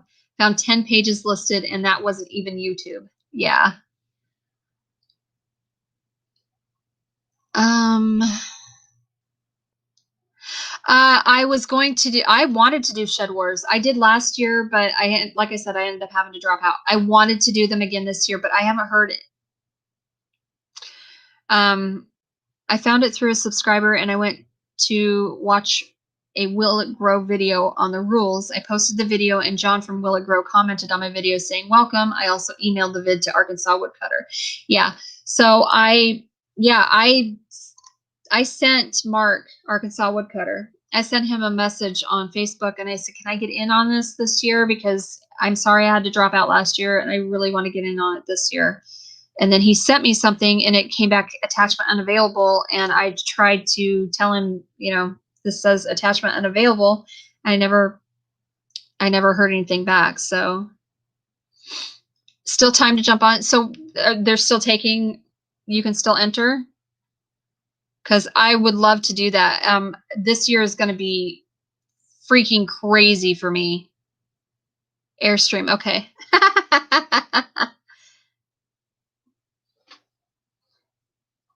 So, the pages that you pulled up weren't YouTube. That kind of sucks, because I was hoping that maybe mine would pull up as YouTube. So, all right. Well, I'm gonna no, my Indian grandma says never say broke, say out of funds. Oh, okay. I saw that you put up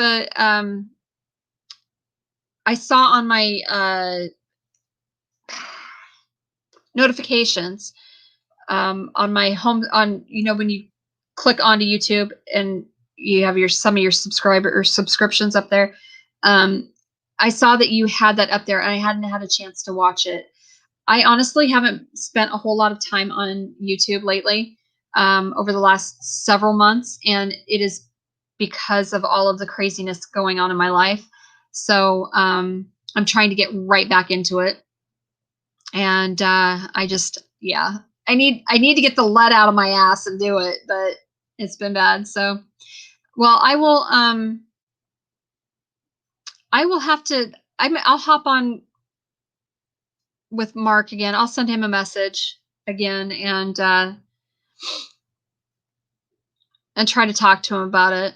I really truly wanted to do it, because I think it'll be fantastic.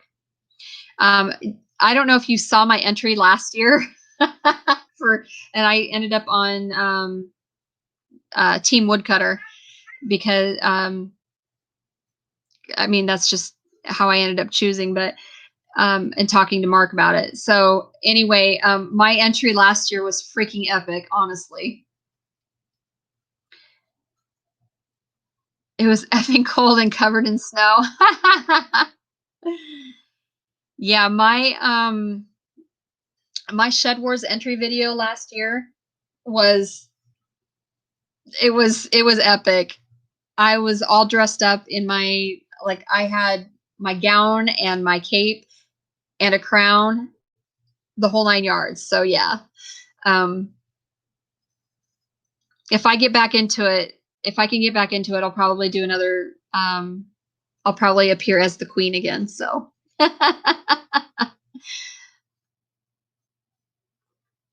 and I did a kind of a shit talking video too. So it wasn't it? Thank you, Deb. I had so much fun filming it, and Tony filmed it for me. And so that was kind of hard to get over. It was kind of embarrassing to do, but once I moved on, I was fine, and everything it clicked, and it ended up turning out just awesome. I just pull my back with a micro turn, looking from the stove to the microwave. Dude, gotta be careful.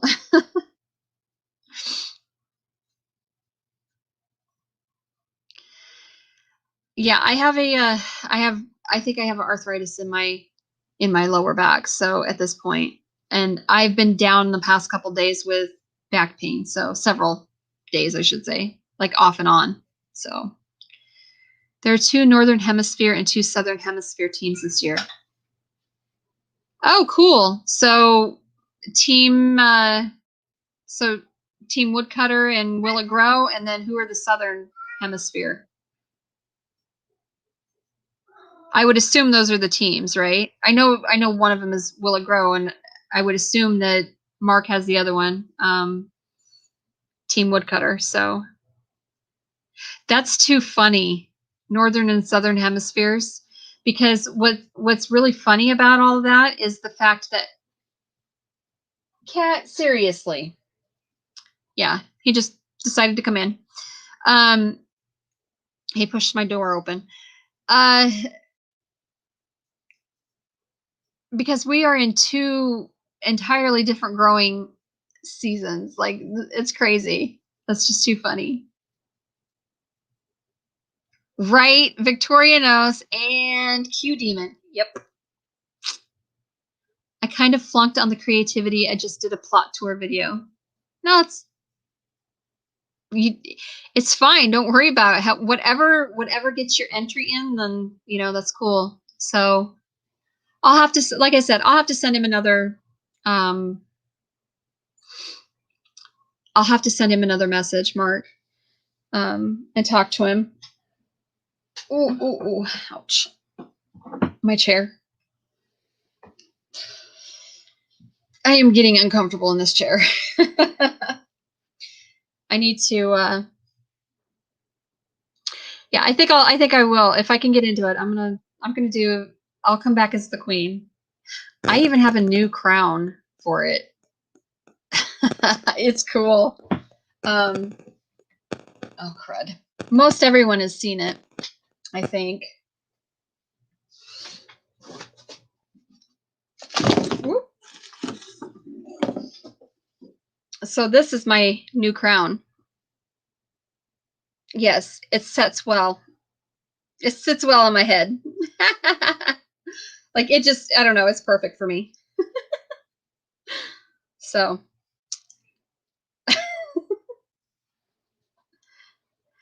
So this is my new crown, and then I will have to wear the dress and the cape again. I actually wanted to sew myself a new cape. So maybe I'll have to do that.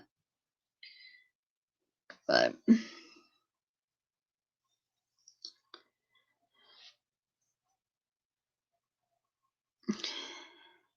thank you very much. Yeah, I love that crown. I got it from Victorian Trading Company. So in fact, I just got a new magazine from them. Their spring magazine, I think, is what it is. It's their spring catalog. So, oh, Buggy, I found your material, your Maleficent. Maleficent.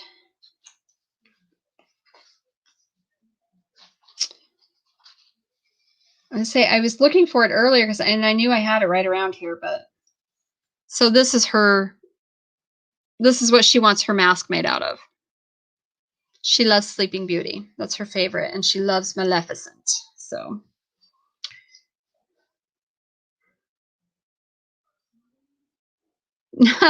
no, you're fine. I know. Voice.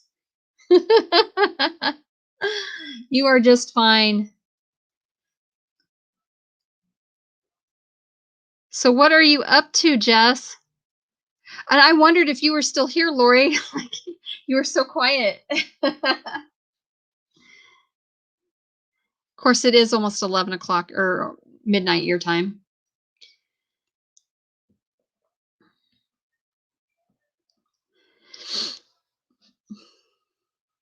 I'm actually I've run out of things to talk about.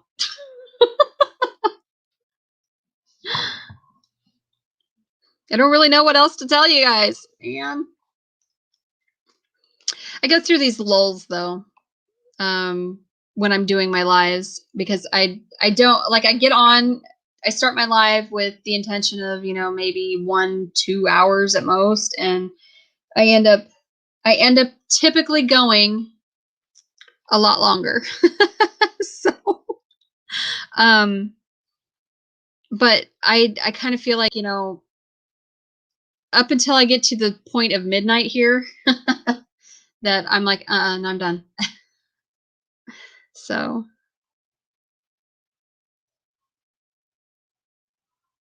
yeah, just we are the Midwest. We're all just we are literally in a deep freeze. Deb in Nebraska there is sitting at -4. I'm in Iowa and I'm at -6, and that's not even with the wind chill. So yeah, it's crazy. And I haven't seen the other Jess, my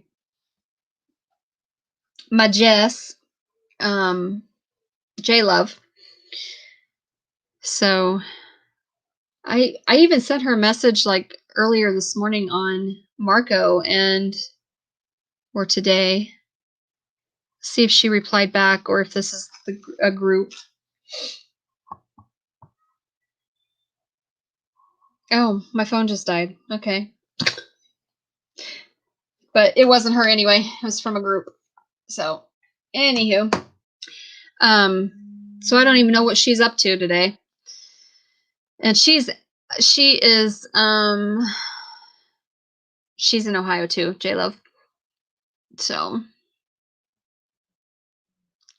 yeah, she's just kind of off and on. She doesn't I talked to her almost daily on Marco. I adore her. We have a great time together. And we just are we relate to each other so well. So yeah.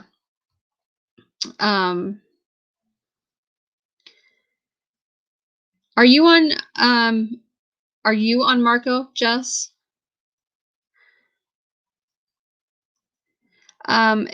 Oh yeah, your wind chill is -10. Ugh. Yeah, it's freaking cold, man. Like, what's your low for tonight, Deb? Because I really am not about this whole -13 for a low without a wind chill. I will tell you, I have met some amazing people through YouTube that really are, yeah, some of you guys are just like, I don't know, we click, and yeah. So, Jess, J Love she was one of the first, or she was one of the first group of people that I clicked with. I adore her. She's so funny. She keeps me she keeps me on the straight and narrow for the most part. She's like, her and Chrissy at Along the River Homestead. Chrissy and I are we really are soul sisters. Like, it's insane. We are each other's ride or die. And she'll, like, if I'm being, snappy or whatever, like, she'll get on Marco and she'll go, bitch, calm your shit, that kind of stuff. So yeah, we do, and we do that to each other all the time. We are just, there are a group of people that I've met through YouTube that are just, yeah. And I talk to Deb on an almost daily basis. We kind of fell off here and there, but like, we usually you know, hey, I did this today, or what are you doing, or whatever. So, yeah, Marco. Oh my gosh. Oh, girl. Marco is like a video chat app. Um, it is uh, it is a source of entertainment, a source of therapy, and a source of drama. Just it's like everything all rolled into one. It's crazy. So yeah, it's you download it onto your phone. Marco Polo is what it is, and you download it onto your phone, and then you share like if your contacts have downloaded it, and you have somebody's phone number, you can add them if they already have Marco, and then you can video chat back and forth. And it's like it's kind of a take turns video chatting thing. It's not it's not like if we were doing like FaceTime or Skype or something like that, but it's so you record your video message, and then whoever you're talking to, or they'll see that message, they'll and watch the video or whatever, and then respond. And yeah, it's cool.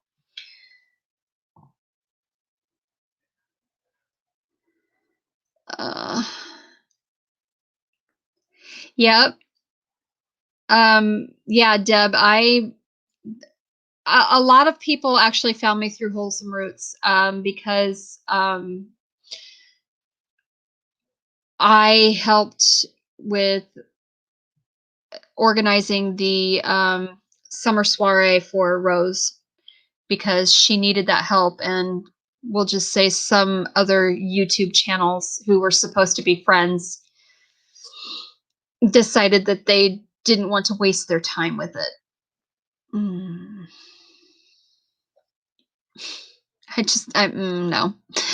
So yeah, Rose is I adore Rose so much. Like I love her.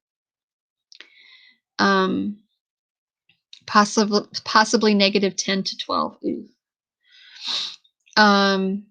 Your low will be 32. Miserable. Yeah. Yes, they do, Deb. That's true. They do. So Deb's have had a lot of pain, especially with this cold weather, as well. And so she's able to take pain medication, but yeah. And I've been taking a lot of various pain medications, not really pain medications, I guess, but yeah. So I've been down. So we haven't really talked a ton on. We usually message back and forth on Facebook Messenger. So I can't find the Northern Hemisphere teams currently, but Southern are Team Southern Cross and Team Down Under Form and Farge. Farm and Forge. Okay.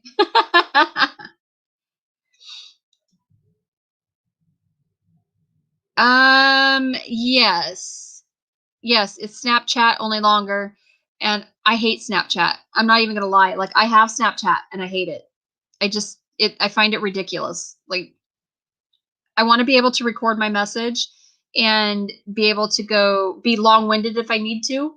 And Snapchat, it's every 30 seconds. It only takes 30 or 60-second chats. Like, yeah, I don't like it. I hate Snapchat. Like, I shouldn't say I hate it. I don't hate Snapchat. I just don't really care for it. It's not my favorite app to use. If I had my druthers, I'd rather use Marco. So, but I will say Marco is a battery killer on your phone. And but it has features. It has a lot of features too. So yeah, it's cool. If you do the free version, um you don't really get a lot of features anymore with the free version. You can get some reacting emojis. If you do a paid version for a personal plan, you can, it's like $60 for a year, but then you can 2x and 3x through somebody's message, so that, you know, like my 20-minute Marcos can be cut down to 10 minutes. So, anywho, and then they have and that's called the Marco Plus. And the Marco Plus, then you can also do like a family plan. And so it's six people. God, my nose is so itchy. I'm so sorry, guys. But it's 6 people on the plan, and they have all those same features. So what I did was I went ahead and paid for a family plan, and I have, let's see, Chrissy gave me $20 so she could have it. And then Rose and Ryan paid me for a subscription for them. So it cuts down the cost. And then I gave one of my subscriptions to somebody else. So I have one left that would be like $20. So heat pad, 400 milligram ibuprofen, baked salmon, and steamed broccoli. I'm doing pretty good now. Yeah, I'm just not a fan of Snapchat. I don't get it. I don't get it. I just don't get it. Yeah. Well, Deb, I think you have chronic pain, whereas I don't necessarily think that Vincent does.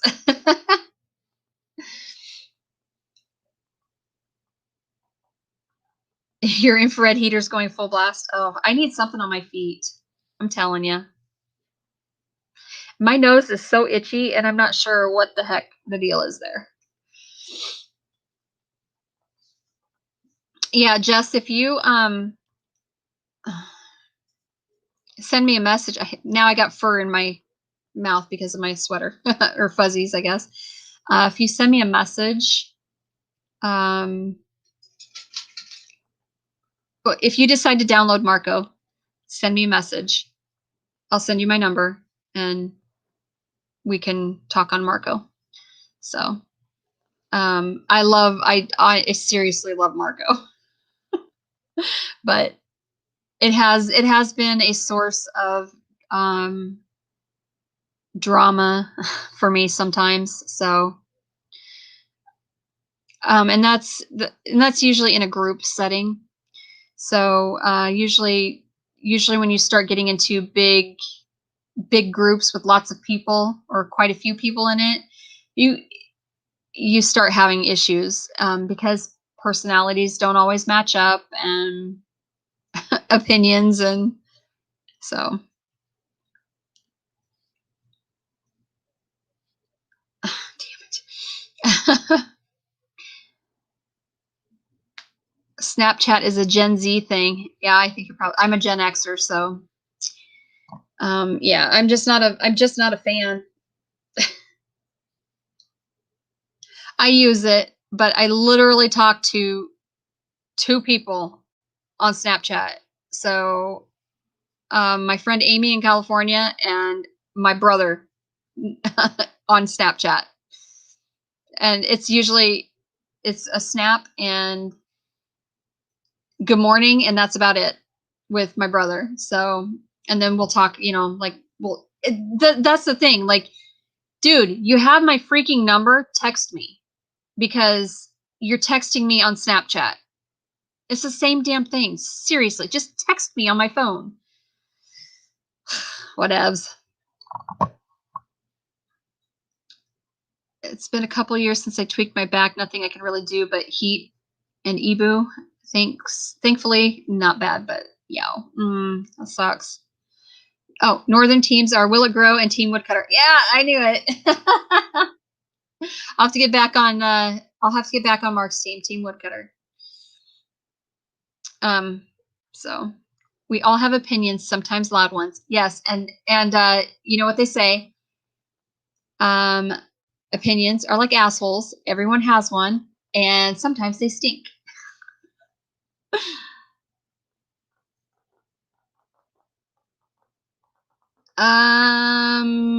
You're considered a millennial.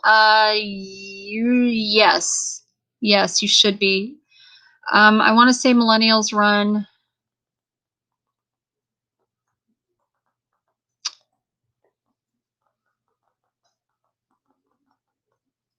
to the 2000s. I can't remember. I can't remember the age group. I just know that I'm a Gen Xer, so I'm 40. I'll be 45 in, let's see, what is today, the 8th? So in 11 days, I'll be 45. Your asshole's your brother, he admits it. That's awesome. My brother does too. One of my brothers does. He'll tell you, he is an asshole. And he's loud and opinionated. And yeah. Like I get into that whole I'm loud and I'm opinionated, and I get that too, but my brother has me beat. Yeah. And he's you actually are Gen Z, I think. I don't think you're a millennial in 87. If you're born in 87, I don't know. I'll have to look them up because I don't remember.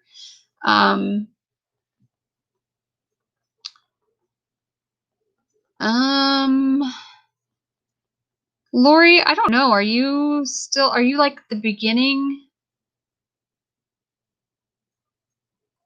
or are you the beginning of Gen X, or are you the end of the boomers? My mom is a boomer. She's the end of the boomers. She was in 58. So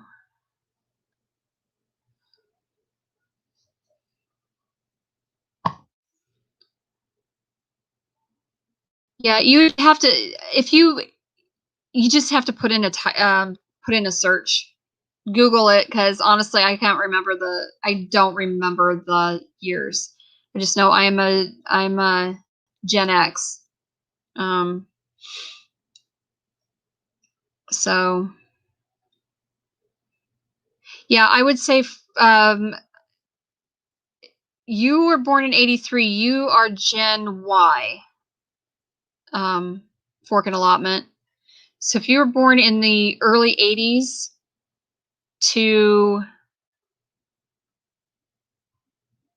I think, early 90s, really early 90s, I believe you're Gen Y.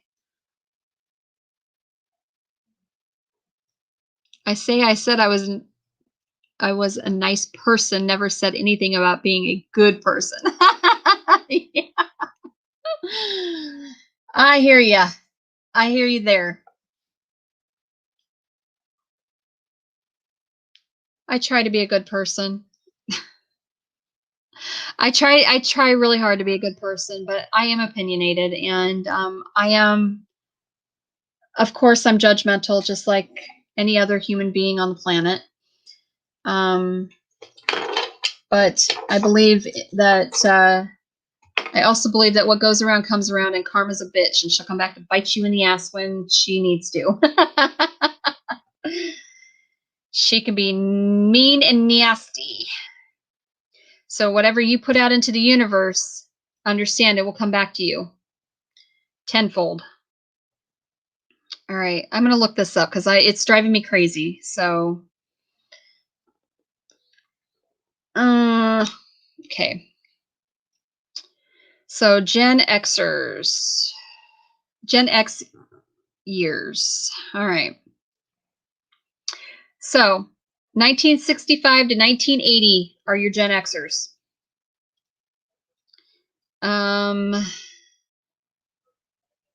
Millennial are 81 to 96.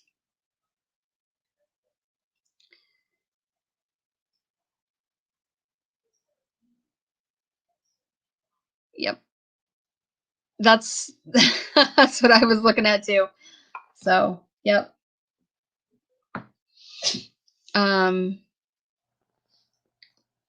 So I don't remember then. So as my last two kids would be, um, yeah. So my oldest is actually a millennial. She was born in 96. And then I have 97 and 99. So they're whatever that is after that. And then there's your old farts, right? I'm in the 80s right now. What? Ugh. What? Living in the 80s? Or your temps are in the 80s, I'm assuming, Terry. You shit. she's down in Florida though. So, but what is it at the farm? Because I know that there's a huge difference in temperature from lower Florida to upper Florida, panhandle ish.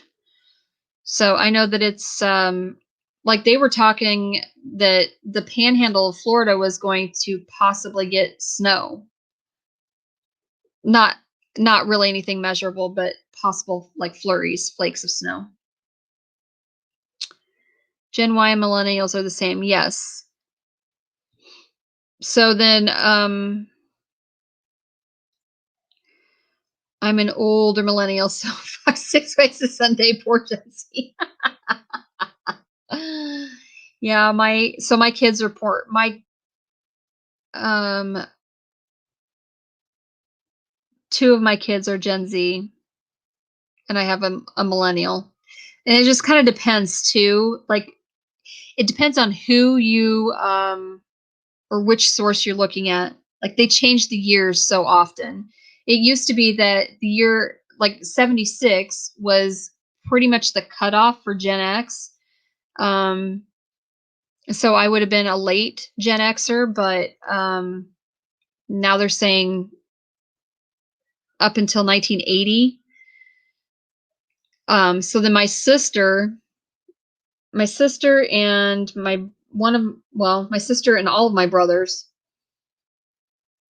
um, all of my siblings are Gen Y or millennials, and my oldest daughter is a millennial ish. And then my youngest daughter would be she was in 97, so that might be teetering there too. But she's Gen Z then, and so is my son, who is in 99. So that's crazy though. And that seriously, like, wait, next year it'll change again.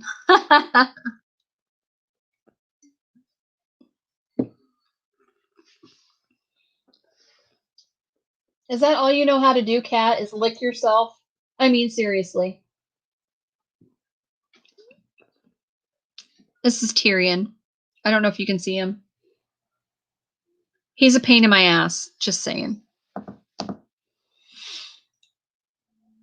Gen Z is 96 to 2012. And then Generation Alpha from 2010 to 2024. Yeah, we're still here. I told you. I'll be here. I'm usually here until most everybody wants to drop off. I most often it is between 11 and midnight my time, so it's crazy. Gen Z is 96 to 09. Okay, so all of my kids would be Gen Z. I don't freaking know. And then Alpha of 2010 to 24. Okay. So then my grandson's Generation Alpha. I don't even know. It's so crazy. Yes, and I'm sure that with me going this late, I usually regret it Tuesday mornings, I promise. Melting away Mondays with Royal Amethyst Acres, right? That's why it's Mandy Monday, because it's, you know, manic Mandy Monday. And it's funny because Nathan Samson Farms, he actually calls me manic. And he literally is like my little brother. So I love Nathan. So yeah, and he has called me manic since I started this whole thing, starting because it started out as just another Mandy Monday, and it was obviously it's a play on the Bangles song. And oh, that is crazy, Generation Beta. Like, but I guess we are in 2021, so that I understand, I guess. So anyway, after that he just started calling me manic. So and he'll get on Marco once in a while and like do silly things like brush his bald head. And I giggle at it every damn time. So if I'm having a bad day, I'll Marco him and I'll say, you know, once in a while, and I'll say, you know, I haven't seen you brush your head in a while. I think I'm about due.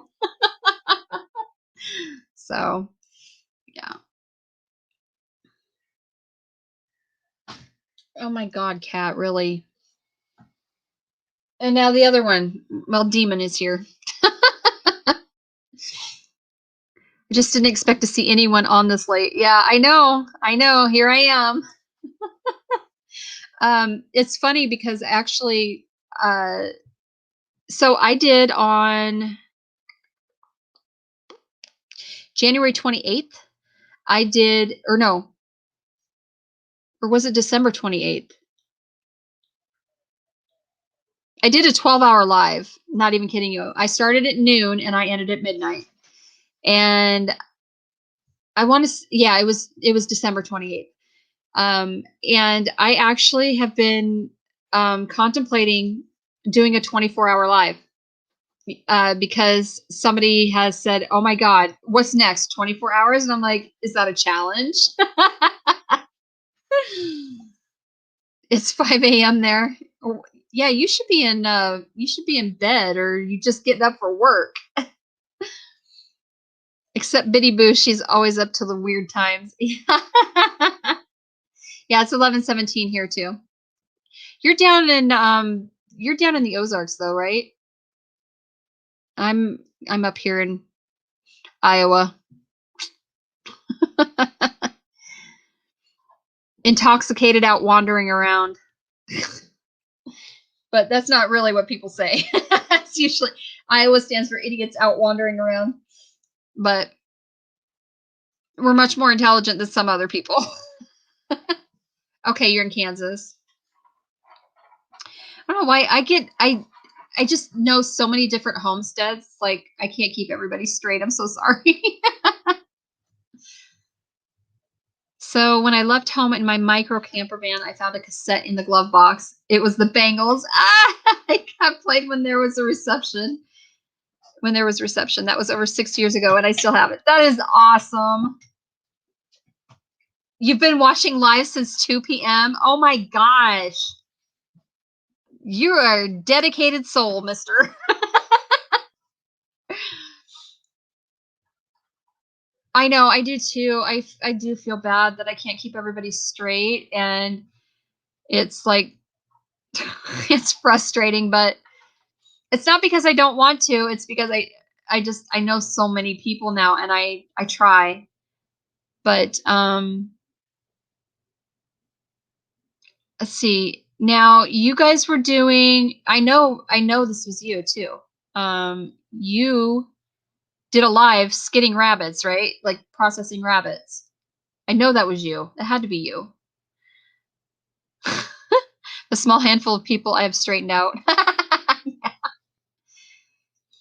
Yeah, the West Coast is yeah, you guys are 2 hours behind us. We're Central Standard. Okay, yeah, see? I remembered. Aren't you proud of me? Uh, when there was no reception, right? No, I knew what you're talking about. Um, do you remember what songs were on the Bangles tape? Was it Manic Monday? Because that's seriously why I did um my live that way. Because I loved the Bangles.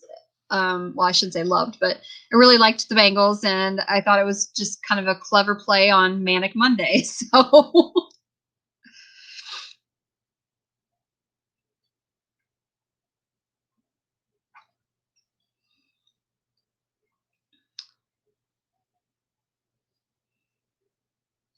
mm, I'm actually I'm actually pretty good about keeping most people straight. I can't keep like all the details straight, but for the most part, I'm usually pretty good. Um, especially if I interact with them, obviously frequently. I'll definitely remember. But yeah, it's all crazy. There's too many people to try to keep track of and um, keep straight. It's crazy. Um, so Lori said she fell asleep.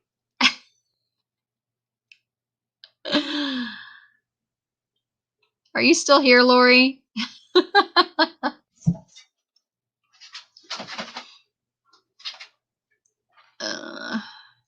I sub to so many channels, I can't watch them all. I usually have a live on my laptop and I have a video playing on my phone. Yeah, it's crazy. You're going to grab the cassette. That's awesome. My issue is I haven't interacted here a lot lately. Yeah, I haven't either. So I've been pretty absent on YouTube, but um the reason for it, I actually have reasons why, but and I've just been doing my lives because I've just had so many setbacks over the last year. But I'm hoping to get back into it and um get it done 21. That's my hashtag this year. I like to support as many people as I can. Yeah, I do too. I don't have a problem with supporting people, and I do the best I can, but there's no way. I mean, you cannot support absolutely everyone all of the time, 150, 100% of the time, 150,000% of the time. So yeah, you just have to and then there are certain people that you just really click with. And so um you spend more time and effort on the people that you click with, and that's awesome. So I remember faces and not names. I have no clue who most of these people are, but I like them usually. Yes. Ah, in your room, complicated girl, bell jar, something to believe in. Is this burning an eternal flame? Oh my god, that's too funny. Okay, Bengal. Too bad that Manic Monday wasn't on there. Dagnabbit.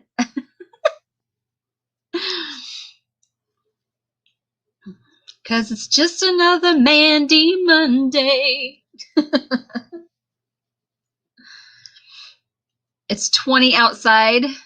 Oh, I wish. I had some mental health issues last year and I didn't make a video for months, but I'm back now. I did for the month of September because September is Suicide Awareness Month. I did the entire month, every single day, I did a quick vlog. I didn't edit it and I didn't make thumbnails or anything for it because it was literally for that reason. And because I said this is going to be, you're going to get an unedited version of me and my mental health every day for the month of September. And that's exactly what I did. So I am very I'm very proud of the fact that I made 29 out of 30 days. So I feel really good about that.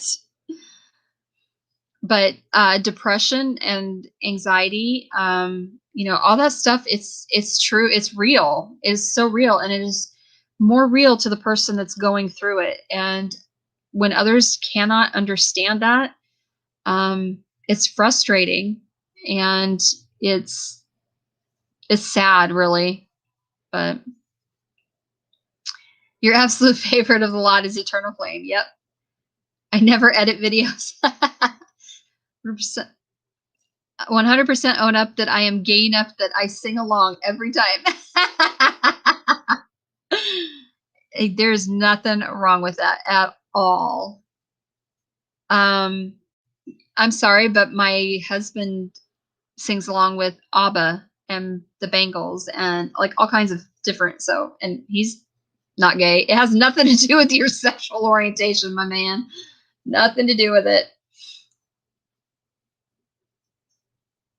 Yep. Depression, anxiety. It's very common. It's very common, especially now with all of these, with all of the lockdowns that happened and all that other shit. Dude, you get in my closet, I'm gonna kick you. No. Get. You're naughty. Goodbye. Sorry. Yes, I'm in my PJ pants. Demon will get in my closet and he will start digging in there and he will start throwing stuff out of that closet. And that thing is full right now. I have all of my Pops Mother Earth News magazines. I'm not even kidding you. Some from the 1970s, and but 70s all the way up to early 2000s. There's a lot of damn magazines in there. I'm not even kidding. And then, not to mention my my Queen's dress and all kinds of other stuff. My Letterman's jacket from high school. Yeah, no. He's not getting in there and starting digging through that stuff. I found myself singing along to Steps the other day. Everyone has a little gay in them. Well, you know what's funny is that so I actually have one of my brothers is gay, and he's I don't see him as anything different than my brother. So, yeah. And I've been with my wife for 17 years. Yeah, so oh my God, this year is our 25th wedding anniversary. 25 years I've spent with my husband. I've been married to him. And in September, it will be 30 years that we have been together. So that's a long time to spend with somebody. We grew up together for the most part, I was 14 and he was 17, and we were in high school together. I came to the new school, or I came to a school. I was the new girl in school, and everybody thought I was older than I was, but I was a freshman. I was 14, and yep. So, and he was a senior. He was 17.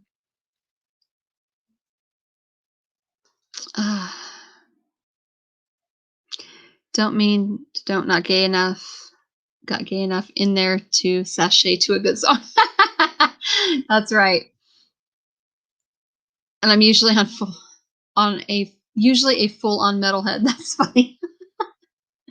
Yeah, I'm obviously getting tired because I am not reading well. I like metal. I like pop.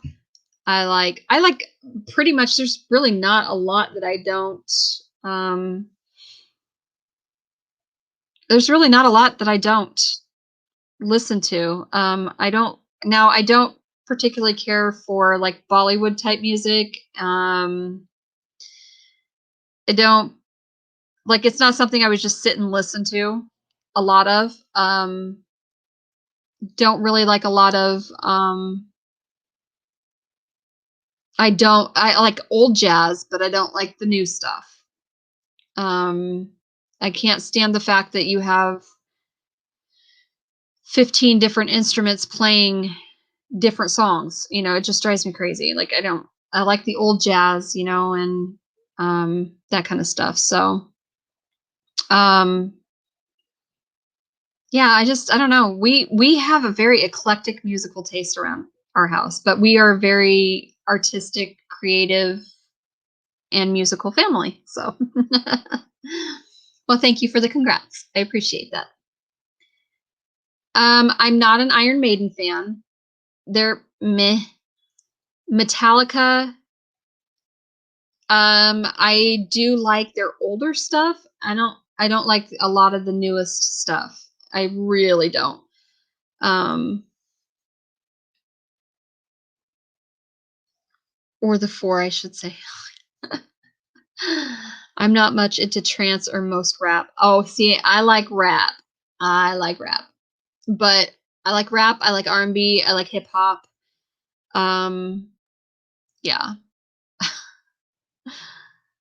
I am, and it's oh, I'm an Eminem. Yeah, I'm a big Eminem fan. So my initials are MMS. And so I've always been Eminem. I've always been Eminem to pretty much everybody that I know. Growing up, I was always Eminem. So yeah. Professor Green, but that's as far as my rap goes. I don't know Professor Green, I don't think. I don't like jazz. I appreciate the skill needed, but it just drives me up the wall. Hate bluegrass. Rap is not music. Rap is an art form. It's different. Um, I don't mind bluegrass. I wouldn't listen to a ton of it, but I don't mind it. And I I like I like the blues. Some of it. I don't like all of it. Um, yeah, it's just I'm actually very open to music and listening to new music. But so what I don't get, like this new, well, it's not terribly new, but K-pop, like it's just a boy band, big deal. Is the way I look at it. Um, I I don't have an issue with it, but I just don't. It's not my favorite. But I have an issue where if there's too much going on, it conglomerates into one janky sound. That's exactly right. That's why I don't like modern jazz. You like pop most of all? That's good. I don't mind gospel, but it has to be done right. But I'm also a pagan, so you know, I'm I mean I grew up singing I grew up singing hymns and whatnot, trying to hide my paganism, my witchy self. But yeah, so I don't mind hymns. I like because and the reason that I like hymns and gospel is honestly the melodies and the harmonies. Those are like that really I really like. That's what I like about it. Country, I'm. It just kind of depends. With country, I love old country, older country. Um, you know, Kenny Rogers and that kind of stuff. I do like gangster rap. Eminem and Tupac, I like them both. I like Eminem way more. Tupac is hit or miss for me. Um, that's yeah. Professor Green is probably because he's a British rapper is probably why I don't know him. But Lil Dicky is funny sometimes. I loathe country except for Johnny Cash. Oh, I love Johnny Cash. I mean, that's one of my yeah. My guilty pleasure is probably One Direction. Ah, that's too funny. I love to drive down the road blasting Faces Home too, but my CD player died. Aw. All right. Right on.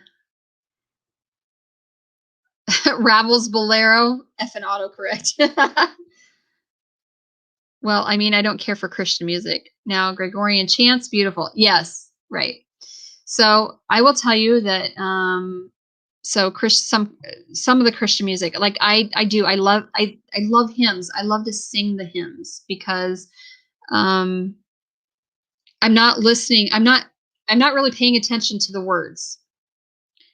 It's the music, the melodies, the rhythm, the harmonies. That's why I like hymns. There and Gregorian chants are awesome. So, see, I knew we would get along fantastic, Forkin. Forkin fantastic. So,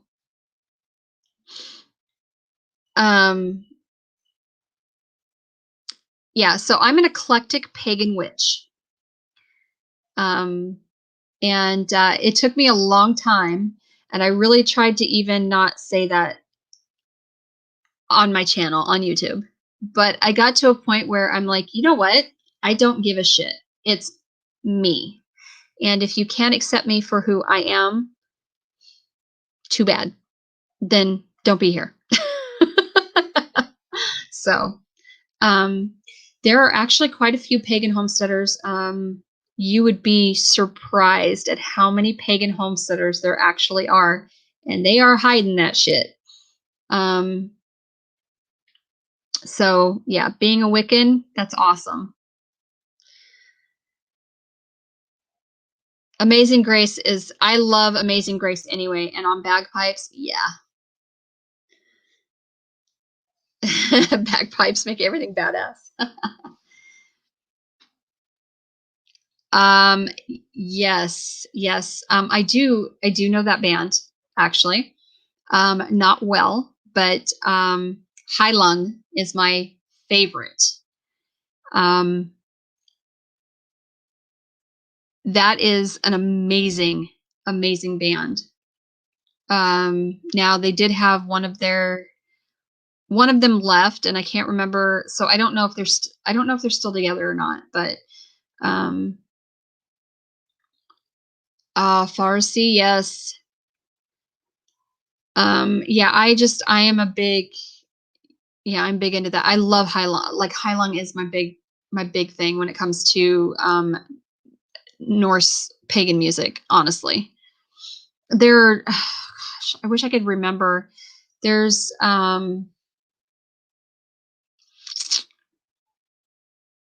I can't remember. There are so many of them, and I can't remember the names.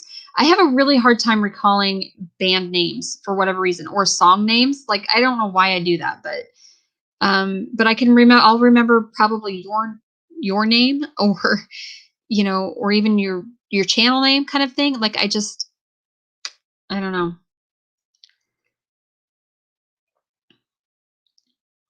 I'm not religious and I'm not spiritual that I know, but if I am anything, I lean to the Buddhist side as a philosophy, and I appreciate the Greek Roman pantheon. Yes.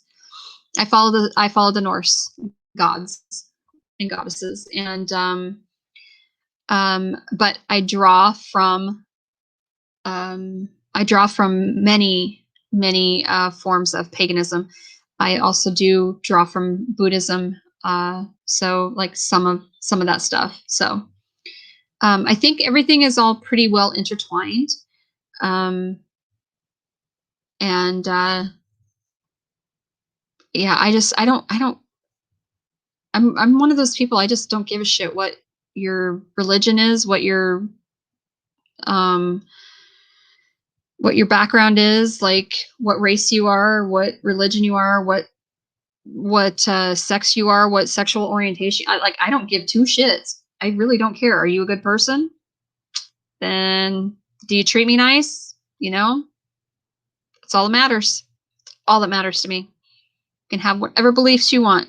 You can be whatever you want to be. I don't really care. I don't care. If it doesn't affect me in a negative light, then I don't have a problem with it. So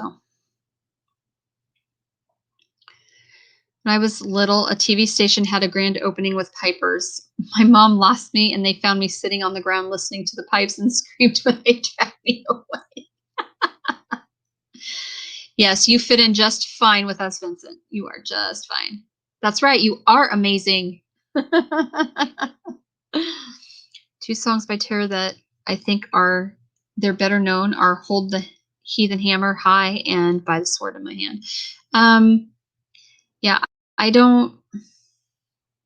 Again, I don't know song names. I don't remember why I don't remember song names is beyond me.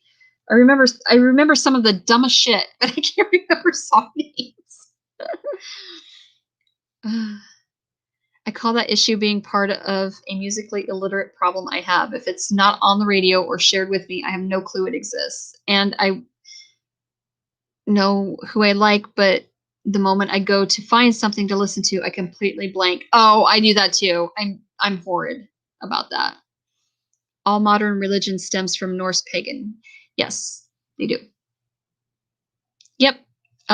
Christianity got its start. That's where Christianity got its start is paganism. Sorry. Facts are facts. Facts is facts, man. So, and if you talk to my husband, he'll say it came from the ancient Sumerians. So there you go. It's funny because our house is so our house is so funny. It used to be where my husband would say he was Christian. I would say I'm pagan. My two daughters are both pagan. They'll want, and they tend to follow more of the Wiccan path than pagan, than being an eclectic pagan. But they're pretty eclectic. And my son is completely agnostic. And now my husband's like leaning more towards being agnostic, and my son is still very agnostic, and then my two girls and I are witches. So there you go. Let's see here. My CD player died in the van. Nobody fixes them anymore. Aw, boo. Your connection to the divine based on someone else's experience, spirituality, your relationship to the divine based on your experiences. Yeah, sure. Now I have to listen to the radio for road trips. May upset some people now, but uh-oh. How I don't think you'll upset anybody. That's the group that's in here right now are, yeah, we're pretty open-minded. So that's part of the reason why I usually end up staying on so late, is because I end up getting the people like who are a lot more like-minded with me than they are with most people. So I highly doubt you're going to upset anyone.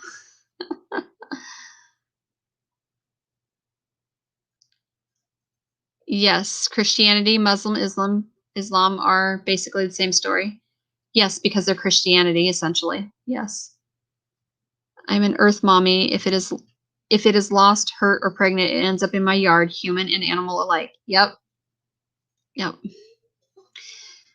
So, I've had a really hard time with YouTube, on the side of religion when it comes down to religion, because especially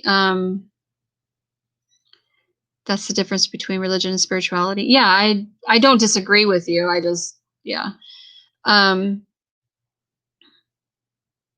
So I am finding that, well, you find that most of the people in the homesteading community are very Christian, and that's totally fine. Totally fine. But not always are they kind about other faiths or paths or religions. So a Muslim actually told me that the Bible and the Quran are the same story but different names. Yes, they really truly are. If you sit and really look at and pour through them, yeah, different names, and one has more of the stuff that was edited out by the other. Yeah, I'm obviously not I'm not an expert on those, on either one of them, but growing up, I really found that for me, the Bible was very contradictory of itself. Um, and it's just not something that ever settled well with me. And I've always felt that my life force has always come from the earth. And I've always been deeply connected with the earth. So um, I would disagree, or I would not disagree with you on that, Vincent. It's not an unpopular opinion. Yeah, I don't disagree with you at all on that one. Um, sometimes the most zealous people are the ones who can really, really do some damage and cause mental and emotional harm. I'll just say that. I don't dislike people based on their religion. I don't care. I seriously don't care. So I can deal as long as they don't try to convert me or shove their religion in my face. I'm evil because I will mess with anyone who knocks on my door and preaches. Yeah, I don't think you're evil. But you get to a point, um, you do get to that point where you're just like, why are you here? Like, why do I have to tell you more than once, do not come to my house knocking on my door and preaching to me? I'm just not going to listen to it. And that's when I start to get intolerant and get angry, is that it seems it would be repeated. There would be many attempts to do that, and it drives me crazy. So I dislike them based on their behavior. Exactly. The way that I treat you is a direct result as to how you treat me, period. So if we are going to get along, then that means you respect my opinion and my feelings, and I'll respect yours. Plain and simple.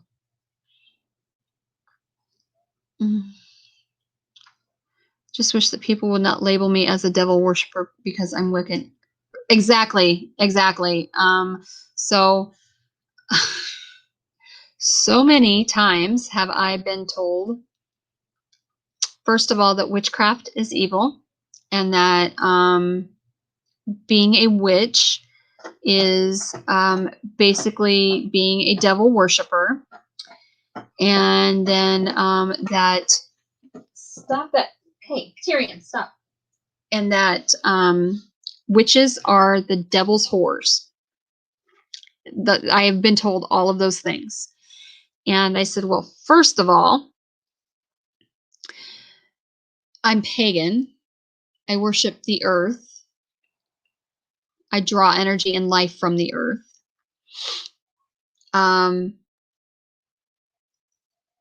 Secondly, there is no Satan. I'm sorry. There's no Satan. I don't believe in Satan. So that negates everything else. Like, that just cancels out all your other opinions of what being a pagan witch is, or what being a witch is, or what being a pagan is, or a Wiccan, or anybody that's non-Abrahamic. So whatever. Find a new one.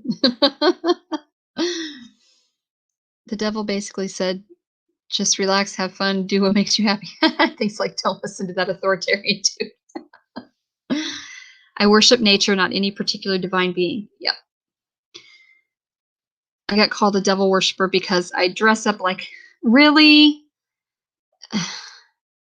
Also, regardless of sex, we are all witches. Yes. Yes. Please. Oh my God. It drives me crazy. I'm a warlock. What? Dufferk. Really? I don't think so. Dude, you're still a witch. I don't care. No. Like, who? You know, who came up with that? Um, so yeah. But yeah, I finally just decided I'm not gonna hide that from people. I don't care. And if you can't accept me for who I am, then don't be don't be in my don't be in my life. Don't be in my, like I just don't care. You have your beliefs, I'll have mine, and we can still coexist. And it's funny because people are like, well, um, I once got told the most wicked thing the devil did was convince man he doesn't exist. Makes sense. Something I would say. Warlocks were created by Hollywood. Oh, I agree. I'm most likely. Um, I don't even know where I was going now. Oh, I like to tell people like, um, I'll send blessings or I'll send energies or, you're in, I, I just, or I'll do I'll do a spell for you. Well, a spell to me is just a prayer. It's just a different form of prayer. So, but people are just like, they lose their damn minds if you say that. If witches are so evil, then why did so many people buy love and luck charms from me at the Ren fairs? But that's the thing, warlock. Oh, hello, Tyrion. Okay. Yeah, warlock was it may be a fun term, but that's the point. Like, it's not like nobody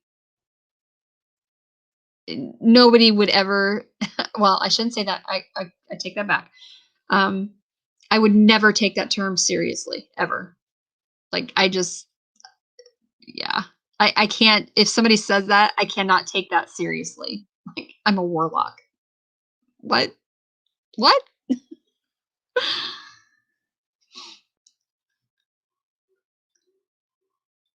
Yeah, I know.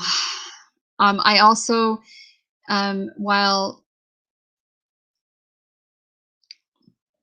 people will also believe in white witches, green, and or white magic, gray magic, black magic, and I just think it's all magic. It's all spell. It's all prayer. I don't think that. I think it's the intent that's behind it that makes it whatever. So I have met people who say they're a gray witch, and I'm like, okay, well, wouldn't we technically all be gray witches because we all have intentions behind what we're doing, whether they be positive or negative, because we're human beings? Like, really? Yes, exactly. Yep. Magic with a K and not magic with just a C. Yeah. It's all about worshiping the way they seem acceptable. Yeah, it is. Um, but and that's fine. They can do what they want to do. They can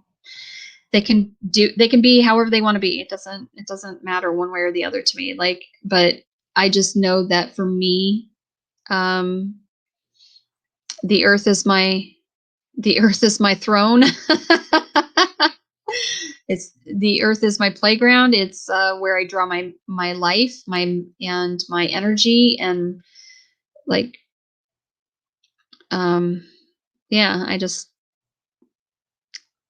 that's where I came from. That's where I'll go again at some point. So, but I am also a firm believer in reincarnation. So um, if I had to guess, just by past life regressions I've had, I am minimum on my eighth lifetime.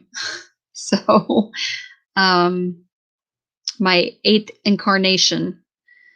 So it's energy that's all chaotic, good and bad, destructive and creative, but the way it is used, that is the person. Yes, yes, that's exactly what it is. It's the intent behind it. So, I firmly believe that. I don't think that, and I don't think that um, people who really truly are um, into their faith, I really have to. I question. Okay, I question why people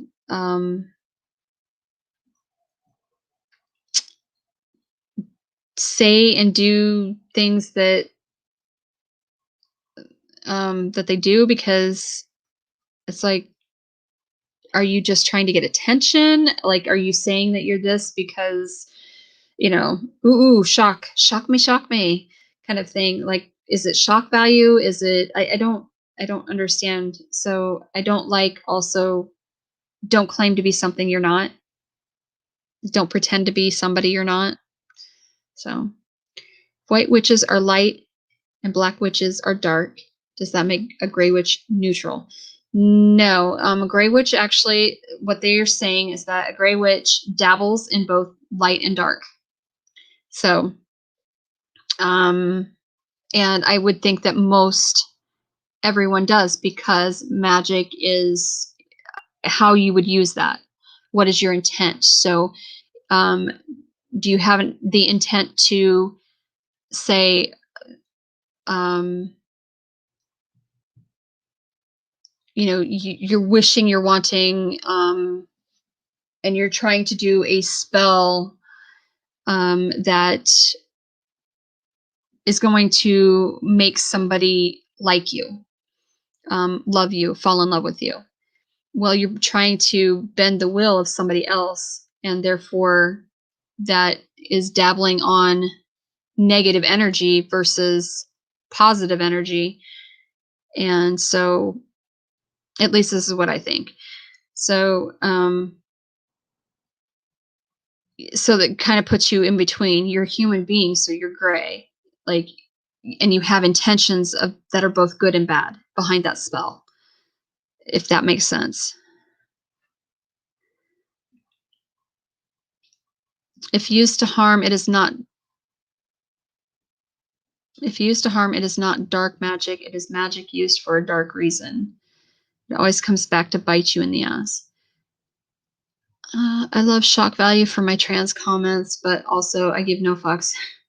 I like making people laugh. Yeah.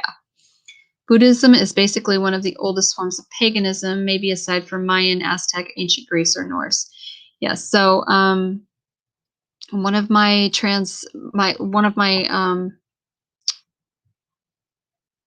past life regressions, I I was some sort of, I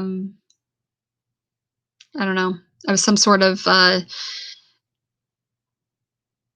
I saw myself walking up, like, these huge stone stairs.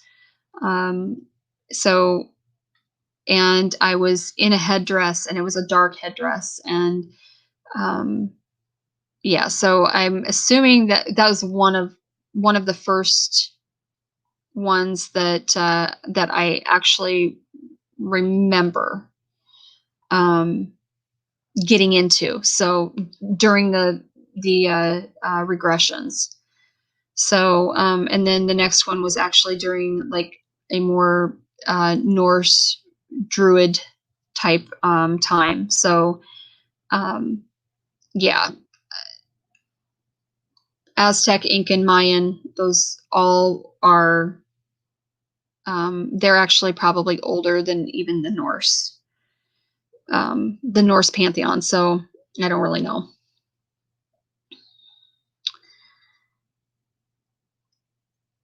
Exactly. Just do no harm, and so mote it be. That's honestly what it is. So don't be a dick, and life sucks, right? Yes, life can suck.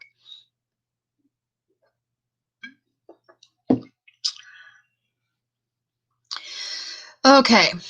Well, I it's midnight. It is time for me to get off of here. I do have my grandson earlier in the morning, so And we've got a lot of schooling to do tomorrow. Ugh. It's been crazy. I feel like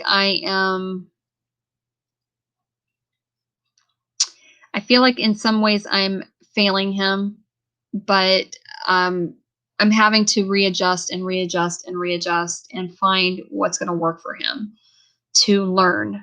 And so tomorrow we're going to try something a little bit different. We're going to structure the day a little bit different again and see how that goes. So, hopefully it will go well and he will, snap out of his little,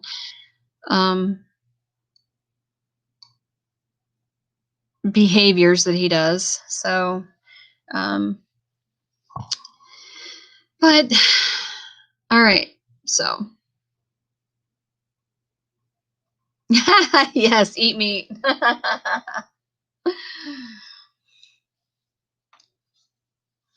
I know. I would love to carry on the conversation. And, I might have to, what I might have to do is privatize a live and invite those who send the link to those who I know would enjoy it, and we can discuss things like this because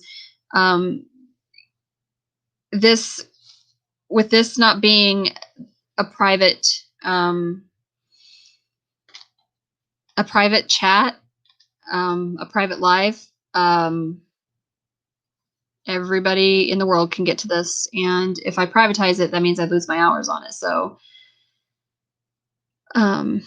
So maybe what we'll have to do is some night set up a time to actually talk, and that way people can also come up on the screen and we can talk to each other that way. And putting putting faces and names and whatnot together, and I think it'll make it nice. So, and there are a lot of channels that actually do that anyway. They don't, and then they just have a private live chat, and then that way the public is not getting to it, and you can do things like playing music if and not worry about copyright and all of that crap. So, oh, Deb, I was going to ask you, have you heard anything about Donnell? I almost forgot that. So,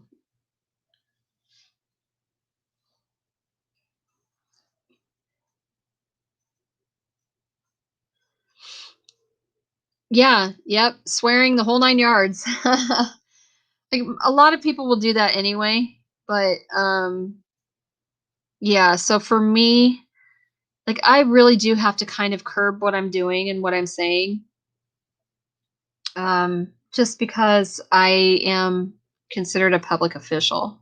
So I do have to be careful to some degree. Like, I still need to be myself, and I still need to be all out who I am, but yeah. So, oh, she has pneumonia. The poor thing. Boo. There are so many kids having the same problems. It's just so hard right at the moment. If we could just get through all this BS, it would be so much nicer. Respect the animals that gave their flesh to sustain. Appreciate the life cycle. Yep. There's no easier way to lose reputation and credibility than to utter, "You're not a real." Yeah. Yep. There is no such thing as real. I sent flowers since she is too sick to chat and I can't visit. Aw, yeah, that would be, well, that's awesome. So, oh, all right. Terry Lynn, you're still here too. 80 bags down. Whoop, whoop.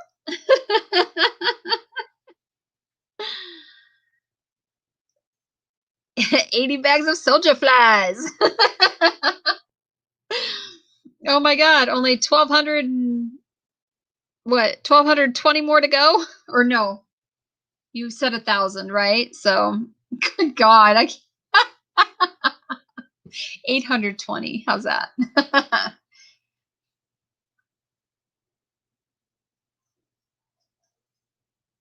Oh, she's 5 hours away. Ugh, in good weather. Oh, that sucks. Well, boo. All right. I can hear it in my voice, and it's scratchy and getting kind of grovelly, gravelly. I guess not grovelly, gravelly. So, I will give you all. I will bid you all a beautiful evening, morning, day, night, whatever, and I shall send you off with many blessings, and I will talk to you on the flip side at some point. And we'll be here obviously, next Monday, same time, same bat channel. um, and I will look into doing a private chat for those who might be more interested in talking more about our paths. So,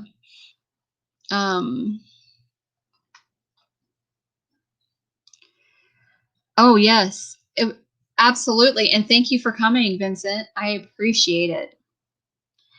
It's 920 there. What? Oh yeah, 920. You're right. 920 more bags. See, I'm tired. I can't even do math. I can't even do simple math. Oh my gosh. Night night. Okay. All right. Blessings. Live from the earth and play in the dirt. I will see you later. Good night.